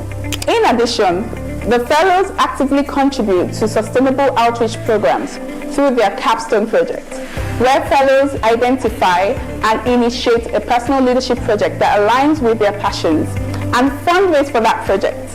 These projects signify the inception of each fellow's dedication to action and their influence on their communities and Nigeria at large. At LJLA, our commitment is unwavering to continually refine our program, stay at the forefront of innovative problem-solving initiatives, and ensure that our fellows are well prepared to drive positive change in the public service, their communities, and beyond. When you think of impactful leadership, envision the Lateef Jakande Leadership Academy. Thank you.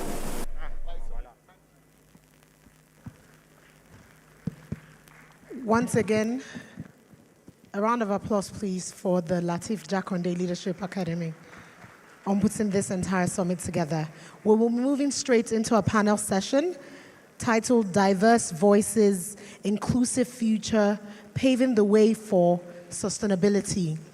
The moderator for this particular session is the smart, charismatic, articulate colleague of mine, Mojibade Shosonya. Please, a round of applause for her as she comes to the stage.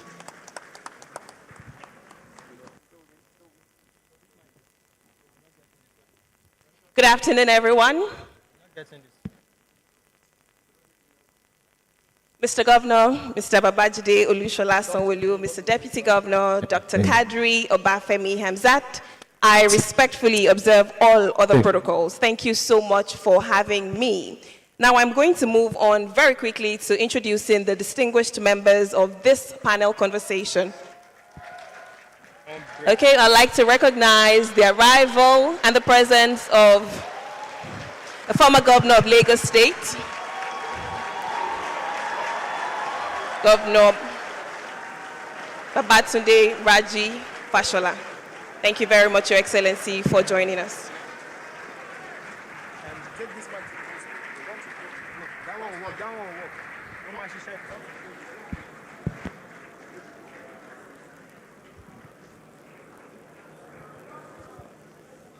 Thank you very much for joining us, Your Excellency. We're indeed honored by your presence. So we're just about to commence a panel conversation that is themed Diverse Voices, Inclusive Future, Paving the Way for Sustainability. My name is Mojibade Shosonya, and I will be steering this phenomenal conversation. I'll start by bringing up the Senior Special Assistant to Mr. President of Nigeria on Community Engagement. Please make welcome with a warm round of applause, Moremi Ojudu. A round of applause for her. She comes up stage. Thank you very much. I'd also be making welcome the founder, Raising Star Africa, Michael Shomi. A round of applause for Michael. He'll be joining this panel. And last but certainly not the least, I will be inviting on stage the founder of Smarten House, Johnson Abali. A round of applause for him. Thank you very much. I have 3 panelists, and I'm here moderating this conversation. Now, I think a round of applause for my panelists, please, as they come up stage. Thank you very much. Yes, please. Good afternoon. Michael is meant to join us, but we'll just get started regardless. I think I want to start with affirmations. I'm very big on affirmations. So I will start with this. Everyone, please join me and say this. I am the future of Nigeria. I am the Nigeria of the future. There is a leader in me.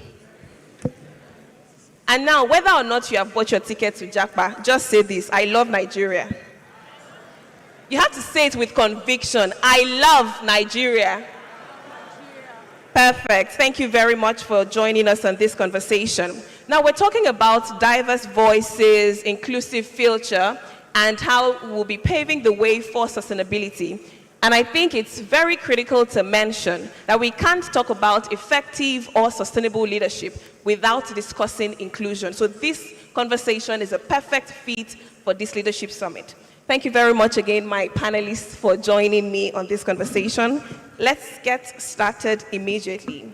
Now, I have a couple of questions here, but I'm going to just stream it down because we're definitely out of time. I will start with you, Morimi, right? And my question to you is, you do have experience in promoting inclusive leadership and gender diversity. How exactly do you think our leaders in Nigeria can ensure that gender diversity is actively promoted in shaping that sustainable development agenda that we all yearn for? And how realistic is this in the development and the future of Nigerian leadership? That's like a 3-in-1 question, but I think it just centers around gender inclusion pretty much in that future that we talk about. Thank you so much.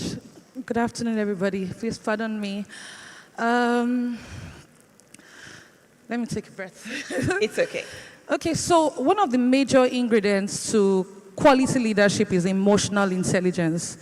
Being humane, understanding why you are here. I think leadership is very, very, it's something that just comes and goes.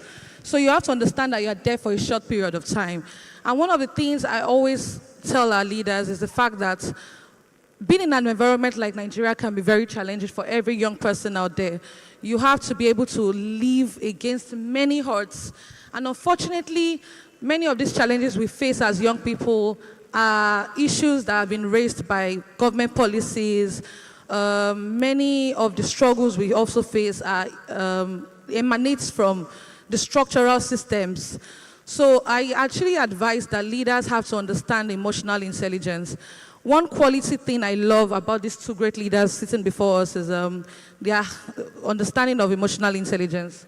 The governor is very humane. I always tell him that at every point I meet him, that he has this humane nature and is able to understand quite well how people feel. You have to understand that you just have to feel people. You have to understand that you are in this position and anybody can be there. And people go through issues. One thing that many people just want is that sense of belonging, understanding them, feeling their needs, understanding their pulse. It's really challenging. I always tell people, but try to understand as well. I'm on this position because it's not because I'm the best. It's not because I have everything it takes. But it just takes consistency, being resilient, and being able to push ahead in the face of all odds. Thank you very much, Morimi. I'm going to come back to you right immediately. And, we're talking about diverse voices, inclusive leadership, and for the future, how to just promote and pave the way for sustainability. I have this very quick question for you, and I'll just ask that you please make your response short. With your commitment to youth development, and I think that is very obvious with the great work that you do, right? You are passionate about youth development and community engagement. How do you think Nigerian leaders can empower local communities, particularly youth and the marginalized group? We're talking about inclusion, and so we can't leave out the marginalized group in this conversation. So how do you think our leaders in Nigeria can empower actively local communities, particularly the youth, and the marginalized groups to actively contribute to sustainable development efforts such that everyone's voices is heard? Thank you very much. Community engagement, community engagement. The Community Engagement Office is newly created by the presidency, and it seeks to bridge the gap of communication, understanding the people's feelings. So it's a two-way thing. It's a two-way channel. We take back to the community, we bring back to the federal government. So the Deputy Governor had already spoken extensively about community engagement. strengthening the social fabric of the society. So I think community engagement is a core, very core vehicular, tool for the government to use. I think Lagos State has got an SSA on civic engagement.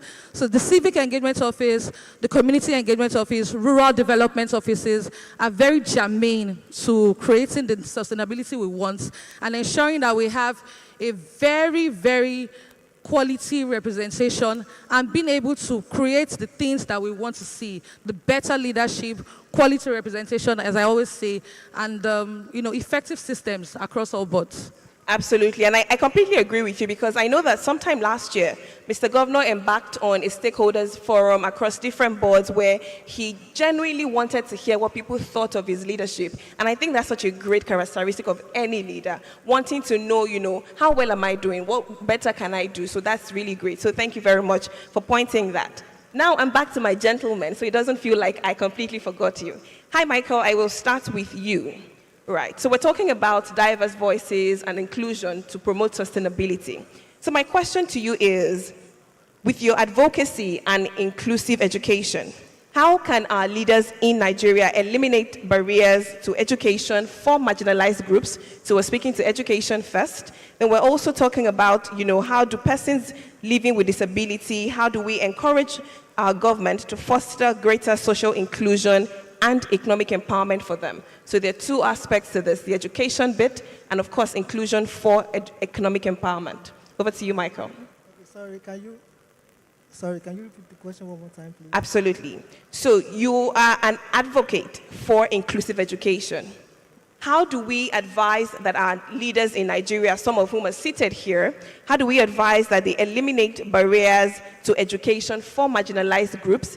And how can we also foster inclusion for persons living with disabilities to, be able to partake in economic empowerment? Okay, so I will answer them one after the other. Probably Please go ahead. Thank you. Second question. So the first question, how can they eliminate barriers when it has to do with education? First, by, good afternoon, Governor. Good afternoon, Deputy Governor. All protocols to your side. So I would just say that, first of all, our leaders need to change their perspective, first of all, about persons with disabilities. Because when you change your perspective, that's when you can get into their world. So again, you need to bring persons with disabilities on the table. Look at how can we do this? How can we foster education amongst, how can we eliminate barriers to education for persons with disability? There needs to be a stakeholder engagement. So first of all, one of the solutions is accessible. Make education accessible to every child. How can you make education accessible to every child? By, first of all, starting from the foundational literacy. Make education, because all these things start from why they are a child to why they are adults. So most of, right now, according to UNICEF or Action Aid Nigeria, 90% of children with disabilities are out of schools. So which shows that they're, like I said, perspective.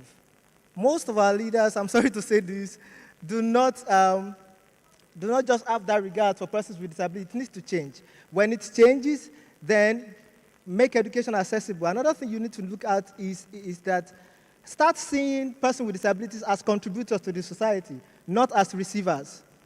That's another problem, and it has to do with perspective as well. See them as contributors. A lot of persons with disability have been stereotyped.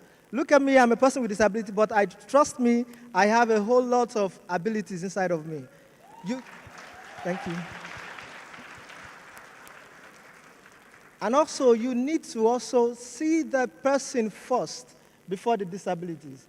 All these things I mentioned has to do with perspective, which has a lot to do with providing, with eliminating barriers that has to do with education. Thank you. Your second question again, please. I think you've touched on it as an umbrella answer because when perspectives are changed, education is catered to, economic empowerment is enabled, and they just live like normal people in the society after all. So thank you very much, Michael. Please give me a round of applause for touching on that. We can't overemphasize the importance of compassion as a trait for any leader. So whether or not I'm living with disability or I'm not. It doesn't really matter. I'm first of all human. I'm also a citizen, and I deserve to be treated equally, just like every other person. So thank you very much for pointing that. I'm coming very quickly to you, Mr. Johnson Abali, right? And my question to you is, in your own opinion, what role do you think mentorship and peer support plays in nurturing the next generation of sustainable leaders and how Nigeria? Yeah, thank you very much. First of all, I want to greet Mr. Governor and Your Excellency, sir, for coming around. I think I'm on this table because I'm from the trenches. Don't let the cap deceive you. You talk about peer mentoring and providing support that help young people find leadership. 9 years ago, I made a decision to go to Ikorodu, to live there, all right? Because when I came back into the country after some of the work that we've done, I decided that we needed to adapt a location because we wanted to be able to prove a concept that young people can be empowered no matter the disadvantages or the economic situations that they find themselves to become global. And then we started to do that. We started the Successor Generation Community that became the Smart and House today. Now, from that house, we have had young people who have come out, names like Tunde Onokoya, who today runs Chess in the Slum, Africa. We have had Otito Nwachokor. We have had MTB Marvel. We have had all of them from Ikorodu, just to demonstrate. All we had to do is to ensure that we empower a couple of these young people, show them what's possible. We usually tell them that your background should not keep your back on the ground. All right, so whatever opportunities exist, take it. And then we connect them with opportunities all over the world and then make them become the mentors for other young people like themselves in that community. And then we started a small revolution in Ikorodu. And even though we're doing this quietly, luckily, I'm not heavy on social media. So they don't know my face a lot, so I can meander around the streets and get work done very quickly. And we've identified hundreds of these young people that have come out of the system. And we are happy that even the Honorable Commissioner for Youth will be in our house tomorrow to, see some of the work that we are doing. Now, this goes on to say this. Nigeria has incredible potential in its youth board, all right? And we have not even become fully aware of the incredible economic value these young people can add. I mean, if you look at the entire landscape economically, you'll be shocked to see that young people are driving the economics of Nigeria.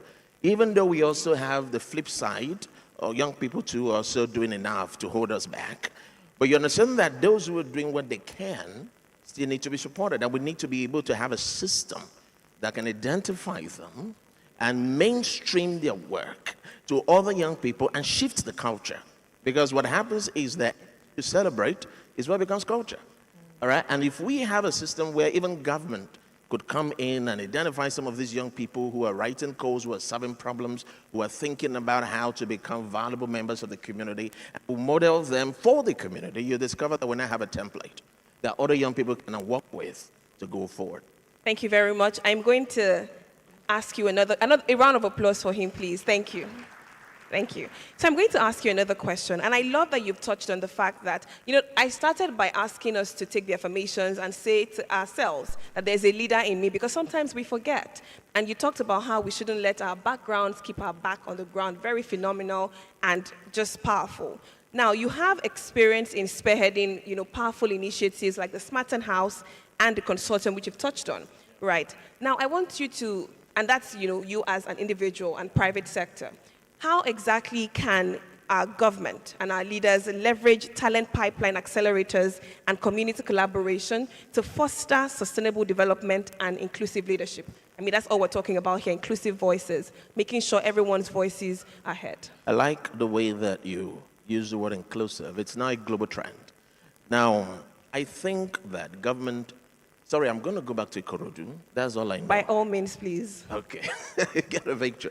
Now, if you take a tour around Ikorodu, if you go to Ibishe, federal government has an industrial development park that is comatose at the moment. It's not been used for some time. If you go to Dogunyo, Lagos State has another 1,000 acres of land for fish farming.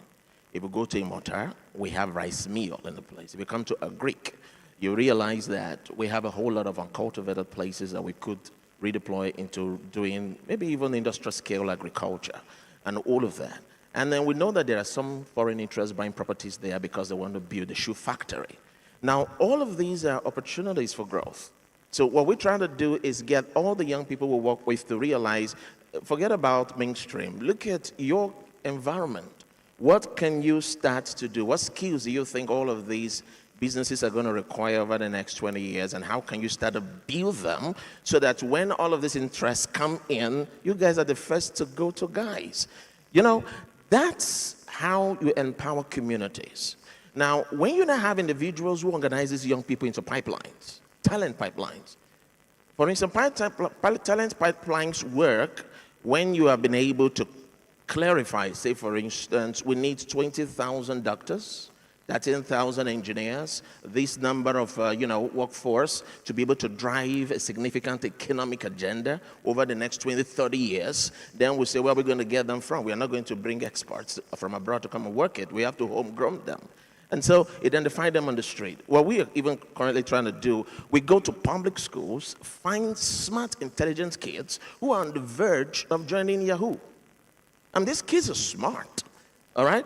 And then when we identify them, we realize that because of the socio-economic situations, they are likely to be, tempted to go into that direction. So we bring them into the program. They go through an 8-week crucible where they are taught, that's a pipeline, where they are given some kind of reorientation. And then we show them the potential of Nigeria of becoming a top 10 economy in the world by 2040 and how they can help drive that.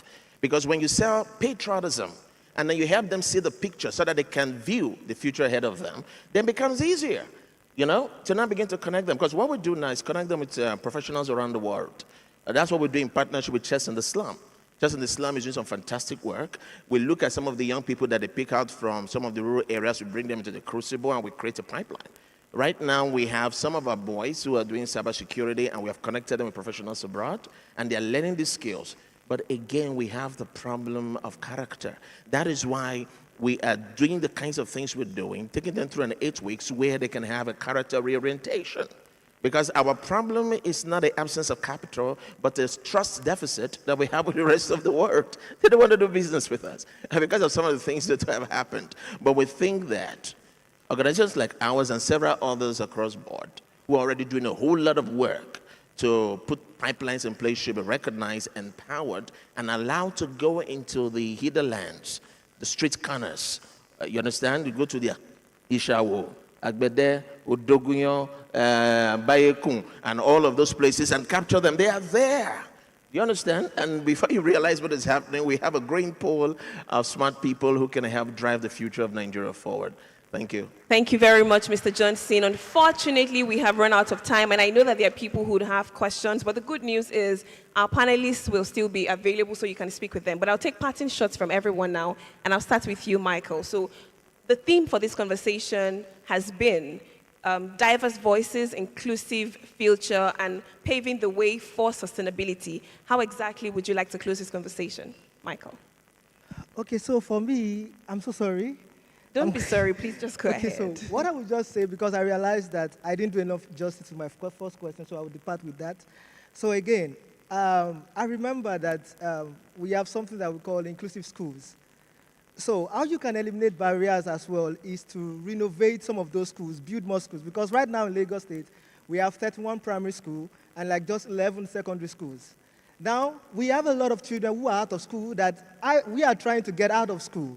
And we realize that while we are trying to get them from primary school to secondary school, there are not enough secondary schools. So we have the issue of also logistics. Most secondary schools are far from where the students are. They are not within the close proximity of the students. We as a foundation, we have renovated 3 inclusive schools. Fully, we didn't just renovate them, we also empowered, we renovated their vocational skills. We make sure that everything is intact so that while they're having access to education, they're also having access to skill empowerment. Why am I saying this? If I'm a person with disability that is thinking like this, imagine untapped potential that are locked up in so many persons with disabilities. So I want you all listening to me, the stakeholders listening to me, see person with disability as human, as diverse, and not see their disability. I didn't say you should not see their disability. What I'm saying is that make their ability your priority. Thank you so much. Thank you so much. Make their abilities your priorities, first of all. And I really must applaud Lagos State because we do have an office for, and we have something called Lagos State Office for Disability Affairs. So that is really great. And so all of these concerns can be harnessed and addressed. So thank you so much for your contribution, Michael. I will come to you, Morimi. Then I'll allow you to speak last because you just spoke. I think I found my balance now. I was a bit off. I was like, oh, why did you have to come to me first? But I'm fine now. I apologize. That's okay. Dear friends, be intentional. Be absolutely intentional. Look within you. Understand your values as a person. And please pay attention to the advice. Sometimes we can get very carried away as young people and forget that we have some excesses we have to shed off. So that's why you always have to look within and have your moments of reflections to see how to curb those excesses. Always be in the face of your leaders. You have to be very creative. We have over 240 million Nigerians as at today. So you have to think of something extremely creative for you to be recognized, for you to be identified, and for you to stand out. Together, with all of us together, with Aisha, with the governor, with the VRF, His Excellency Babatunde Radisha, we can build a community, we can build a society where all of us can thrive. All of us will thrive, and all of us will pave that way for greatness for Nigeria. Thank you so much. Thank you very much. And finally, Mr. Johnson. My parting words will be to the young people in the room and those joining online. There is an opportunity I want you guys to take note. Globally, no corporation on earth can be recognized as a global corporation if they do not have representation across the world. There are massive spaces for African talents globally. So start to think globally and act locally. So whatever you are doing, please shun the idea of cutting corners. That's because you're thinking local. Start to think about, how do I position what I'm doing for a global market? McKinsey reports stated that over the next 20 years, we're going to literally have almost 2 billion people in the middle class. Middle class means that you have people with disposable funds ready to spend here and there. But do you have the skill to serve that emerging wealth gap? So start to think global. Lagos is a cosmopolitan city. What that means is that you can very quickly globalize from inside the city. Anything you're doing can go global. Anything. And you must understand, the final example is, look at our president. He has overcome all kinds of incredible odds as a young person growing up, even to where he is today. So if there is anything to pull out of that, it is the fact that nothing is impossible.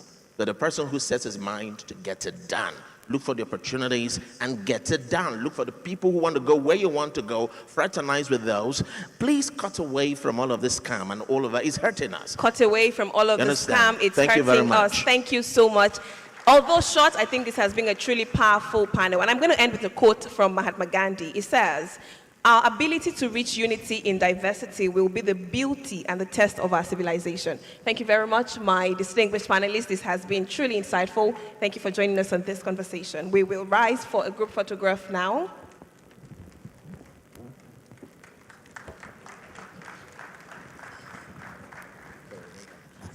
Thank you very much. Please, another round of applause for that quick and very impactful session.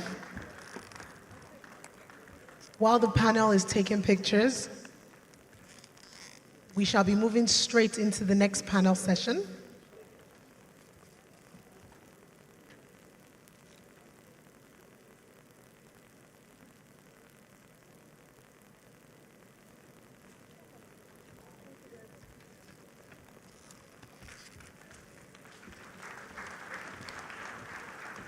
This panel session is titled Leading into the Future, Excellencing in Complexities of Leadership in Nigeria. It is being moderated by Adora Mbelu. Adora is talented.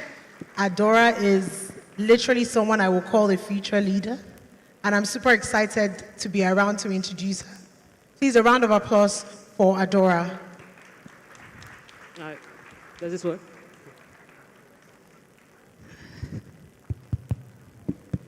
Thank you so much, Abimbola.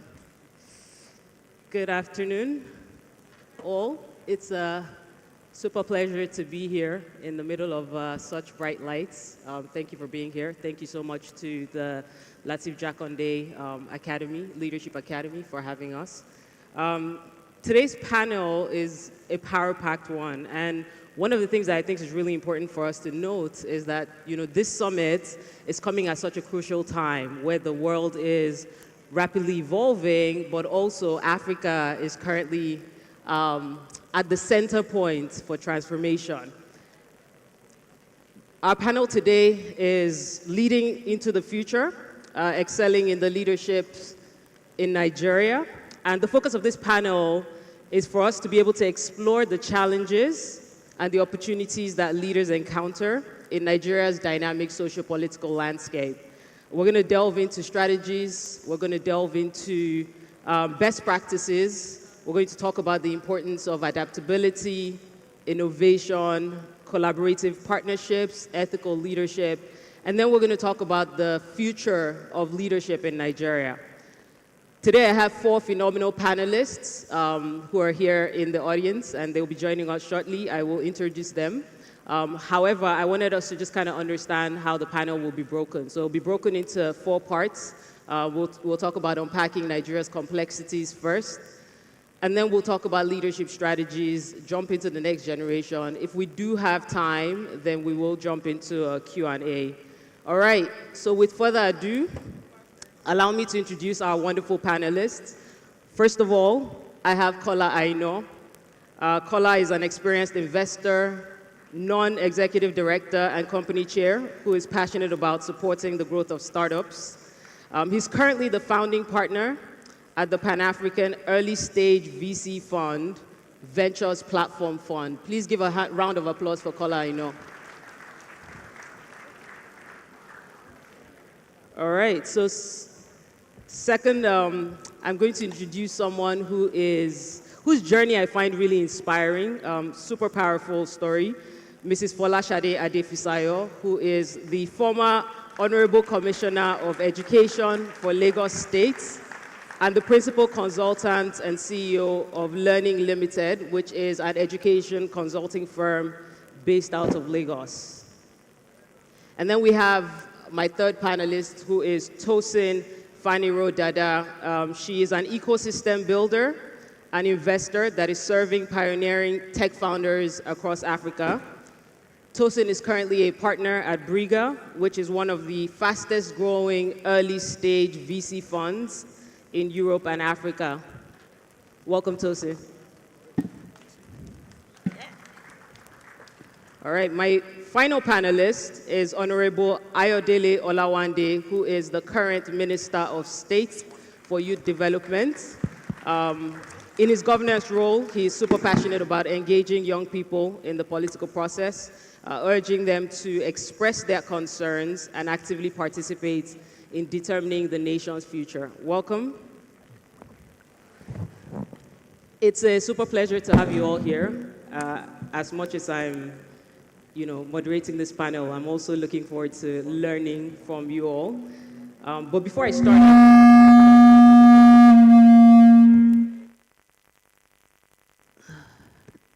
start, I just wanted to mention to you that we're going to keep this panel as much. I want you to insert yourself into the stories, even as you share, right? So just as authentic as possible to yourself.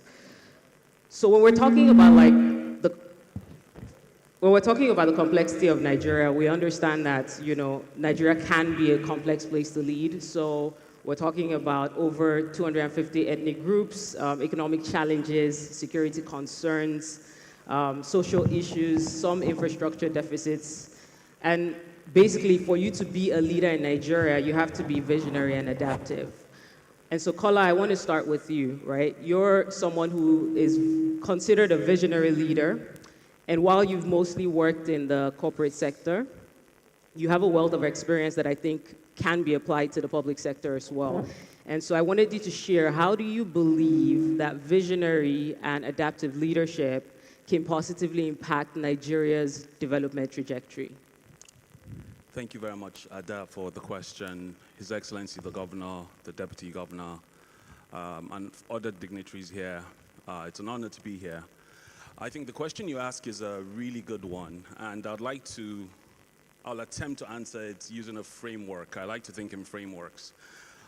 In the book called 0 to 1 by Peter Thiel, and I recommend everyone in the audience to find that book. It's called 0 to 1 by Peter Thiel. He introduces a framework that is made up of 4 quadrants. Quadrant 1 is made up of folks that you call definite optimists. These are people who believe the future would be better and are doing something about making it even better. So these would be your entrepreneurs that are building businesses, people in government that are trying to make countries better, people inventing things.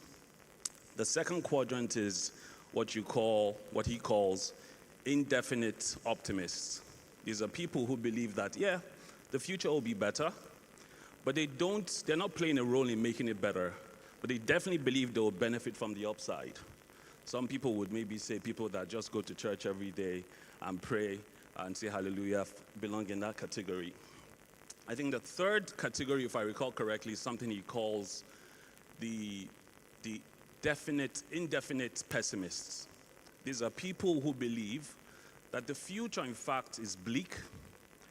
They can predict it, but they can't do anything about it. And so they just fold their hands and just wait for the evil day. And the final bucket is a bucket that he describes as definite pessimists. These are folks who believe that the future of the country or the organization is bleak and are doing something about it to protect themselves. And in this bucket, I would probably suggest that all of the folks that are jackpine from Nigeria might belong in this bucket because they believe the future in their mind is bleak, and so they're going to solve for themselves. I think the greatest challenge we have in a nation like Nigeria today is that there's very few people in bucket 1. And this is, again, to remind you, I know I went on an academic tangent there. This is the bucket that he describes as the definite optimists. There's too few people in that bucket, and there's too many people in the other 3 buckets. And the challenge with this when you're leading a country or an organization is that when you have way too many people in the other 3 buckets, it becomes a weight that drags down the entire house. And so I think the role of leaders really needs to hone in on figuring out how we get more of our citizens to move to that top right quadrant of folks who are betting in favor of the country, who are doing something to make the country better than it is today. We recently had an issue with our currency. And what you saw, I think that situation is actually a perfect example to think about this framework. You literally had people who are speculating against the currency. You had folks who, all sorts of actions. And so I think this is sort of a great way to think through this. Now, I think the role of a leader, when you find yourself in a country where you have the vast majority of your citizens in one of those 3 buckets that I described, you really have to figure out how you get more of your citizens to become definitely optimistic about the country. And I think, you mentioned visionary and adaptive leadership. I think the step number 1, obviously, is really crafting a vision that is clear, that is inspiring, and that is also believable. Because, again, when you also have an issue of a trust deficit, right, where people don't necessarily believe that what is presented is attainable. And so I think that's definitely step 1. But I think to touch on the topic of adaptability, the engagement mechanisms that you require to engage with the definite pessimists, is vastly different than what you would require to engage with the indefinite optimists. And so I think it's an interesting framework. I've applied this in my own organization. I've applied this. I remember I'll talk about something that's kind of in the middle of the public and private sector about 3 years ago when we decided that Nigeria needed, a number of us came together to say, look, we should work with government to push for a startup act. I recall talking to some colleagues in the industry, and we got all sorts of reactions. Some people who didn't believe that government would ever pass the act, to people who believed that the act would end up becoming a tool to pull the industry back. And so, you know, we had to do quite a bit of a task in building coalitions and getting more people to move from those three quadrants into the quadrants of people who believe that the future of startups and entrepreneurship and youth in Nigeria can be better, and in fact, we can all do something about it. That's the role of leadership in my mind. Thanks. That's super powerful. Thank you so much for sharing that, Kola. You know, as you were speaking, I was just saying in my head that, you know, Mrs. Adefisayo, you're someone who has practiced a lot of what Kola has just shared. Just you are someone who transitioned from the private sector into the public sector. When you made that transition, were there any shock moments that you had, and how did you navigate them as a leader?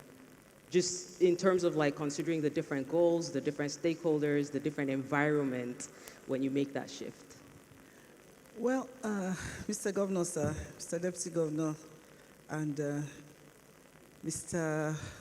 BRF, former Governor, sir, it's great to be in your midst. Thank you for having me here. I didn't expect that question. I was hoping it wouldn't come. But really, yes, like you said, I have worked in leadership positions over many, many years, actually. And transiting into public service was quite difficult. There's a steep learning curve. I think for me as a person, the steepest was the fact that I was used to being the head. I was always used to being the leader, and it was a bit difficult not to be the leader. So initially, I had to calm down and know that I wasn't going to, I had to learn to humble myself and know that somebody is going to give me instructions. I have to live according to, I have to work within somebody's framework, which is the governor came in on a certain platform. He had campaigned. So I couldn't just go there and just say, look, this is what I want. I have to look at what he campaigned for and see how that dovetailed with me as a professional educator, which of course is my profession. And so there was that steep learning curve. And of course, the fact that when you transit into the public service, from the private sectors, things are usually easier. Things like people, you know, I don't want to say certain words, but let me just put it this way, that we needed, those coming from the private sector needed a significant level of onboarding. Because you won't believe that a very simple thing, like the fact that commissioners use a green pen, was something I'd never heard of before. And not to talk of, you know, the whole very complex purchasing methodologies, the whole complex thing. I remember my daughter came into my office and said, "What are these?" I said, "They are files." She said, "No, files are those things on TV, on a screen in yellow. You know, these were big, big, heavy, thick files." I said, "Well, this is the original file, and this is how they work in government." So there was that methodology, but there are still some things that you have in common. Like he said, there's a vision. You know, you think it's just theoretical when people say you must have a vision. Yes, you must have. Like I said, I had to work within the framework of what the APC government wanted, of what the governor himself had promised the people. But then again, I had to now drill it down to myself and say, what is my vision for this job? And the vision always, and that is why it wasn't very difficult to do some things, was that we just have to improve the lifespan styles of every child. Every child deserves good quality education. Every child, regardless of circumstances. And so that kind of thing concentrates your thoughts powerfully and allows you to work even the people who are working with you. It's not an easy thing to sell because people who are not in education sometimes wonder, aren't you wasting your time? But you could hear Michael here, and you heard Johnson Abali as well. Every child, regardless, has an A star inside them. And so that's what you're supposed to go for. And so I think that concentrated my mind. The learning curve was pretty steep. And of course, there were the political pressures, which someone like me didn't understand at all. But I think with time, one grew to understand that is all part of it. And what I would always tell people in the private sector is, when you come in, just know that you are going to have those pressures. You have to address them, but stay focused. The main thing is stay focused on what you are there for. Because these things, the other extraneous distractions will derail you from what you are there for. So for me, it was a steep learning curve, but still a beautiful curve nonetheless. Thank you. Thank you. That was a powerful message. Thanks for sharing that insight. Tosin, I think that there are a lot of young people in here, and so I wanted you to just kind of talk from personal experience. I was watching an interview where you talked about how when you were working at the Lagos State Employment Trust Fund, you were in your early 30s.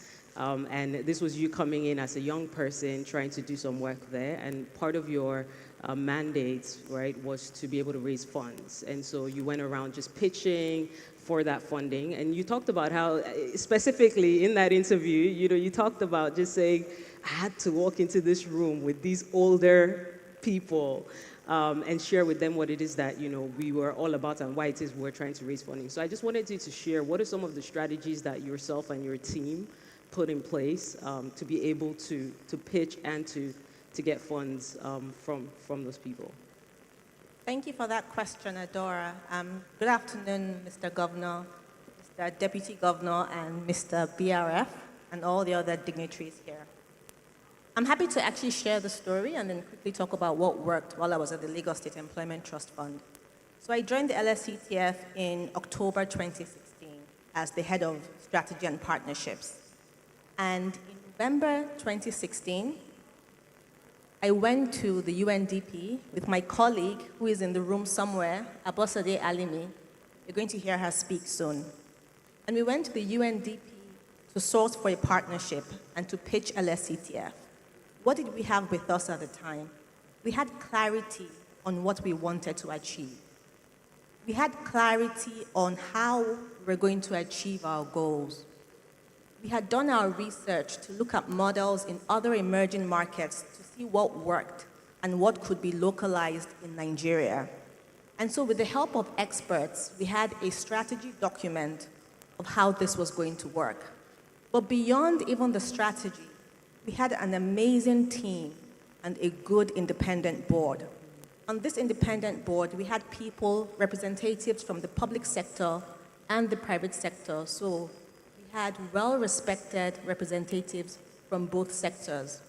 And so Abosade Alimi and I went to the UNDP by ourselves with no executive secretary, no board member, just the two of us. And I think for me, at that meeting, it made me appreciate and truly understand the brand that is Lagos State. We walked into that meeting, and the first thing the country director said was, we've been trying to work with Lagos State, but we've been looking for the best way to partner. And so at that meeting, we pitched. Again, we hadn't fully started operations. We pitched our strategy to them, but more importantly, we pitched the team and the experience of the team. And at that meeting, the country director committed $1 million to a project that hadn't even started. That's really good. Thank you. And for me, that was validation that I made the right choice to switch from private sector to public sector, even though now I've gone back. But I did spend 4.5 years at the Lagos State Employment Trust Fund. So back to your question on what works and what we actually needed at the time. One is clarity. What is the strategy? What are we trying to achieve? How are we going to achieve it? How do we implement it? And most importantly, do we have the right people to execute? Do we have the right people to help us implement? And lastly, how do we tell our stories? How do we tell our stories locally? How do we tell our stories internationally? Because at the end of the day, most of the funding, especially the big funding, come from international partners. And so they want to know that you're credible. They want to know that you're accountable. They want to know that you're experienced as well in terms of handling money. I hope I've summed it in less than 3 minutes. You did. You did. Thank you. It was really good. Thank you. Thank you for sharing that. Honorable Ayodele, let's come to you. You're someone who's a youth leader, and a huge part of your role is to encourage youth to get involved in nation's leadership. And so I have 2 questions for you. The first one is, what are some of the reasons that you've come across as to why young people run away from political office, right? And my follow-up question is, why should young people get more involved in the political process? Thank you very much. Young people, leadership. Good afternoon, my leaders. The governor of Lagos State, the deputy governor, and the BRS himself. Everybody, every young people wants to be like these people that I mentioned. And I'm happy I've joined the league of those leaders, even when I'm still learning. But before you can be like them, a lot of young people are not putting it into action. What I call 3C. Before you can be a leader at all, you must have competence. You must put people first, and that is a commitment. There must be a commitment to the people, not to yourself. And like I said, anytime that actually we are human beings, there's nothing we can do about that. Blood runs in our body. We may have some bad characters and that. You will have your way. But try as much as possible to put a little character into it. You must have commitment to the people. You make the people first. You must look at it from the view that leadership is not making money. I was listening to someone here the other time, one of the speakers that said you must have money before you can lead. And I'm very happy that the deputy governor do justice to it. If you must have money before you can lead, then today I will not be Minister of the Federal Republic of Nigeria. And I tell people that care to listen, when you are committed to the people, just make the people first. And you look at yourself, hard work. And that is why you see today, I'm pained that, and I'm very pained. You see them, you see fine. Even look at the young woman sitting beside you. A lot of people will say she's old. For me, I'm a youth, she's young. If she's old, she would not be here today. Maybe you would have been working with anything. So we youth of today, we find it difficult to look at where we are coming from. Where is it entirely? We have 2 different forms of youth, which we, as a ministry now, are working on.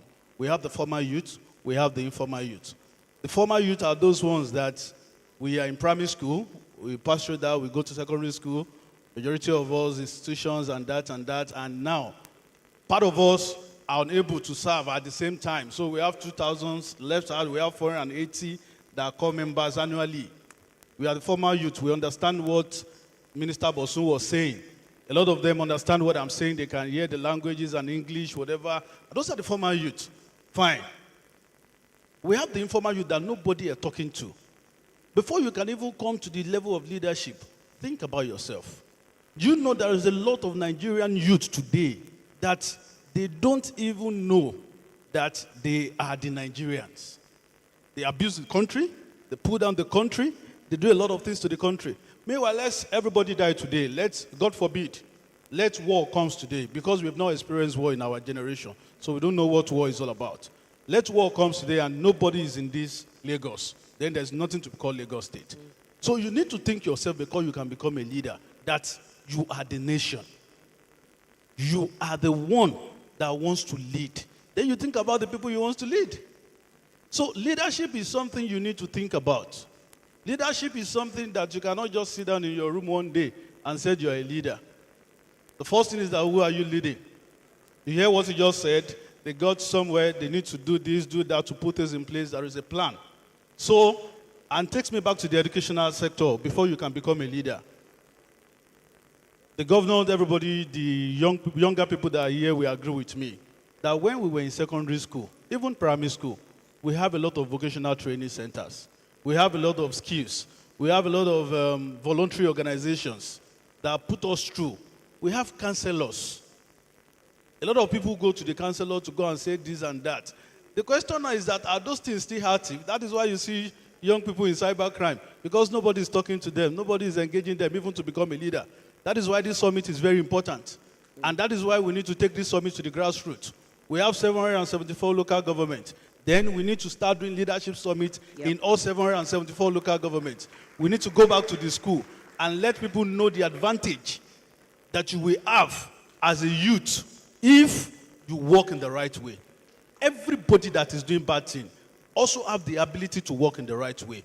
What we don't have is engagement. What we don't have is that people like us, people like the young people, the younger people, which you will see Governor Sanwo-Olu doing every time, is that we are far away from the young people.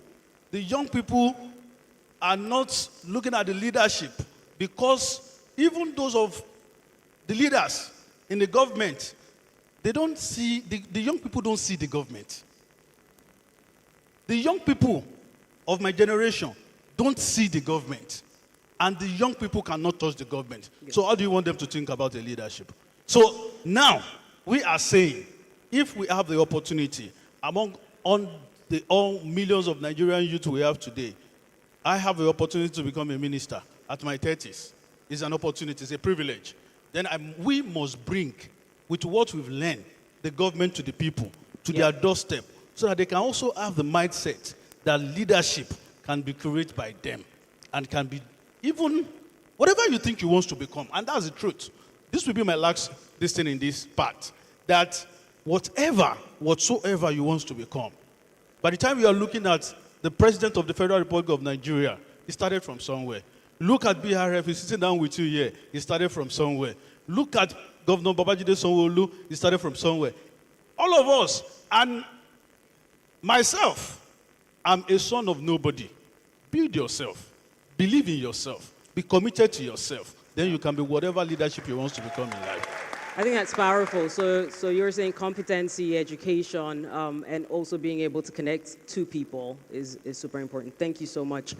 Kola, I want to come back to you, right? So when we were growing up in Nigeria, one of the things that we hear a lot is that ethics leads you nowhere, right? So the more ethical that you are, the less that people even want to work with you.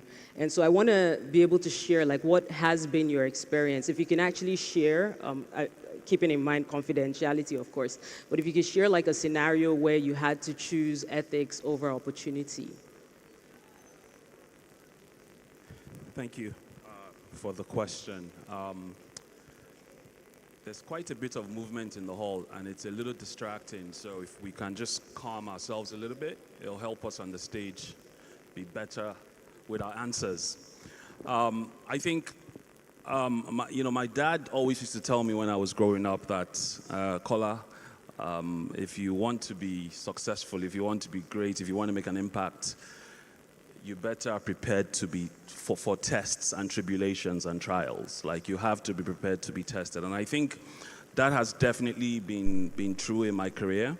But I was also very fortunate. In business school, we had a professor of law who taught us a very interesting framework that she called the front page of the newspaper test. And it goes like this, and I see His Excellency, the former governor of Lagos State, who would understand this framework. She calls it the front page of the newspaper test. Effectively, she says, when you're about to make a decision or do a transaction or do whatever you're about to do, reflect on the possibility of it being published on the front page of the newspaper test. if you can leave with that story being published on the front page of the newspaper test, then go ahead with it. And, it's a very simple framework, very simple tool, but I've found, over the course of the years, I found it to be very effective in my decision making. And within our organization, across all the companies I've built, some that have worked with government, some that are purely private sector facing, it is something that we sort of drum into our team members, from the youngest, from the most junior person to the most senior person, to say, before you make that decision, run it through the front page of the newspaper test. Would you be proud of your mom picking that paper up on Monday morning and reading the story of what you did splashed in front of it? I find that works really well. I'll keep it at that. Yeah. Thanks. That was a really good framework for all of us to take away and keep in mind. So Tosin, over to you, just in the context of globalization and just like interconnectedness, how can leaders in the public and private sector leverage international partnerships and collaboration in order to fulfill their strategic objectives? Now, I want you to speak to this from a place where one of the things that we see a lot is that, we have leaders who go out of Nigeria as delegations to represent our country. And so a lot of times, sometimes some of these people are not necessarily prepared to, be able to leverage the environment that they're in and the conversations that are happening to be able to, really harness the opportunities that exist. Now, you work in the private sector, you've worked in the public sector, but in the private sector as well, you represent your organization when you go to some of these conferences and places. And so I wanted you to just kind of share, how is it that we can start to leverage that more to bring opportunity to our nation? Thanks, Adora. I think visibility is very important, especially if you're exploring or looking for partnerships locally or internationally. But specifically to international partnerships and just attending events or speaking at conferences, and networking, I think the first thing to do is to be prepared, to really understand whatever you're selling. It could be a project, it could be a program, but to really understand the strategy, to really understand how you're going to deliver it, to really understand how you're also going to monitor and evaluate. Because for a lot of international agencies, development agencies, it's not just about giving you the funding. How do we monitor that you're actually using the funding for what you claim that you use it for? So one, yes, I think you have to be prepared. I can't tell you, I can't even count how many times I did the LSCTF elevator pitch in front of a mirror before an event. Something else I also do is to get a list of the attendees of any event and to pretty much, look at their interest, what they invest in, what they like, the areas, the sectors, and just to ensure that I'm better prepared when I'm having a conversation with them. I also think it's important to you need data as well. So one thing we did at LSCTF, after like the first 2 years, 1 to 2 years, we started to put data together on our achievements. Because people also want to see that, well, you've gotten some money from the Lagos state government, you've gotten some money from some international agencies, what have you done with it? And so accountability is very important. So sometimes we would go with our M&E report that's independently assessed and show that, yes, you gave us funding, we've used it for this, we now need X amount to do this program, to solve this challenge, et cetera, et cetera. So I hope that answers it. Yeah, no, that totally answers. And you were talking about the importance of preparation. And so, Mrs. Adefisai, I wanted to ask you, right, you're someone who works in the education space and you understand the importance of education in leadership. And so my question to you is that how do we as leaders cultivate a culture of innovation and continuous improvement? What are some of the things that you personally do as a leader that allows you to stay ahead of the curve? Thank you very much. It's a great question because one grouse I've had with our educational system for a long time is how I think it's inadequate when it comes to things like innovation, creativity, critical thinking, problem solving, and so on. So I believe that first of all, as a country, we need to deliberately, intentionally integrate the skills of creativity, critical thinking, innovation, teamwork, collaboration, and so on, personal leadership into our curriculum. Now, I've been somebody who's been advocating this for a long time, and in anything I have done, I've always insisted that when you do it, integrate these principles. Do you know they are not subjects? It's just, it's the way you teach physics that you teach leadership. You integrate leadership into the classroom. It's the way you teach social studies. It's the way you run the school. It's the ethos of the school. It's the way you choose your prefects. It's the way you decide on the career choices. It's the whole environment in school. So deliberately and intentionally, I think as a country, we have no choice but to really think about it. But right now, all we are thinking about is pass WAEC, which is important, but most of us are leaving schools with inadequate skills to cope with the realities of the workplace. And one of the ways to do this is to intentionally design teaching and learning and assessment around these core skills. I think this is something that drives me every day. And everywhere I have worked, and have worked in a number of places, and in public service as well, and I've worked in a public school where it was taught that it was not possible, where I was actually administrator there. And one way was just simple thing like the way you choose your prefects. Let's have come out and campaign. Tell us what you want to do when you're a prefect. Once he knows that the whole school community is going to vote, things like bullying, things like ill treatment, things like, they start to reduce because he knows that GS1 boy is going to vote for him.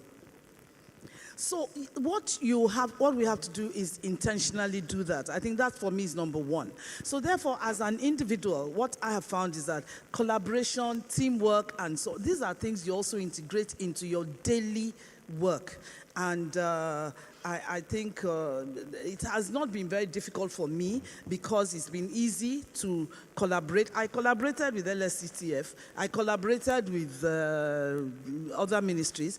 And so long as it's not all about you, it's teamwork, it's getting people to come and work with you. I mean, sorry, it's a lot of passion for me to say this. It's something that drives me, like I said, every day. How can we ensure that our schools build the skills that are essential for success? So thank you. I have to thank Honorable for saying that I'm a young lady. I am not.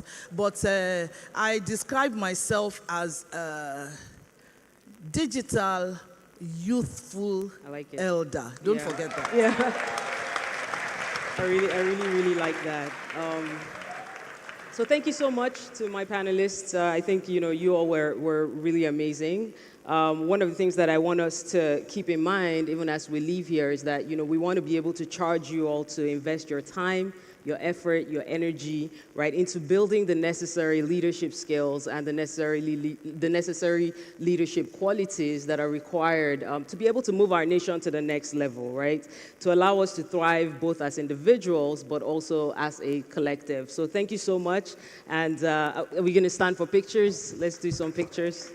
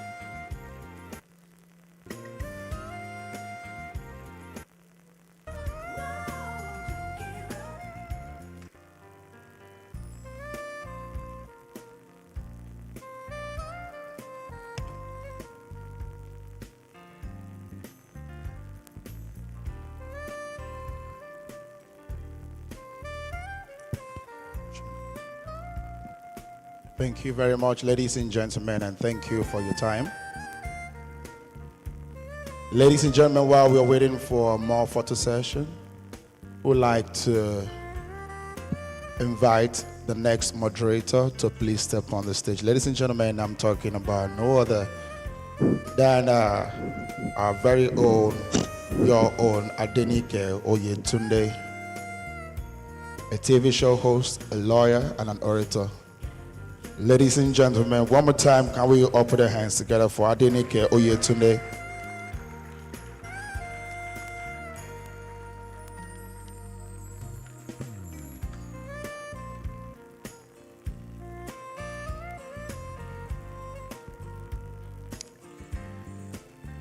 She'll be speaking on nurturing tomorrow's leaders, empowering youth, and governance through success stories and case studies in public service leadership. She's going to do us the honor of inviting the panelists on the stage. Thank you very much.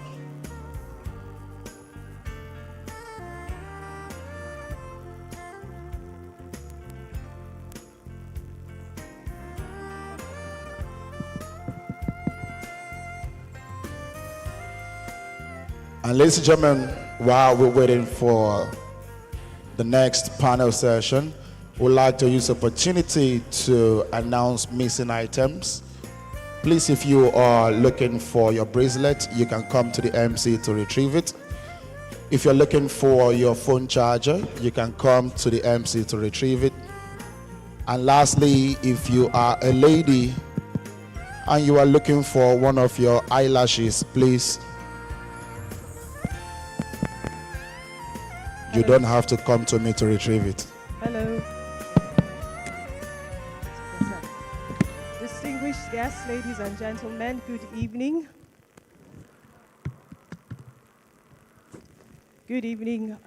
We're going to rush through this panel. My name is Adenike Oyetunde Lawal. I am currently the General Manager of the Lagos State Office for Disability Affairs, and I will be the moderator for this session. I'll very quickly call on my distinguished panelists in no particular order.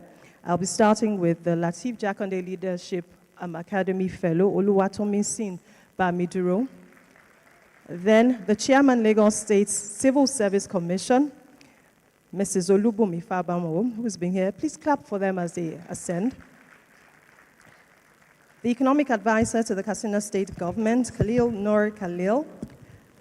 Honorable Commissioner for Agriculture in Lagos State, Mr. Bisola Olusoya, and my humble self.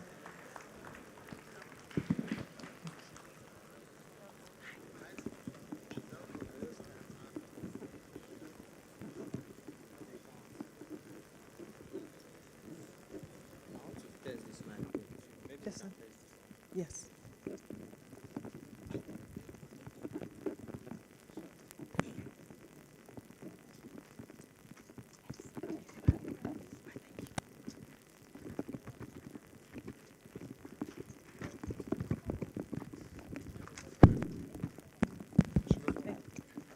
Okay. Awesome. So I'm going to start with Mr. Khalil, who is 32 and an economic advisor to a state governor. And I know through your resume you have acquired so much educationally, and with experience, you are very distinct in all that you do.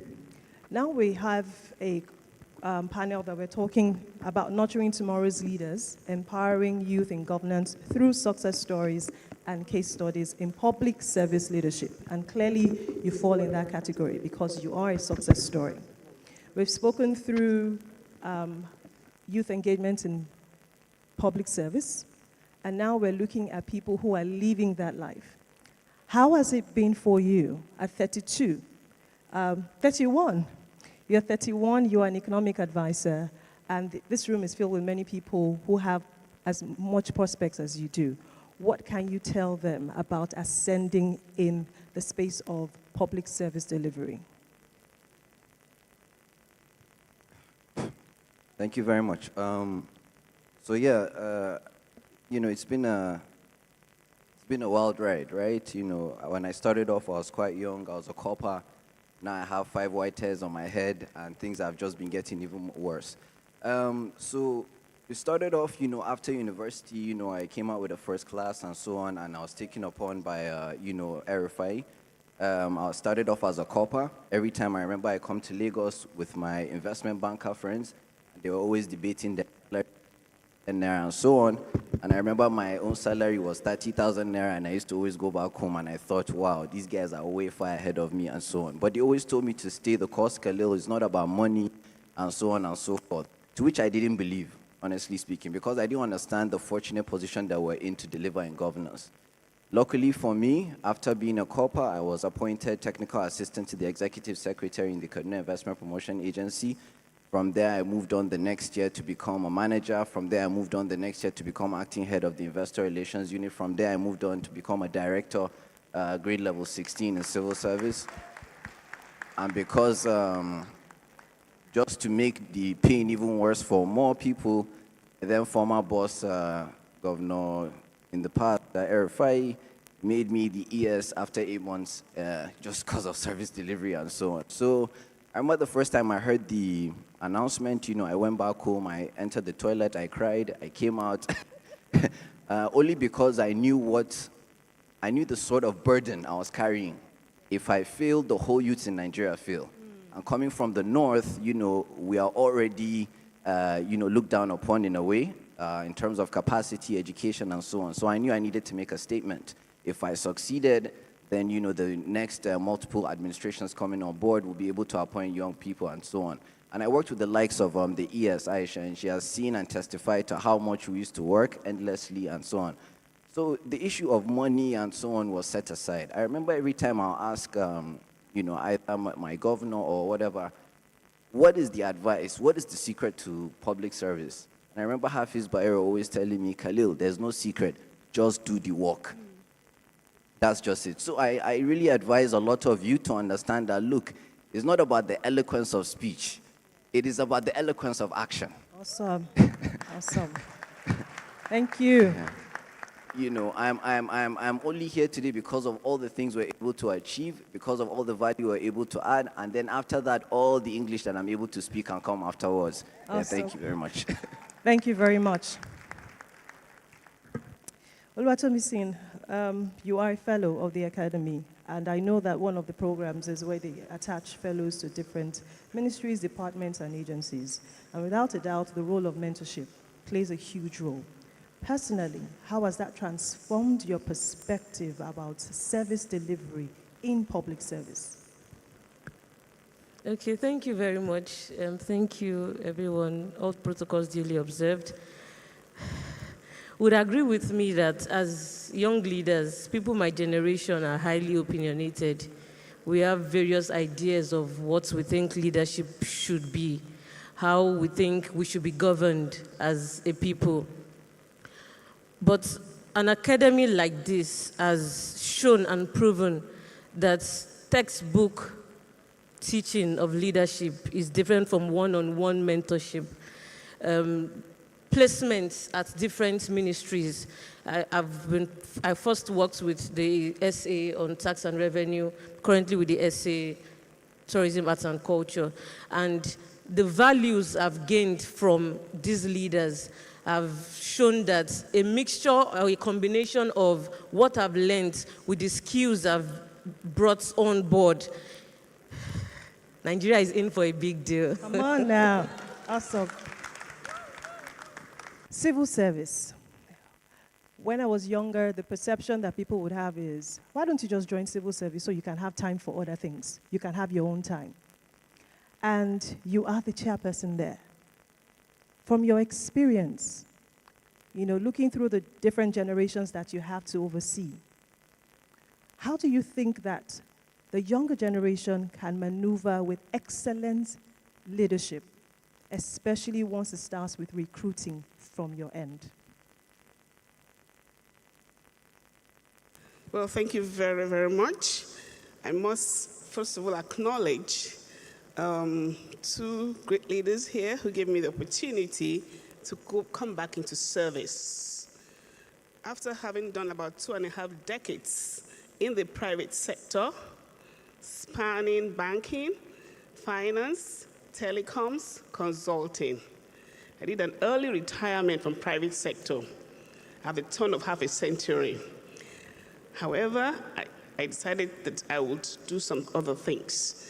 And there was an opening, and thankfully, I was able to make that opening as the Director General of the Capacity Building Institution of Lagos State, which is called the Public Service Staff Development Center, under the governorship of Mr. Babatunde Raji Fashola, and my commissioner then, Mr. Babajide Olusola Sanwo-Olu.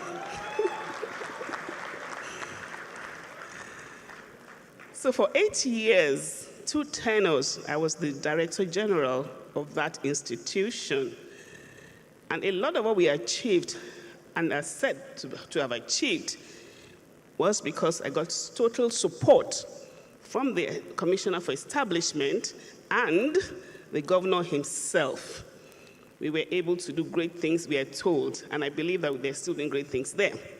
So the opportunity then came again to chair the commission, the Civil Service Commission.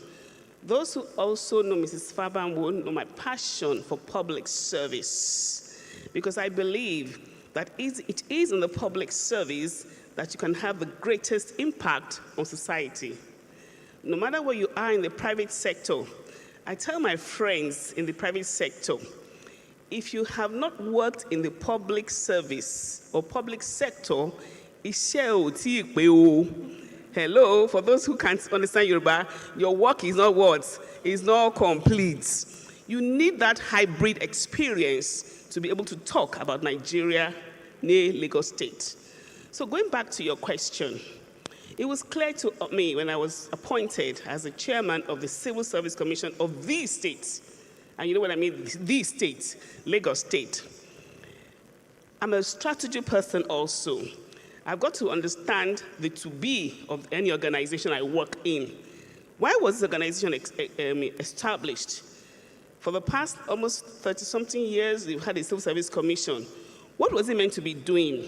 Why? I need to understand that why of the organization. And it's important, wherever we are, understand the why. Understand the to-be, which is the vision. What is this place meant to be?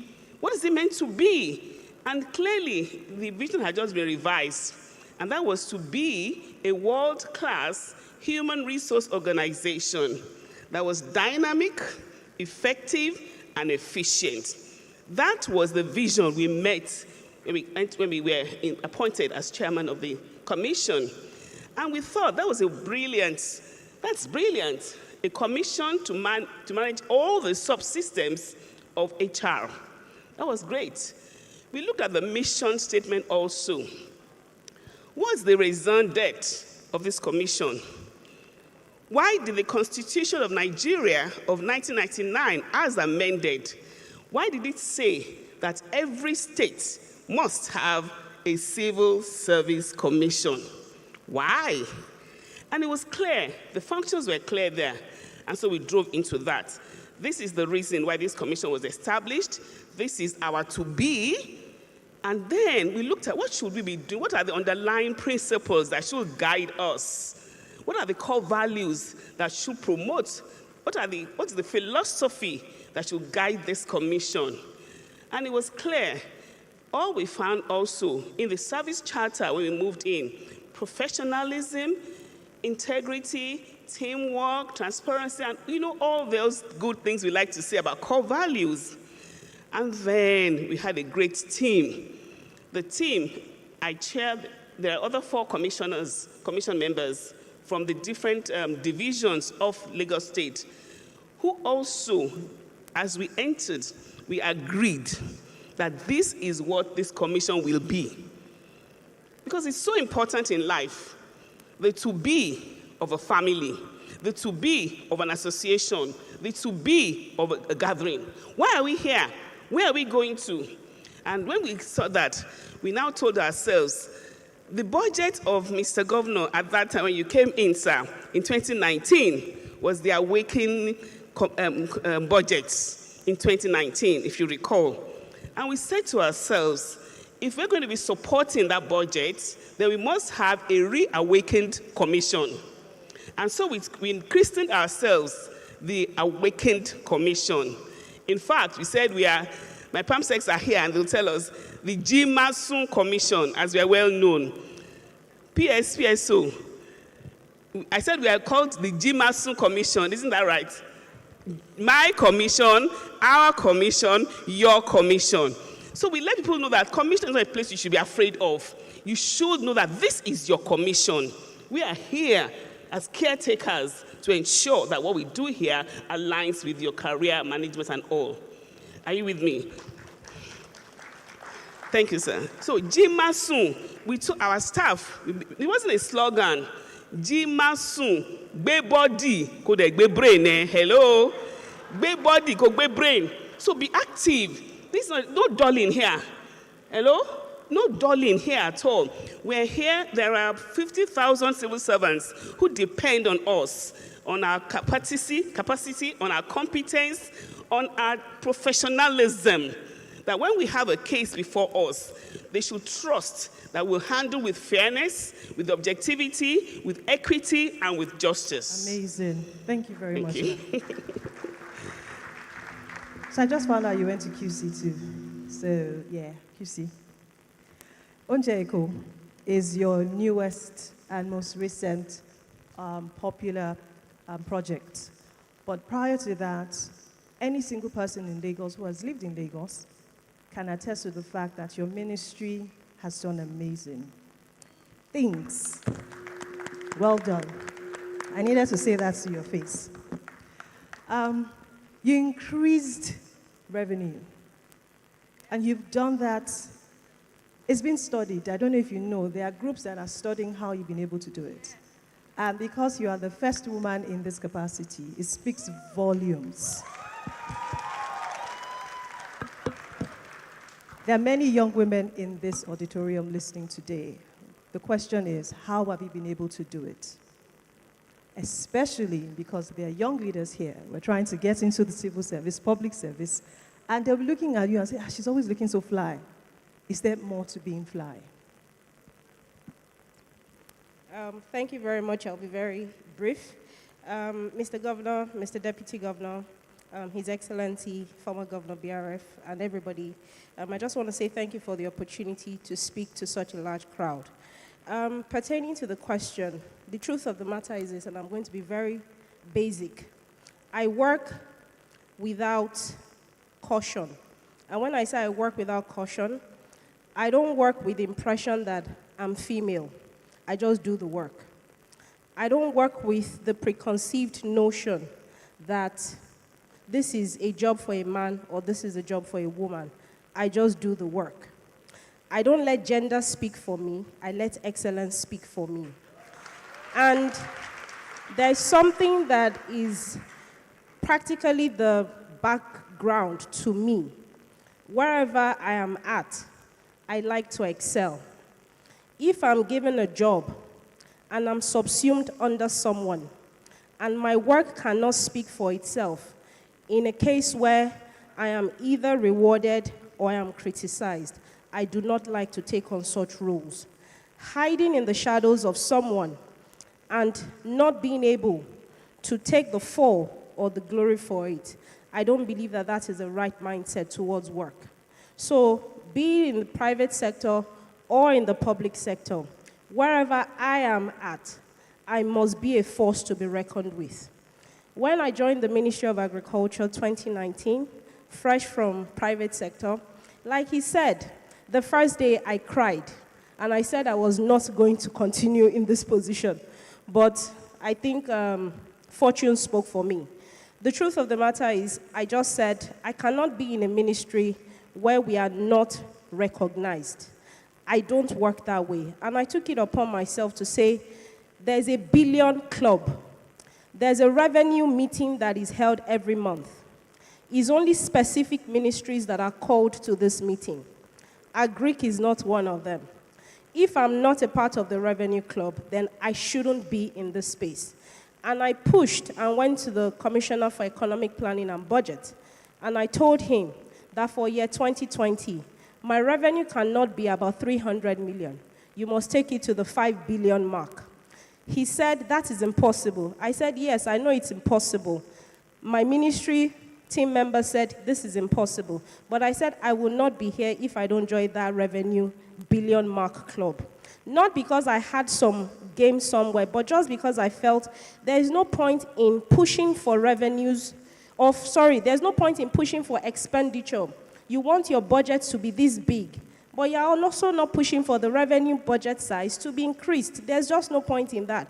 And I felt that if you want a bigger expenditure budget, you must work for the revenues concurrently. So I said, this is the direction. And we pushed on all fronts, and I believe that that is why we are where we are today. Thank you.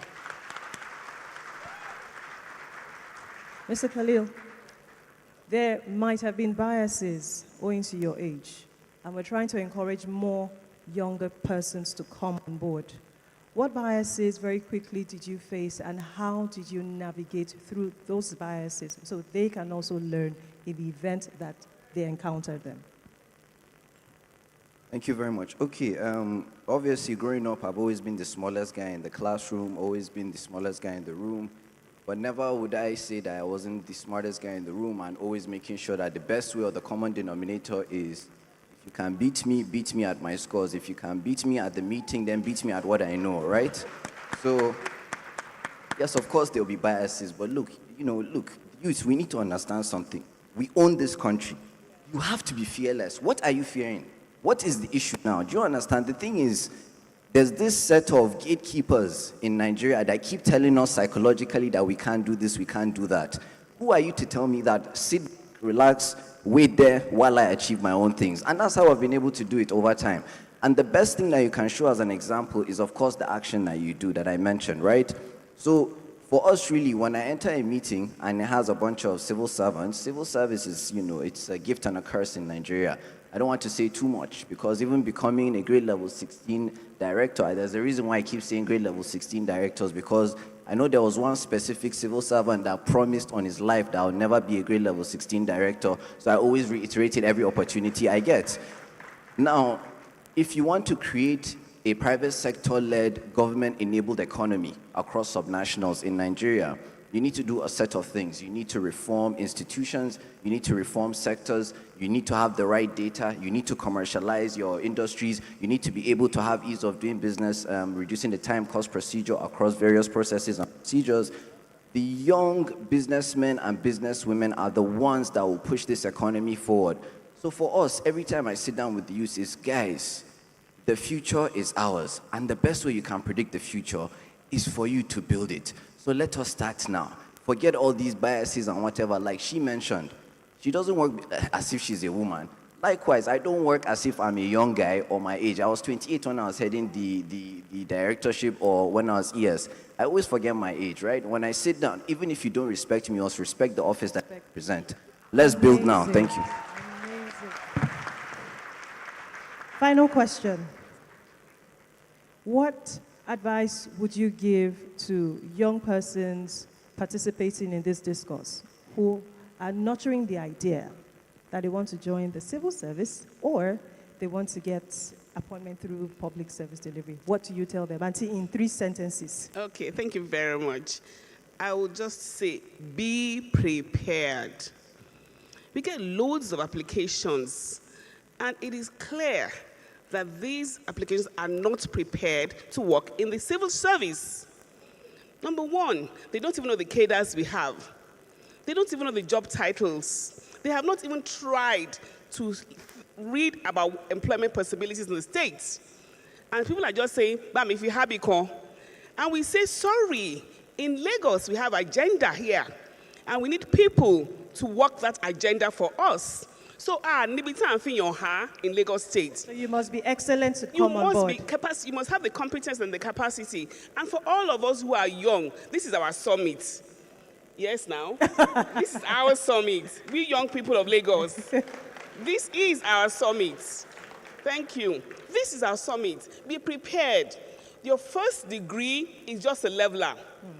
Then decide, what do you want to pursue in life? If it's HR, look for the right institute. Start doing the professional courses. If it's accountancy, go and do so. If it's procurement, go and do so. Chart a path for yourself.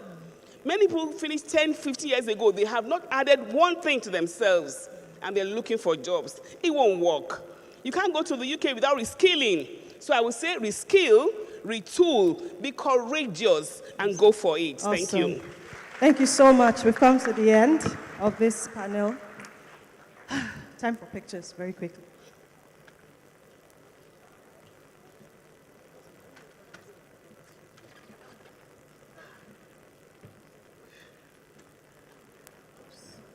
Thank you.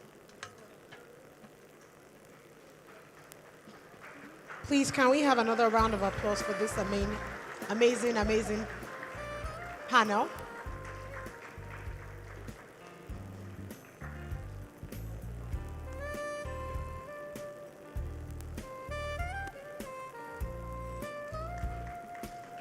Next, I would like to call on the Commissioner for Youth and Social Development to please come on stage to give a 2-minute speech.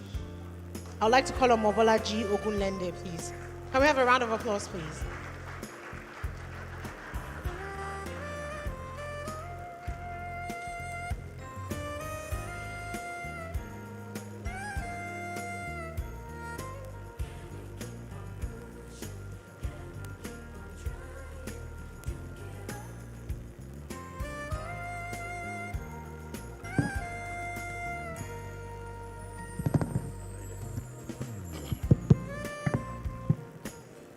Build the youths.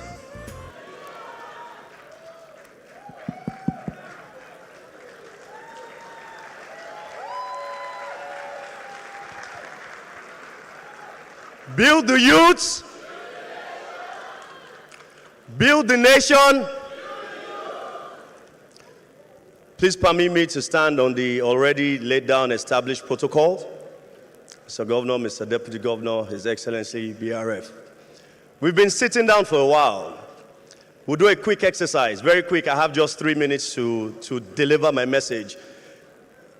Between 18 and 35, please stand up. 18 and 35, very quickly, please stand up. Not football ages. 18 to 35, fantastic. If you know me, sit down. If you don't know me, remain standing up.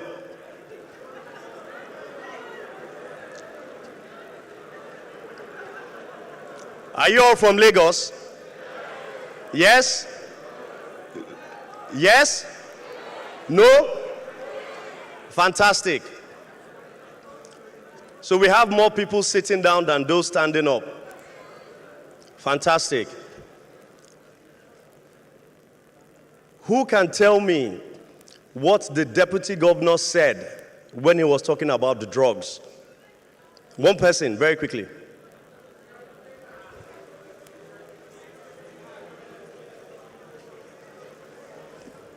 Come.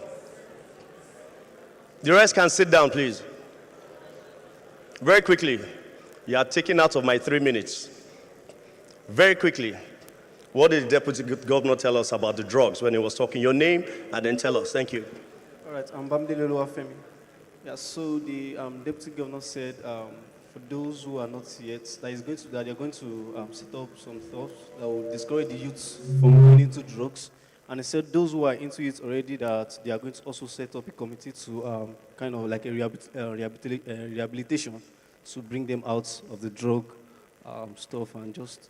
Okay, please give him a round of applause. No, my man, wait. What's your name? Bamidele, what local government?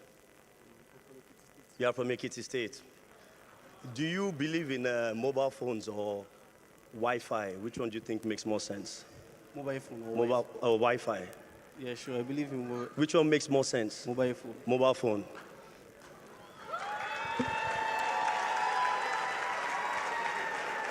Let's take our picture.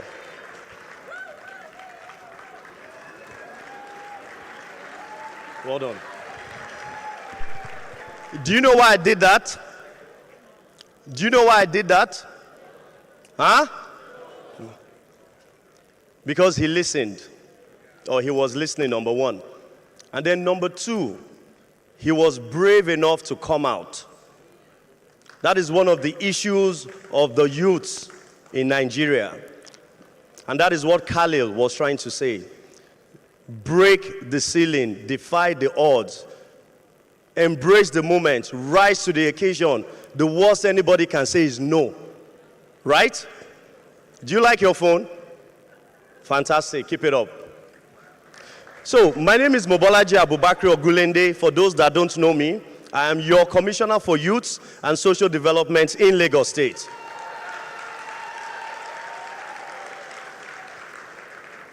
I'm going to say a few things because they've given me 3 minutes, but it's very and almost impossible for me as a Commissioner of Youth when we're talking about the Think Plus agenda, social inclusion, youth engagement, gender equality, and I'll be given 3 minutes to talk. But I do understand our excellencies are pressed for time, so I'll try and make it as concise and as sweet and engaging as quickly as possible. I'm going to say a few things, but just try and pick up 1 or 2 things from what I'm going to say. Number one, there are some core values that I like to associate myself with. You can take this as one of the key takeaways. TRIP, T-R-I-P-P, trust, respect, integrity, professionalism, and passion. TRIP, trust, respect, integrity, professionalism, and passion. If that is the only thing you take away from me today as your Commissioner of Youth, I'm happy to drop the microphone and go. However, I'll still say a few things. A lot has been said: culture, engagement, stepping up to the mantle, leadership, and all of those things. But you see, until we give ourselves real life situations, we may not really be able to get it. But I'll share a quick experience with you. We like to banter a lot. So I'm going to throw a banter at the ears of Lateef Jakande. I know she's not going to like me for this. A lot of people are, even whilst I was sitting, sending me messages: you are not in the program, they forgot you in the program, are you not talking, and all of that. A lot of us, youths, we are architects of our own downfall. Do you agree? So I could have taken that wave and I would ride on it. I would start having beef with her and all of that. Whatever happened has happened.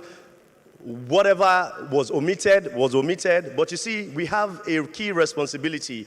And the key responsibility here today is, as the Commissioner of Youth, even if there was an omission, even if it was deliberate or not, I need to put that by the side, rise to the occasion, and do what I have to do. Emotional intelligence is what it is. Of course, I could decide to sulk, I could decide to beef, but no, I have to engage you, and I have been given this platform, and this is one of the platforms that I need to take advantage of, just to echo what we are doing as a government under the leadership of Governor Babajide Olusola Sanwo-Olu. So my next feedback is, what are we doing in the Ministry of Youth and Social Development? You see, for a very long time, when they talk about the Ministry of Youth and Social Development, it's always the youth, the youth, the youth. But guess what? There's a social development aspect in the Ministry of Youth and Social Development. Under the Ministry of Youth and Social Development, we have 15 homes and institutions. I have been to 14 out of those 15. The only one I have not been to is Ayobo, and it's due to time constraint. Adoption, abandoned and disabled, the destitutes on the road. These are all matters we deal with under the Ministry of Youth and Social Development. So what am I trying to do during my time? I say to people, I'm trying to engage. From engagement, I give out mobile phones. From engagement, I tell you about empowerment. From engagement, we find out those that need skill trades and all of that. So engagement is what we're doing, and is under everything under engagement is how we can captivate you, is how you can know what the government is doing, not only in my ministry. Somebody spoke about Ministry of Women Affairs earlier on, Ministry of Agriculture. We're doing so much, but guess what? A lot of us, a lot of youths don't even know the opportunities that are available to them because we do not go and search for information. That's fine, but one thing we're trying to do very quickly is if you're in Lagos, between the ages of 18 to 35, for the government to even be able to cater for you, for the government to be able to plan for you, for the government to even be able to know who you are, irrespective of whether you have any business to do with the government or not. We want to know who you are, which is why we launched our database program 2 weeks ago to capture the data of the youths in Lagos between the ages of 18 and 35 with the help of LASRA. How many of you here have registered? Fantastic. Some of you may not know, but you've heard it now. And those that have done it, I'm happy I saw some hands up. Those that have done it, please tell somebody to tell somebody to tell somebody. Because one of our programs, for example, the Ibile Youth Academy, we just came back from Finland. How many people want to go to Finland? But you must register. Because we are stopping the era of just coming in and taking advantage of what the government has for you. We need to be able to know who you are. So that was one of the things that we're doing very quickly. And just to add to that, the next phase of the Ibile Youth Academy is coming up very soon. And I know a lot of us would want to take advantage of it because there's a lot of leadership skills entangled in it, and a lot of us want to travel. So even if that is the only caveat, you can still, get on that program to see what it is we have in store for you. So again, I had just 3 minutes, and I just thought to share that with you, and also please take away the trip and knowing me as your Commissioner for Youth and Social Development in Lagos State. Thank you very much. Thank you very much, Mobolaji, for that speech. Next, we have spoken word by Miss Wana Wana. Wana Wana is a poet. She's a performer, a speaker, and an amazing, prolific storyteller. A round of applause, please, as we welcome Wana Wana to the stage. A round of applause, please, as we welcome Wana Wana to the stage.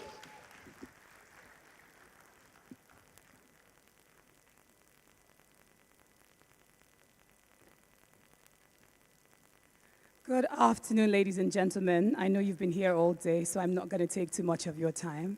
My name is Wana Ojabang. I'm a poet and storyteller. It's an honor to be here. I stand on all protocols observed.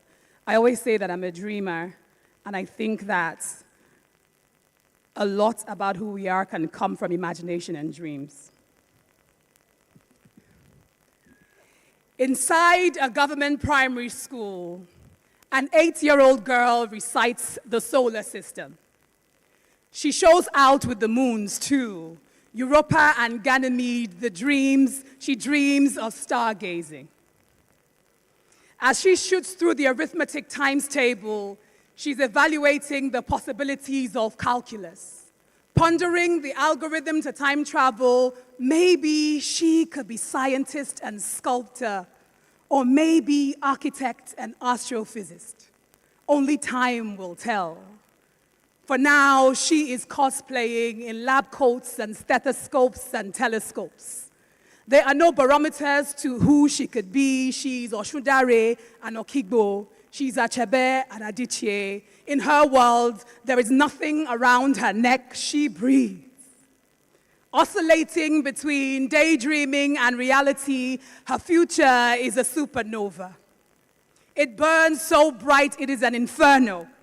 Nothing and no one can temper her flames. Her Nigeria is boundless. Inside a community center, a 16-year-old boy is crafting beats, jazz and techno-infused Fuji with a touch of Akanchawa and a splattering of the ogene. His music is the future's future.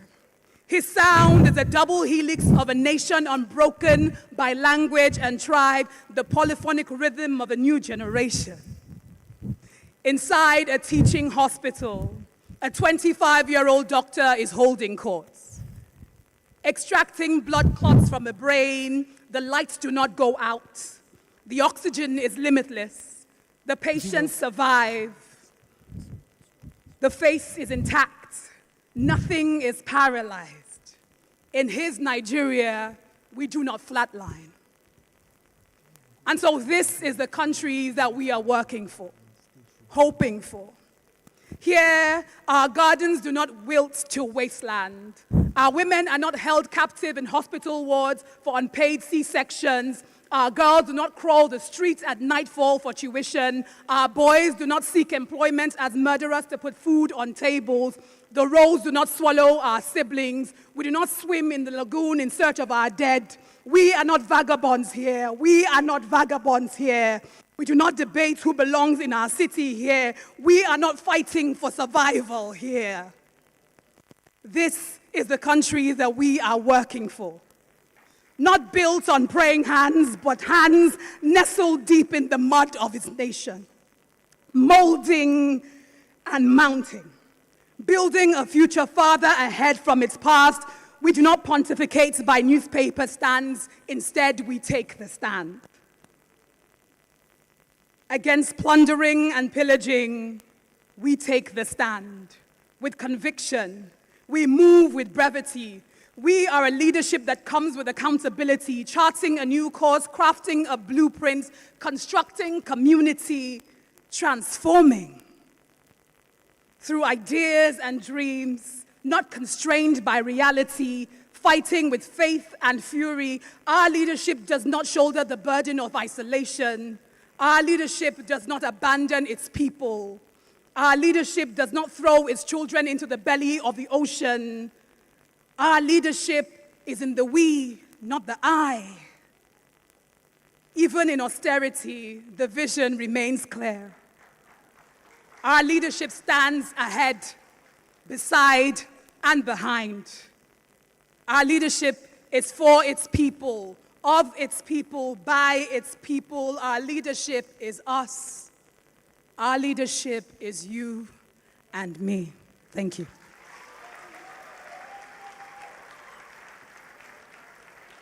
Please, another round of applause for Ms. Wana Wana. To be able to string amazing words and create impact is beautiful. Next on, we have another spoken word craftsman. Victory. Victory, please.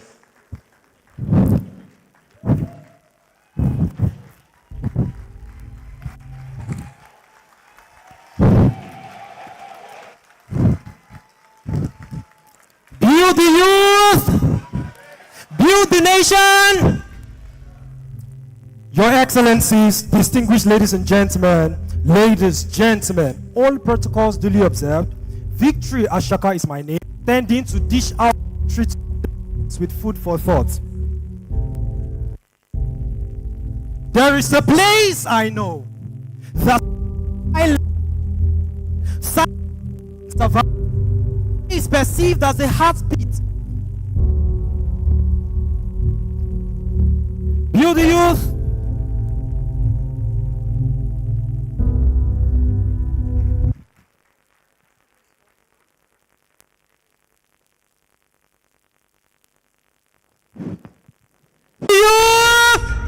Build the nation. Your Excellencies, distinguished ladies and gentlemen, all protocols duly observed. Victory Ashaka is my name, standing here to dish out poetry to feed our minds with food for thought. There is a place I know that sprawls with islands and plain lands, sandbars and savannas, a place perceived as the heartbeat of this little rock called Earth, a colorful patchwork as the epicenter of cultural transition, pumping with energy, jaw-dropping cultural artifacts and adorable craftworks that make people marvel. A place where buried treasures resurrect in the form of die-hard, vibrant young people who bear the coat of arms with independency for our democracy, like our founding fathers who walked the sand of time, because to press up youthful willpower always work out. I speak of vibrant young and female young professionals like you and I who value insight in sight of obstacles. I speak of those who have got dark melanin on the outside but bright as the morning star on the inside, no thanks to color blindness. I speak of those whose souls are well springs of potentials that no matter the weather, they never cease to reign. I speak of male and female young professionals like you and I who value insight in sight of obstacles, who choose to reach for the stars yet remaining firmly grounded by defying the weight of gravity with a backpack of dreams loaded. I speak of the outliers and the high flyers, both former youth in white collars and informal youth in blue collars, dialing and answering the call of the nation as a true caller with no iota of discrimination for federal character. Oh, compatriots on this green land of jewel, youthful willpower is the strength of every thriving nation. As coalitions of dreamers rising as fearless redeemers with wild dreams to restore hopes of past heroes. We do not need to find lights in midday darkness because we are the stars with ideas to outshine obscurity. So let's level the bars for young stars to come alive as active participants in this future dialogue. From the crust of degradation to the cliff of transformation, if we toil with this dream, we would find other vessels. So let peace and love fizzle out hate and war, because this battle is to be fought with the ballot, not the bullet. Being a responsible resident is as important as being a president. To be selfless shepherd leading Nigeria's ship out of every hardship. Nigeria is not the Titanic and the youth must not let it sink, but to continuously carry our country's common unity in every community. I wish that the national grid doesn't collapse but the grid of nationals. I wish that the prices of goods doesn't rise like gravity without coming down. I wish universities aren't plagued with strikes without tangible goals. If there is equal opportunity, we'll dare to discover. If there is standardized education, we'll fulfill our desires. If there is more job placement, we'll fulfill our desires. Even if this entire thing is tiring, let's still believe that we can dream, but not to lean on the fractured ankle of history.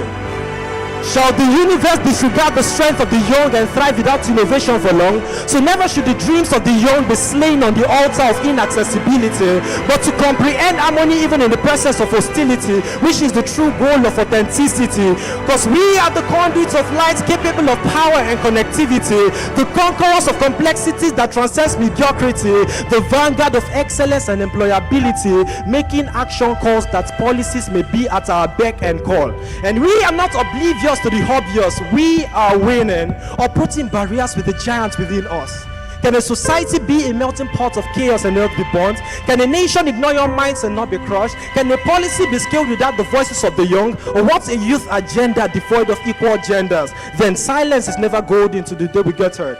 The future is here and now for leadership in every industry that inspires both artists to write poems and musicians to write songs. The Niger spirit is the literary dexterity of Chimamanda Adichie, the musical virtuoso in Rema, the Guinness culinary skills of Hilda Basi, the comic aesthetic of Lai Wasabi, and the fearless strike of Victor Osimhen. So catch the fire, get inspired to light up your touch of your attractive desire, stretch forth your arms, raise up the banner to speak truth to power, even to rise as true African giants and be twice as tall for a better time. The timeless essence of patriotism. And even when the table doesn't turn to us, we'll take our chairs to secure a seat at the table, because it's our time, our turn, and our future.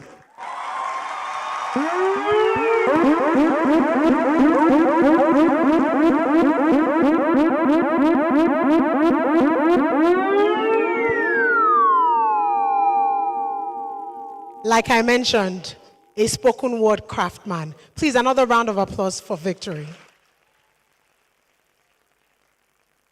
Next, we have a fireside chat titled The Ethical Leadership and Nation Building, the Blueprint for National Development. It's being moderated by Kadiri Ahmed, and our guest speaker for this is nobody other than the former governor of Lagos State and also the former minister of the Federal Republic of Nigeria, Babatunde Raji Fashola, SAN.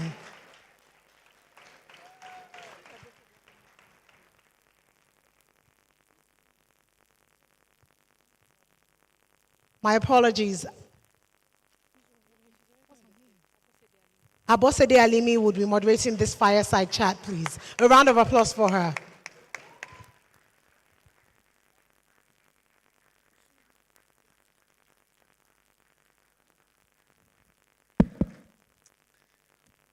Good afternoon, ladies and gentlemen.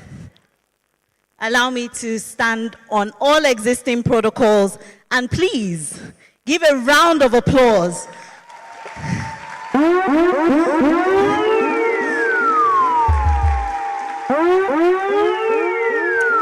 Thank you so much for being here, sir.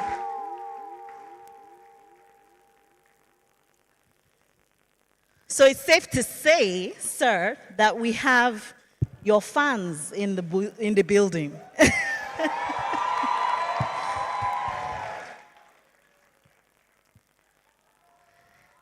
So today we're going to be talking about something that's really, really important. And I think that this is it's coming at a critical time because I've been here since morning and I've been listening. So we've been given the task to talk about ethical leadership and its impact on nation building. And in 30 minutes, create a blueprint for national development. But sir, I have to say, Your Excellency, that you are up to the task. So I want to start. There's a diverse group here. What is your concept of ethical leadership? And I want to throw in something there because I've had the opportunity to read your book. Now, not all of it, but in chapter 11, you spend time telling us as citizens our duties and responsibilities. So if you can also talk about ethical followership from your perspective. Thank you very much. Good evening. Let me express my word of commendation to the governor, the deputy governor, and the government of Lagos State for this great idea.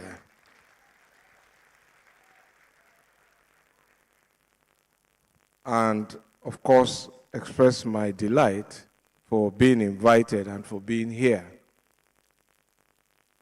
Now, I think that the underpinning rationale and framework around which ethics is discussed is, first of all, morality.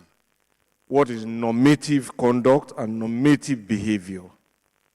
And, of course, how morals then shape what becomes law. And therefore, as I tell some people, what was lawful 20, 30 years ago may now become unlawful.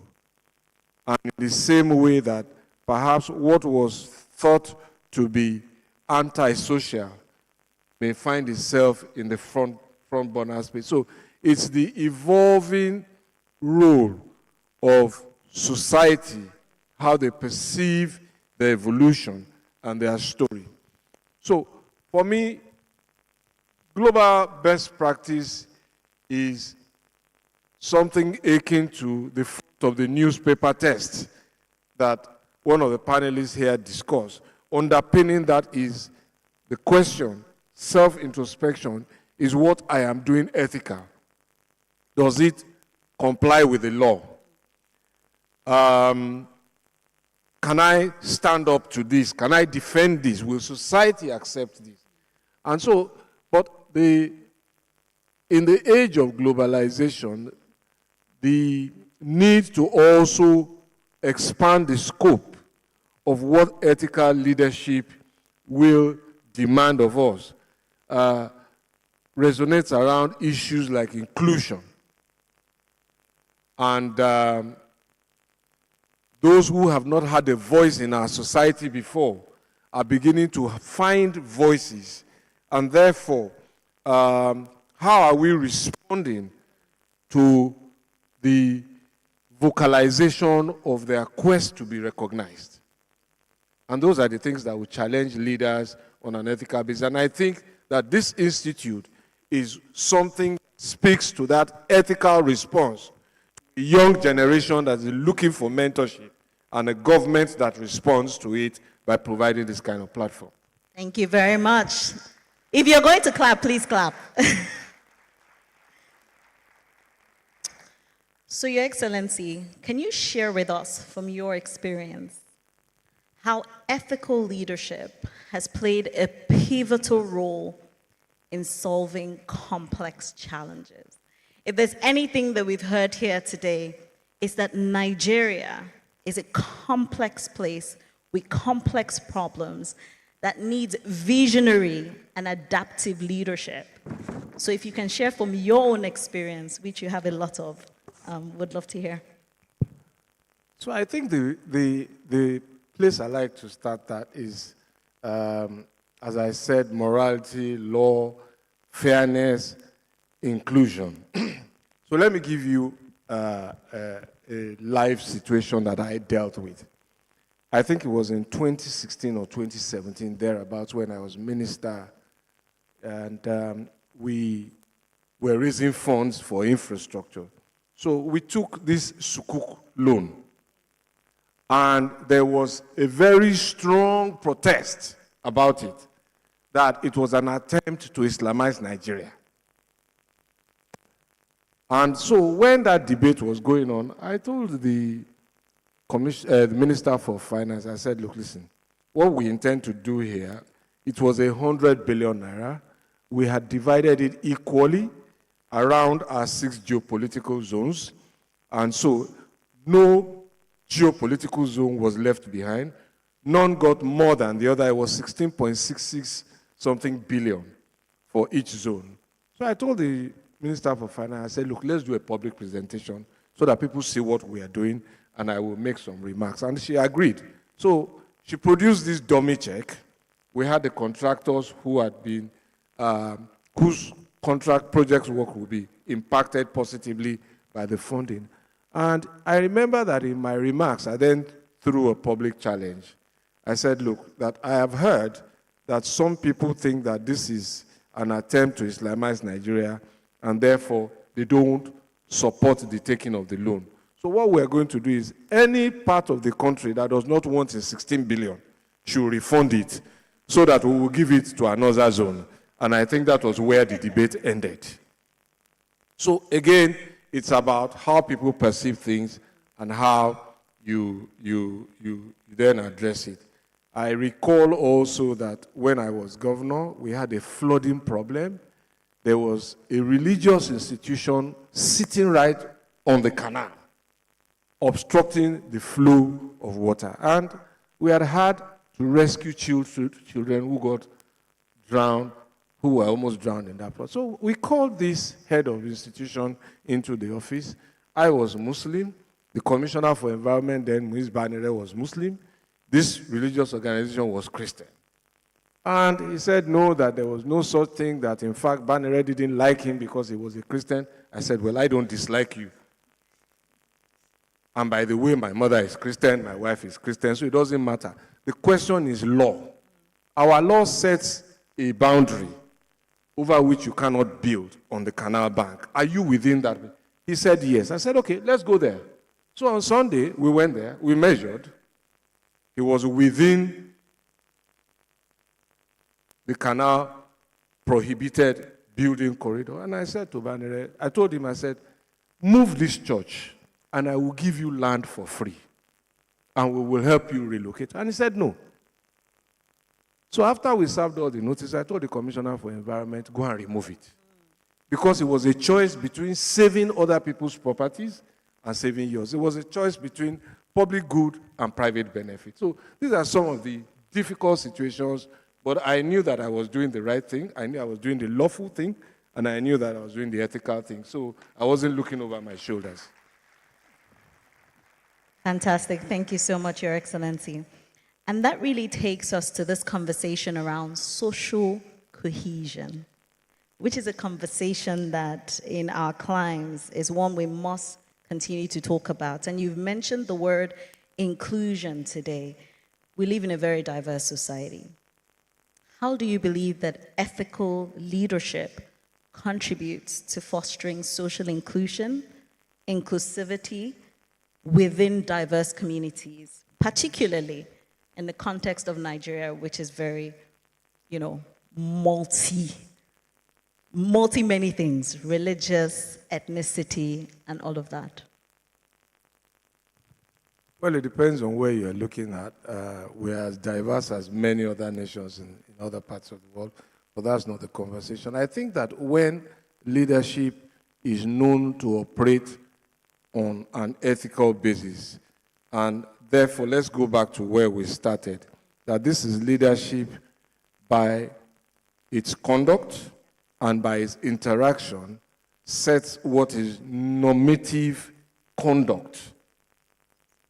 So if we go there, so how does that build cohesion? It means that it makes me feel that I will be treated equally. The law would apply to me without discrimination. It therefore builds trust, which is a very, very important component of government. So even if the consequence is painful, as a citizen, I feel that, okay, this is sacrifice worthy of making. Or I accept that, okay, I stepped over the line, and this is nothing discriminatory. But it comes from how the leader interacts with us.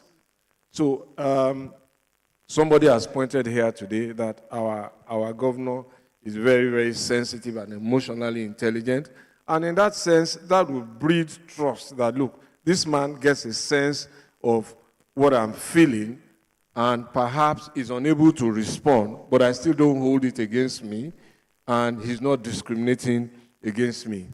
And so those are some of the things that government needs, really, the trust of the people. And once there is trust, there's almost very little that the government cannot do, because people are behind you. They will pay their taxes more voluntarily. They will make sacrifices more voluntarily, and so on and so forth. Thank you very much. Now, we have a lot of young people in this room, and we've heard some of the genuine challenges that they have. But given your role with youth empowerment, you have a lot of initiatives, and the mentoring role, I personally know a lot of people that you mentor. How do you think that we can encourage young people to uphold ethical leadership? If we ask them, I'm sure that there will be many reasons why that is more difficult in these times. What would you say, sir? Well, I don't think it's perhaps any more difficult than in my time. And so my generation was always taking those lessons from parents, from family, about protecting the family name and all of that. So those are things that spoke very, very poignantly to the need to be ethical, to avoid very deleterious conduct. So the lesson goes from generation to generation. The truth is that the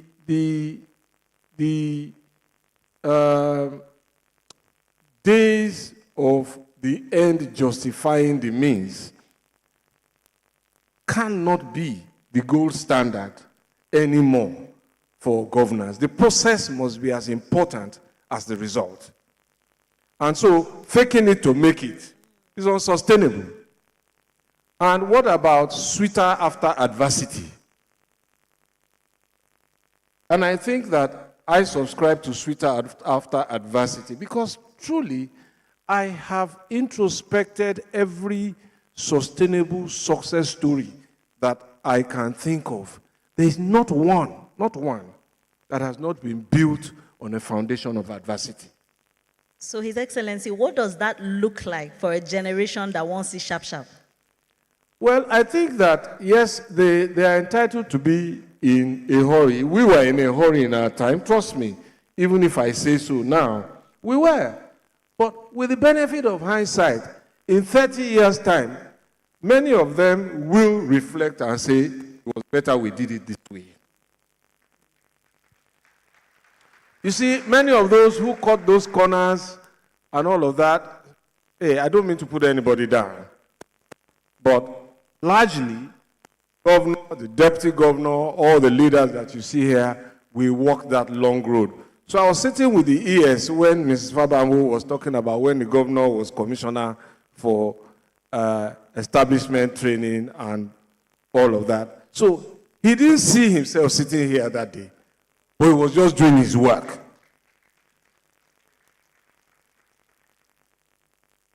And if anybody had told him in year so, you will be governor, and go and do it, I think, what are you talking about? But because he walked that route, he knows where all the secrets in the public service are. And he's gone back to bring some of the people who can do that. And so when I was chatting with him and I said, look, the time when I almost entered university at 15, and that I now realize that, okay, perhaps those who said you must be a certain age and you must be a certain this thing knew what they were doing. If that had happened, I would have been a lawyer at 18. And I was asking myself, I was telling him that, how would I have been able to advise husband and wife who wanted to divorce as an 18-year-old lawyer? So, but hey, it's good to be in a hurry. I had the privilege, this state gave me the opportunity to be chief of staff at 39. It was a tough office. So when the commissioner for Agric was saying that she cried on the first day, I didn't cry. But I told myself they were going to sack me. But it's a place I call the University of Life. There is no experience like it. Public service is the University of Life. If you have the opportunity, grab it with everything you can. Great. So before we start to create that blueprint, because I really want us to go away with the blueprint, I want to talk about how to integrate ethical considerations to create into policymaking and law enforcement, to create a just and fair society. You started talking about some of it earlier, but I mean, this is with your legal luminary background. Make it easy for all of us. It's tough. So, two quick examples. When we wanted to pass the law to prohibit the collection of 3 years' rent in advance in Lagos State, it was an executive bill. So, the Attorney General, in consultation with myself and a few others, brought the bill to council. So, we must pass it first in council before we then send it to Parliament to legislate it into law. I realized that that was one memo that many of my colleagues, the commissioners and special advisors in cabinet, did not support. So it was much later that it dawned on me. We took a coffee break. Then I called the chief of staff. I said, what's going on? Why am I not getting support for this? He said, all of them are landlords. And I said, okay. And I decided, unlike normally to persuade them, I decided I was just going to bully them into it. We passed it in the event, and so was it. Then the next one was when we wanted to pass a law to restrict the number of roads, especially the highways, that motorcycles of a certain cadre will traverse. And I think the deputy governor was still in cabinet then, he will remember. Again, we got resistance, only for me to interrogate and find out that there were members of cabinet who were operating Okada business.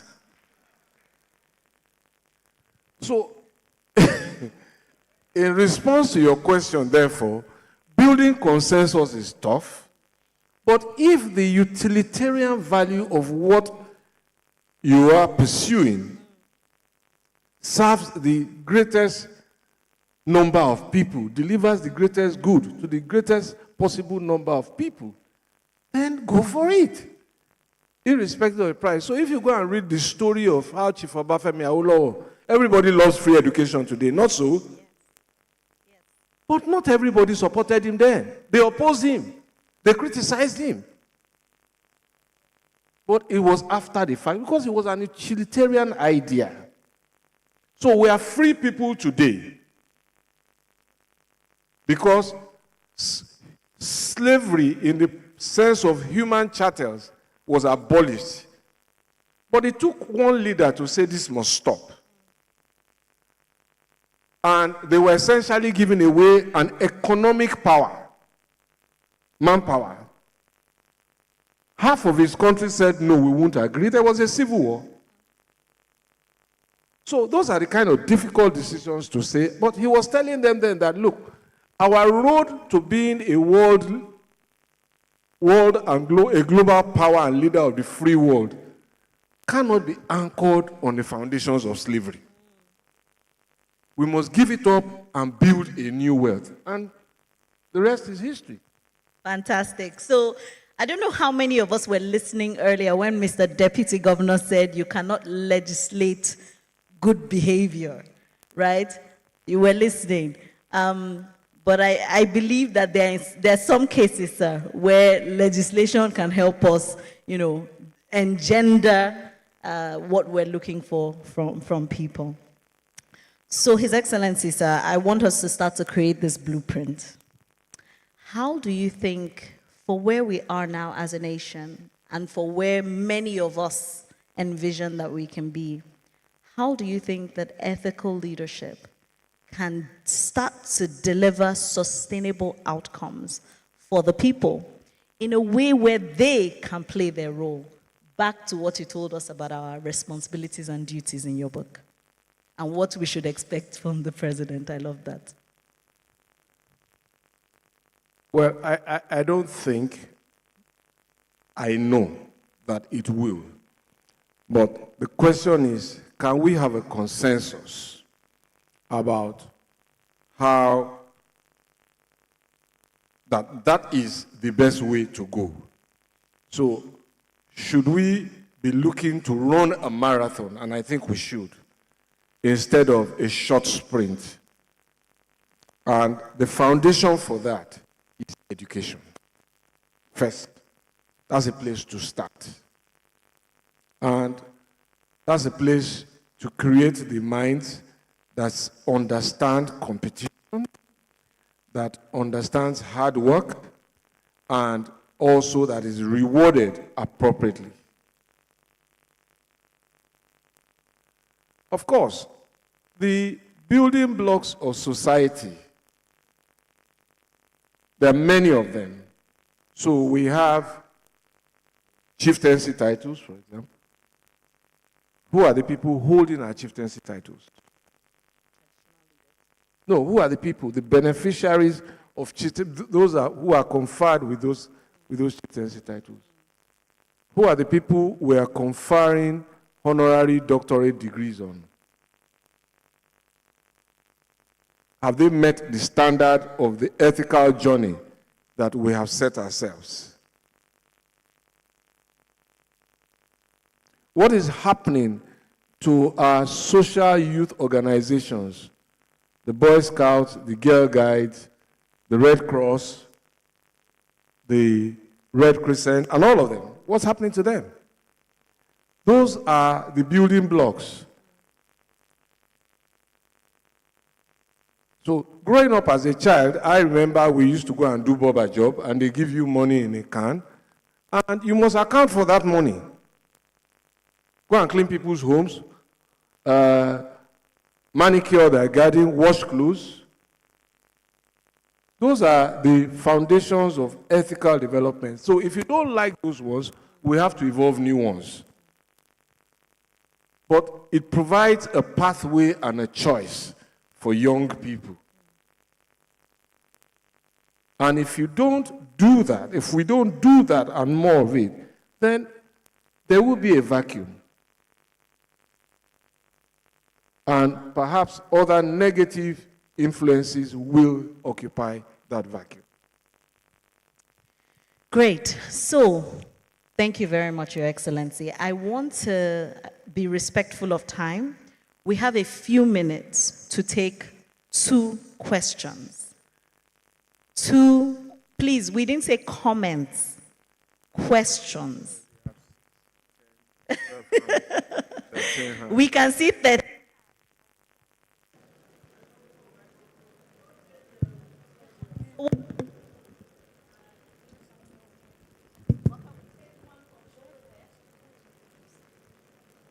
Can we take one from the right and one from the left, please?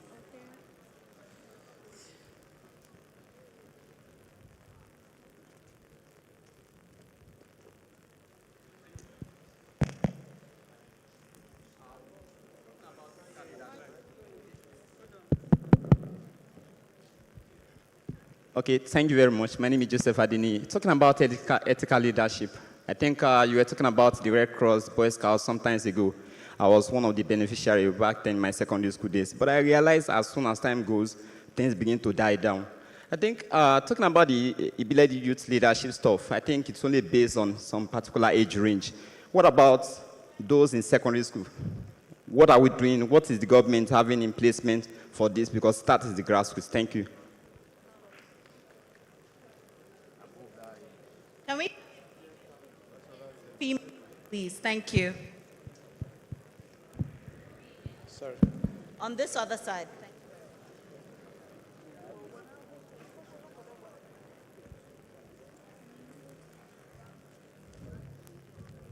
you.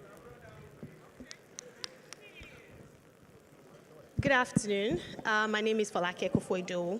I wanted to talk about, you mentioned something about education being the foundation for the kind of ethical leadership and followership that we want. And I want to ask, maybe not your opinion, but how best can the government, federal, state, local, incorporate ethical education? When I was growing up, there was a lot of talk about omoluabi. So we heard a lot about the virtues of being good and all of these things. But today, we hear a lot of amplifying of the bad. You know, we've been fighting corruption for 30 years, but corruption is still here. Why are we not promoting honesty and integrity all through government parastatals, education, schools? So how best do you think the government can incorporate this across board? Older people, school age, out of school, because what we focus on grows. Thank you very much. I think that the first question about what is happening to those social clubs in the secondary school will be properly directed to the Honorable Commissioner for Education, because I think that is the place where you will get a more factual and less hypothetical answer about what is happening there. With regard to the second question about what to do in order to promote ethical this thing, I think that the much that I can recollect, the curricula in all the schools certainly contain some component of ethics from primary right through to university. Even in my profession in the law school, no matter what you scored in all the other subjects, if you didn't pass professional ethics, you don't graduate. So beyond abdication, and I will come back to this in a moment, we, and all of us as parents, must understand that the school is not the only place to get educated. Education starts and ends in the house. The school is just a transitory place to continue it. And in terms of education, I think that we're probably the only mammals who delegate parenting. And one of the things I find most fascinating when I'm watching documentaries on animal evolution is that each animal teaches their child by themselves. The cats teach their children to hunt. They injure a small animal who can still run and teach them. You have to kill to survive. So that's their school. So it starts from home because the school is like the wild. So we must, as parents, take that responsibility, be involved. And I remember back in the day, we used to say that for any child to pass from one class to the other in Lagos State public schools, the parents, apart from scoring a certain number of marks, the parents must also have attended a minimum number of parents-teachers meeting, because parents are the mirror through whom children see life. And so parents must take that responsibility. Thank you very much, sir. Please give His Excellency a round of applause. So, sir, before we go, I want to give you an opportunity for any final thoughts, any final remarks on ethical leadership and nation building. What would you say to these young people? Well, I think I've said it. I will repeat it. The end doesn't justify the means.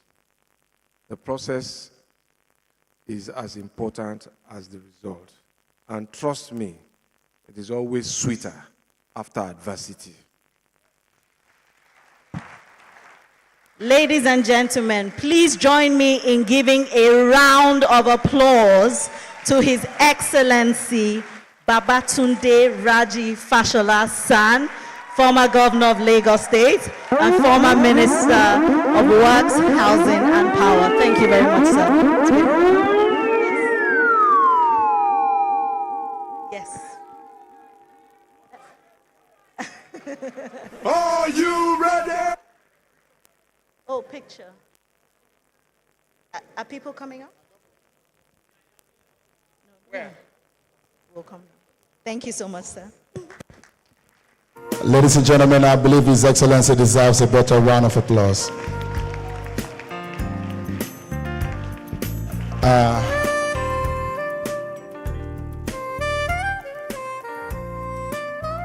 Trust me, ladies and gentlemen, we are rounding up this session in the next few minutes.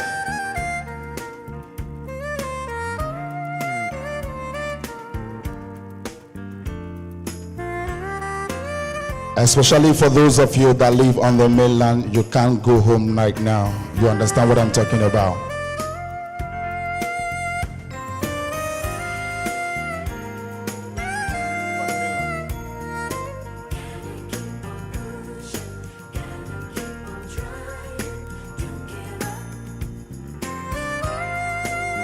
Ladies and gentlemen, the time of waiting for is here. The moment we've been anticipating is here. Ladies and gentlemen, I would like to present to you or to invite to the podium right now our very own chief host. Ladies and gentlemen, can we all stand up on our feet to honor the leader of the city of aquatic splendor. Ladies and gentlemen, shout if you want to shout, clap if you want to clap. Let's welcome Mr. Governor, Governor Babajide Olusola Sanwo-Olu. Hi, how are you? Tell me, this is Lagos. This is how we do it in Lagos. You know what? Ekono they carry last. A big round of applause to yourself. Well, let's give a Lagos welcome to all of our other guests from other states in the country. From Abia to Anambra to Ekiti, to all of them. Let's give them a very big round of applause. To all of our viewers, thousands and thousands of them online that have been here for the past almost 8-10 hours now. Aisha, it's only you that can do that. And you're going to get one for that. Please give yourself a round of applause. This hall is still as filled up as it was at 9 o'clock this morning. You are the best. And indeed, this is your summit. This is for each and every one of you. Please be maybe seated. Thank you very much. Thank you very much. It's such an honor to be here this evening. So Aisha said to me that, Mr. Governor, don't wear tie. Don't wear something. You know, she's very finicky about all. It has to be a tech talk. I said, which one is tech talk again? You have to come out as if you are Steve Jobs. I said, the man is late. I said, you have to do. I said, but these are my people. They said, no. I want you to come in jeans. You have to be this. She brought all of the conditions. But guess what? It's been an honor to be here today. I have tuned in since 9 o'clock. And I know that this place has been filled to the brim. We had to change the venue when we saw the number and the sheer interest at this leadership summit. We have to look for a bigger space. And I'll tell you something, next year is going to be bigger, it's going to be bolder, it's going to be better than what we have done here today. And I think it's appropriate here that I thank everyone, all of our great speakers that have come out today. From my very good Abru, the managing director of Sterling Bank, Abubakar Suleiman, who, I was watching it online, but I heard that there was a very great debate when it came up, and all of my fellows came up here, and they were able to show you the class and the stuff they are made of. Let's give them a round of applause. And I know that when it was the turn of Dr. Oduwole, she didn't want to even leave the mic. She wanted to stay here forever because she was talking about the Nigeria that we want. And I knew that she was indeed very thrilling. She was a woman of substance, and I'm sure that we've gained a whole lot from all of the conversations and the discussions that we've heard from her. And going forward, my able, capable, dynamic Mr. Deputy Governor on a fire chat with Bukola. And Bukola was saying to me that I dealt with him, but Deputy said I would deal with her back. But the bottom line was that talking about community engagement in leadership, I'm sure you've not gotten it any better. So let's give it a round of applause for Mr. Deputy Governor again. So I came in when our very cerebral Honorable Minister for Innovation and Tech, Dr. Bosun Tijani, was talking. And you saw all the great stuff in which he was talking about. AIs and the new world and the kind of new discoveries that we need to have. Indeed, you can see that he was a man for that job. He's the real one that indeed can take technology, innovation of our country to the next level. But guess what? He's a Lagosian. Please give him a round of applause. And moving on, you saw all of the various plenary sessions, the ones that were led by Mojibade Shosoya. Very, very inclusive. The one that was led, by the lady with the heart, Adara. She was in charge. You could see that indeed these are all conversations that nobody, could have dealt with any better. The one that my senior special assistant, Nike, also came out. Oh, okay. I've actually promoted her. I didn't know. I'm so sorry. My bad. GM. She's not just a senior special. She's a general manager now. But let's give it a round of applause. Nike, thank you very much. And I think the one by Akeem himself. Thank you very much, Akeem. I was able to log in at that time, and I know that there were a lot of great things, But more importantly, my brother, my leader, my Egbon, BRF himself, gave you time, gave you space, gave you the power to listen to him. One of the things I've taken away again, you know what? During the time of BRF, flood did. You heard him when he said it. That's all we've been dealing with flood. But indeed, we're not just dealing with flood, we're dealing with all of the adaptation strategy to be able to resolve and solve, the flooding issues. Climate change is real. Go on the internet. Saw what happened in Dubai yesterday. Rains that they've not seen in 75 years. Water is entering they were had to shut down the whole of the airport. And so for us, it's not about the problem that we face. It's about the innovative strategies and the solutions that will bring about to solve the challenges and the problem that we face. And that's why you are here. You are here to think out of the box. You are here to be able to innovate for us. You are here as leaders, not of tomorrow, but today, to help us bring about solutions that government can use as a tool to solve the challenges that we're facing today, but more importantly, to be able to solve global issues, to be able to solve global problems. And that's why we had birthed the Lateef Jakande Leadership Academy.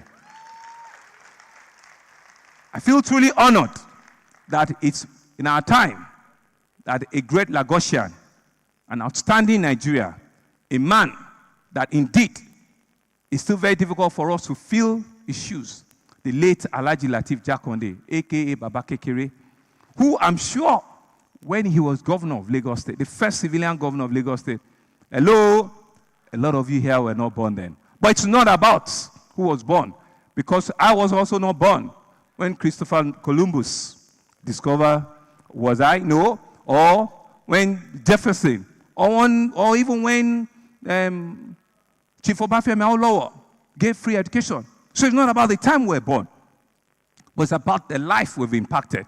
It's about the life that we have impacted. It's about the changes that we have made. And for us as a government, we felt how well can we honor a man than for us in public sector to set up the cream of new leaders that we also will donate and will outlive us. So we set up this school as an academy that has the first set that will be ending the first fellowship, which has been a one-year fellowship, 30 of them, and I'm going to be calling them up very, very soon, who indeed have not only shown us that we took the right step, but they've been outstanding individuals. They're self-starters, they've been self-motivated, and indeed, I've been truly, truly, truly excited that we took the call. And the 30 of them has indeed challenged us and said that, you know what, we're not just the best. There are several others that are still going to come behind us that are also going to do great things. So let's give it a round of applause to Aisha Agbaje, who is the Executive Secretary of the Leadership Academy, and to all the 30 fellows, the current 30 fellows. Can I see your hands? Can I see your hand? Please, can you begin to make your way up? Please, let's give them a round of applause. I didn't even know that they were all seated together. Let's give them a round of applause. Let's give them a round of applause. They are indeed the change agents that we talked about. The real leaders that we are beginning to see in Lagos State, but truly, really, really, for all of you that has been part of this year's Leadership Summit, to be able to fix something, you've seen them, you can ask them questions after this event, you can actually start engaging them. How has been experience been? What are their takeaways? What are the things that they've innovated or they've talked about and they've brought forward in government? What are the challenges they've had to deal with? It's been a residential one-year fellowship academy. They all live together, they all eat together, they go out together, and they challenge themselves. And you can see that it's also a gender-reflective academy.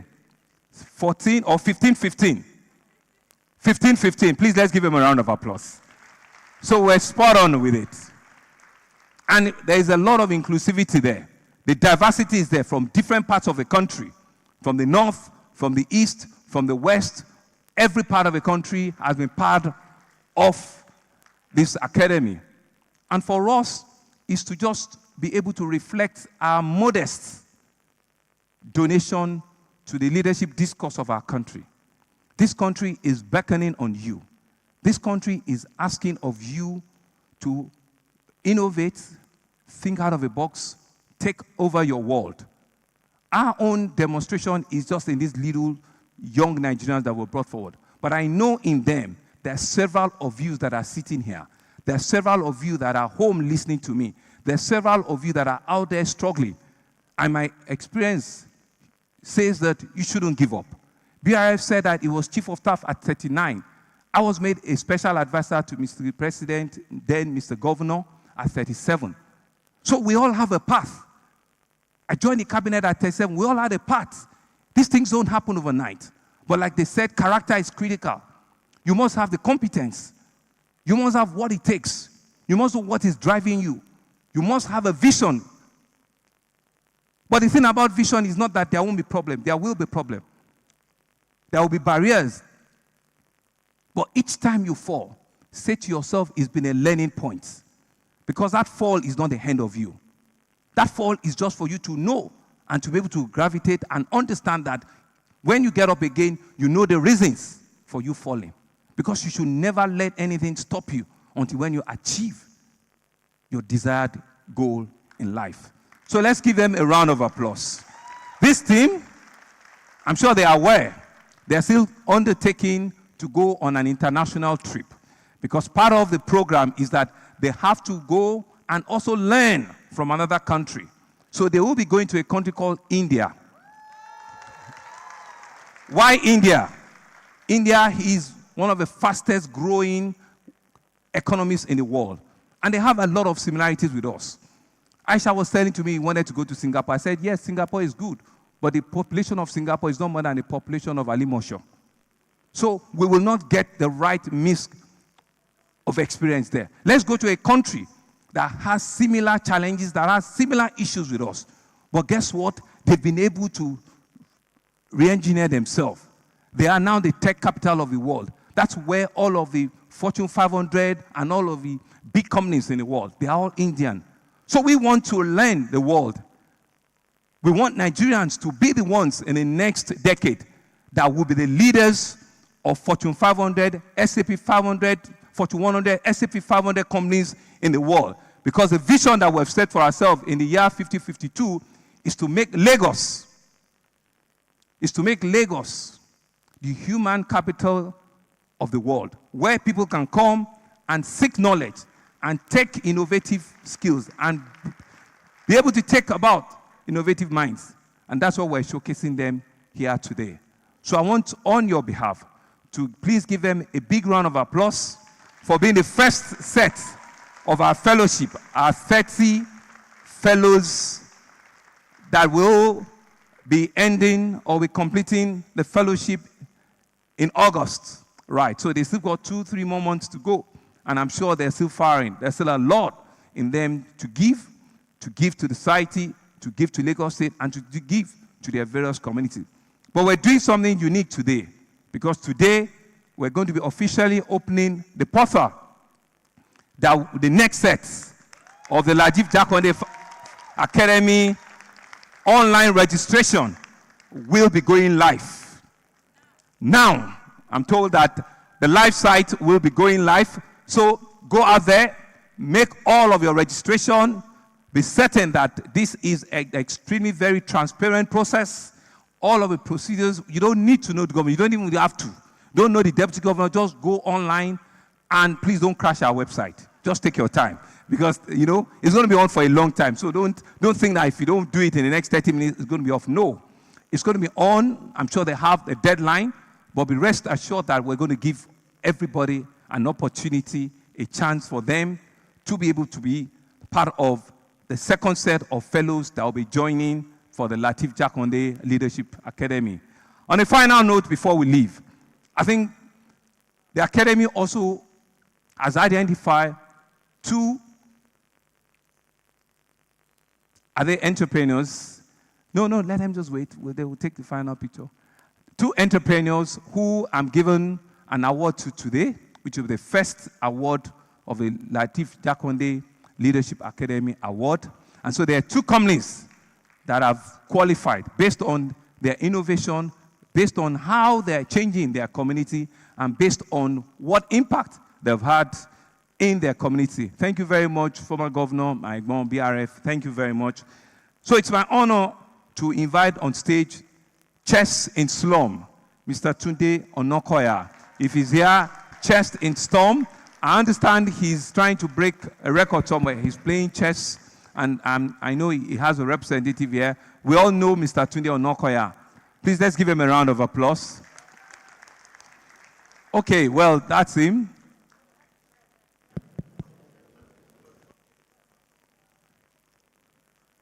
Thank you very much. Where's the award? Oh, okay, thank you. Please, let's give him a round of applause. You all know that, he deserves it. I had met with him a couple of times, and I'm truly, truly excited with what he's doing. Thank you very much. Thank you. Thank you. Thank you. Thank you. Thank you. Thank you. See? We're not just giving plates. We're giving support. Congratulations. And the second, from Women in Leadership Advancement and Network, it's called Wheeland Global. Abosede George Organ.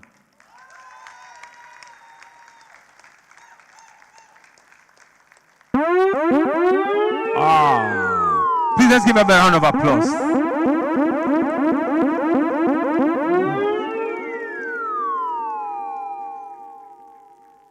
Congratulations.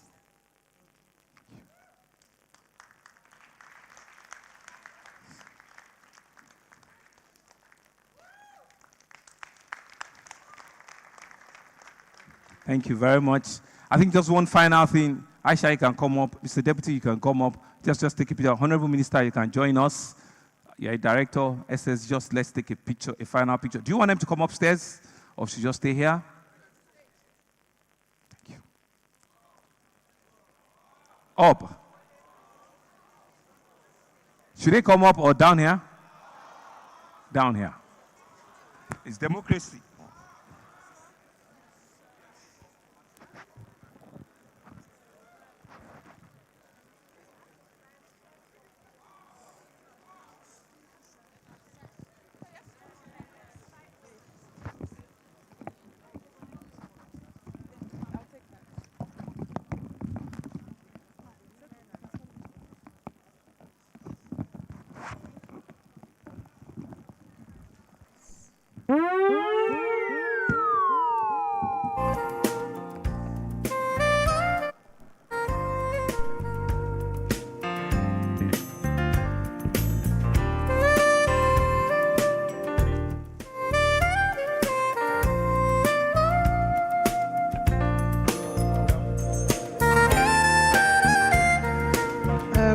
Ladies and gentlemen, I want you all to understand that we are about to have a performance immediately after this. Thank you very much, Mr. Governor, for leading us into that. You are a great leader, you're a compassionate leader. I would like to thank you. So ladies and gentlemen, we are about to have the performance right about now. Permit me to invite to the stage right about now DNMT. And after the performance, ladies and gentlemen, in case you don't know, Davido is not coming. DNMT, let's do this real quick. Thank you very much. Ladies and gentlemen, are you ready? Ladies and gentlemen, are you ready?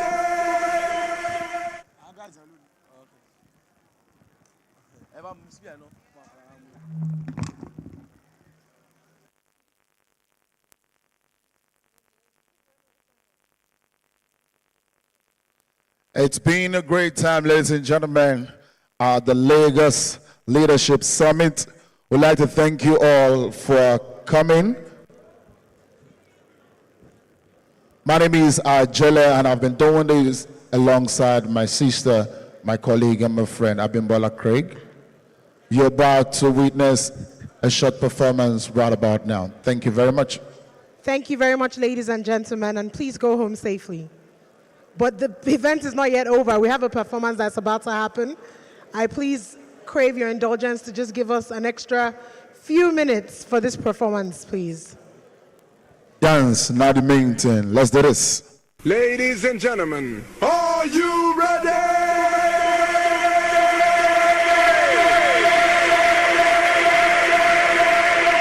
10, 9, 8, 7, 6, 5, 4, 3, 2, 1.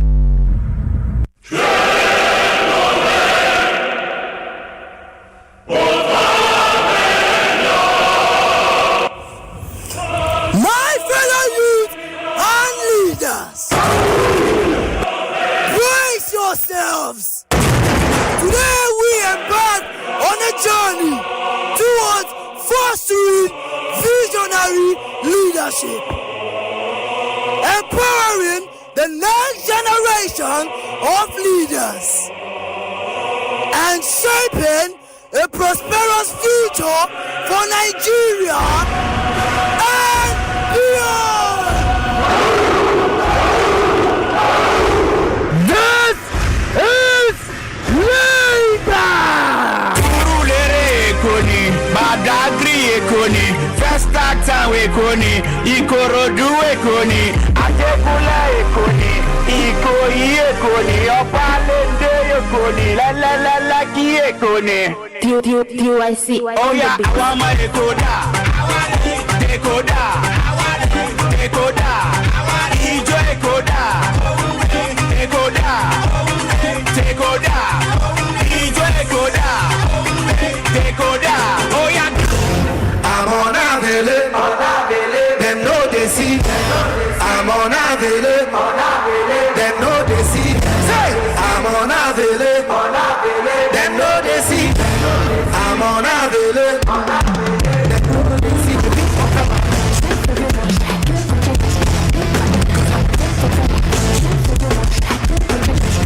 Say,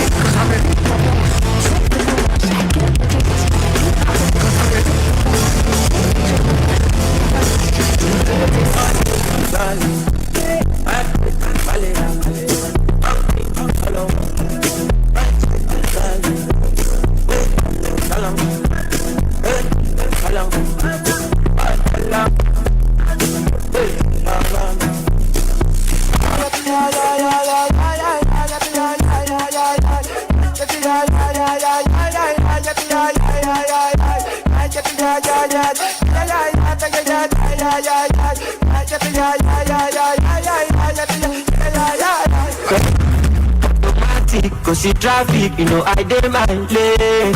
I'm classy, Joe. I'm classy. Oh, le Bugami, Iyami, me them give me space. I'm classy, Joe. I'm classy.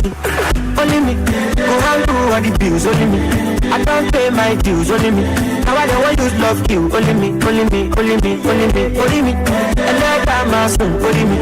I like it all, Lord, only me. You for the all day, only me, only me, only me. I'm a piano, it's a big vibe, but the girls them know. Steadily, steadily, steadily. I'm a piano, it's a big vibe, but the girls them know.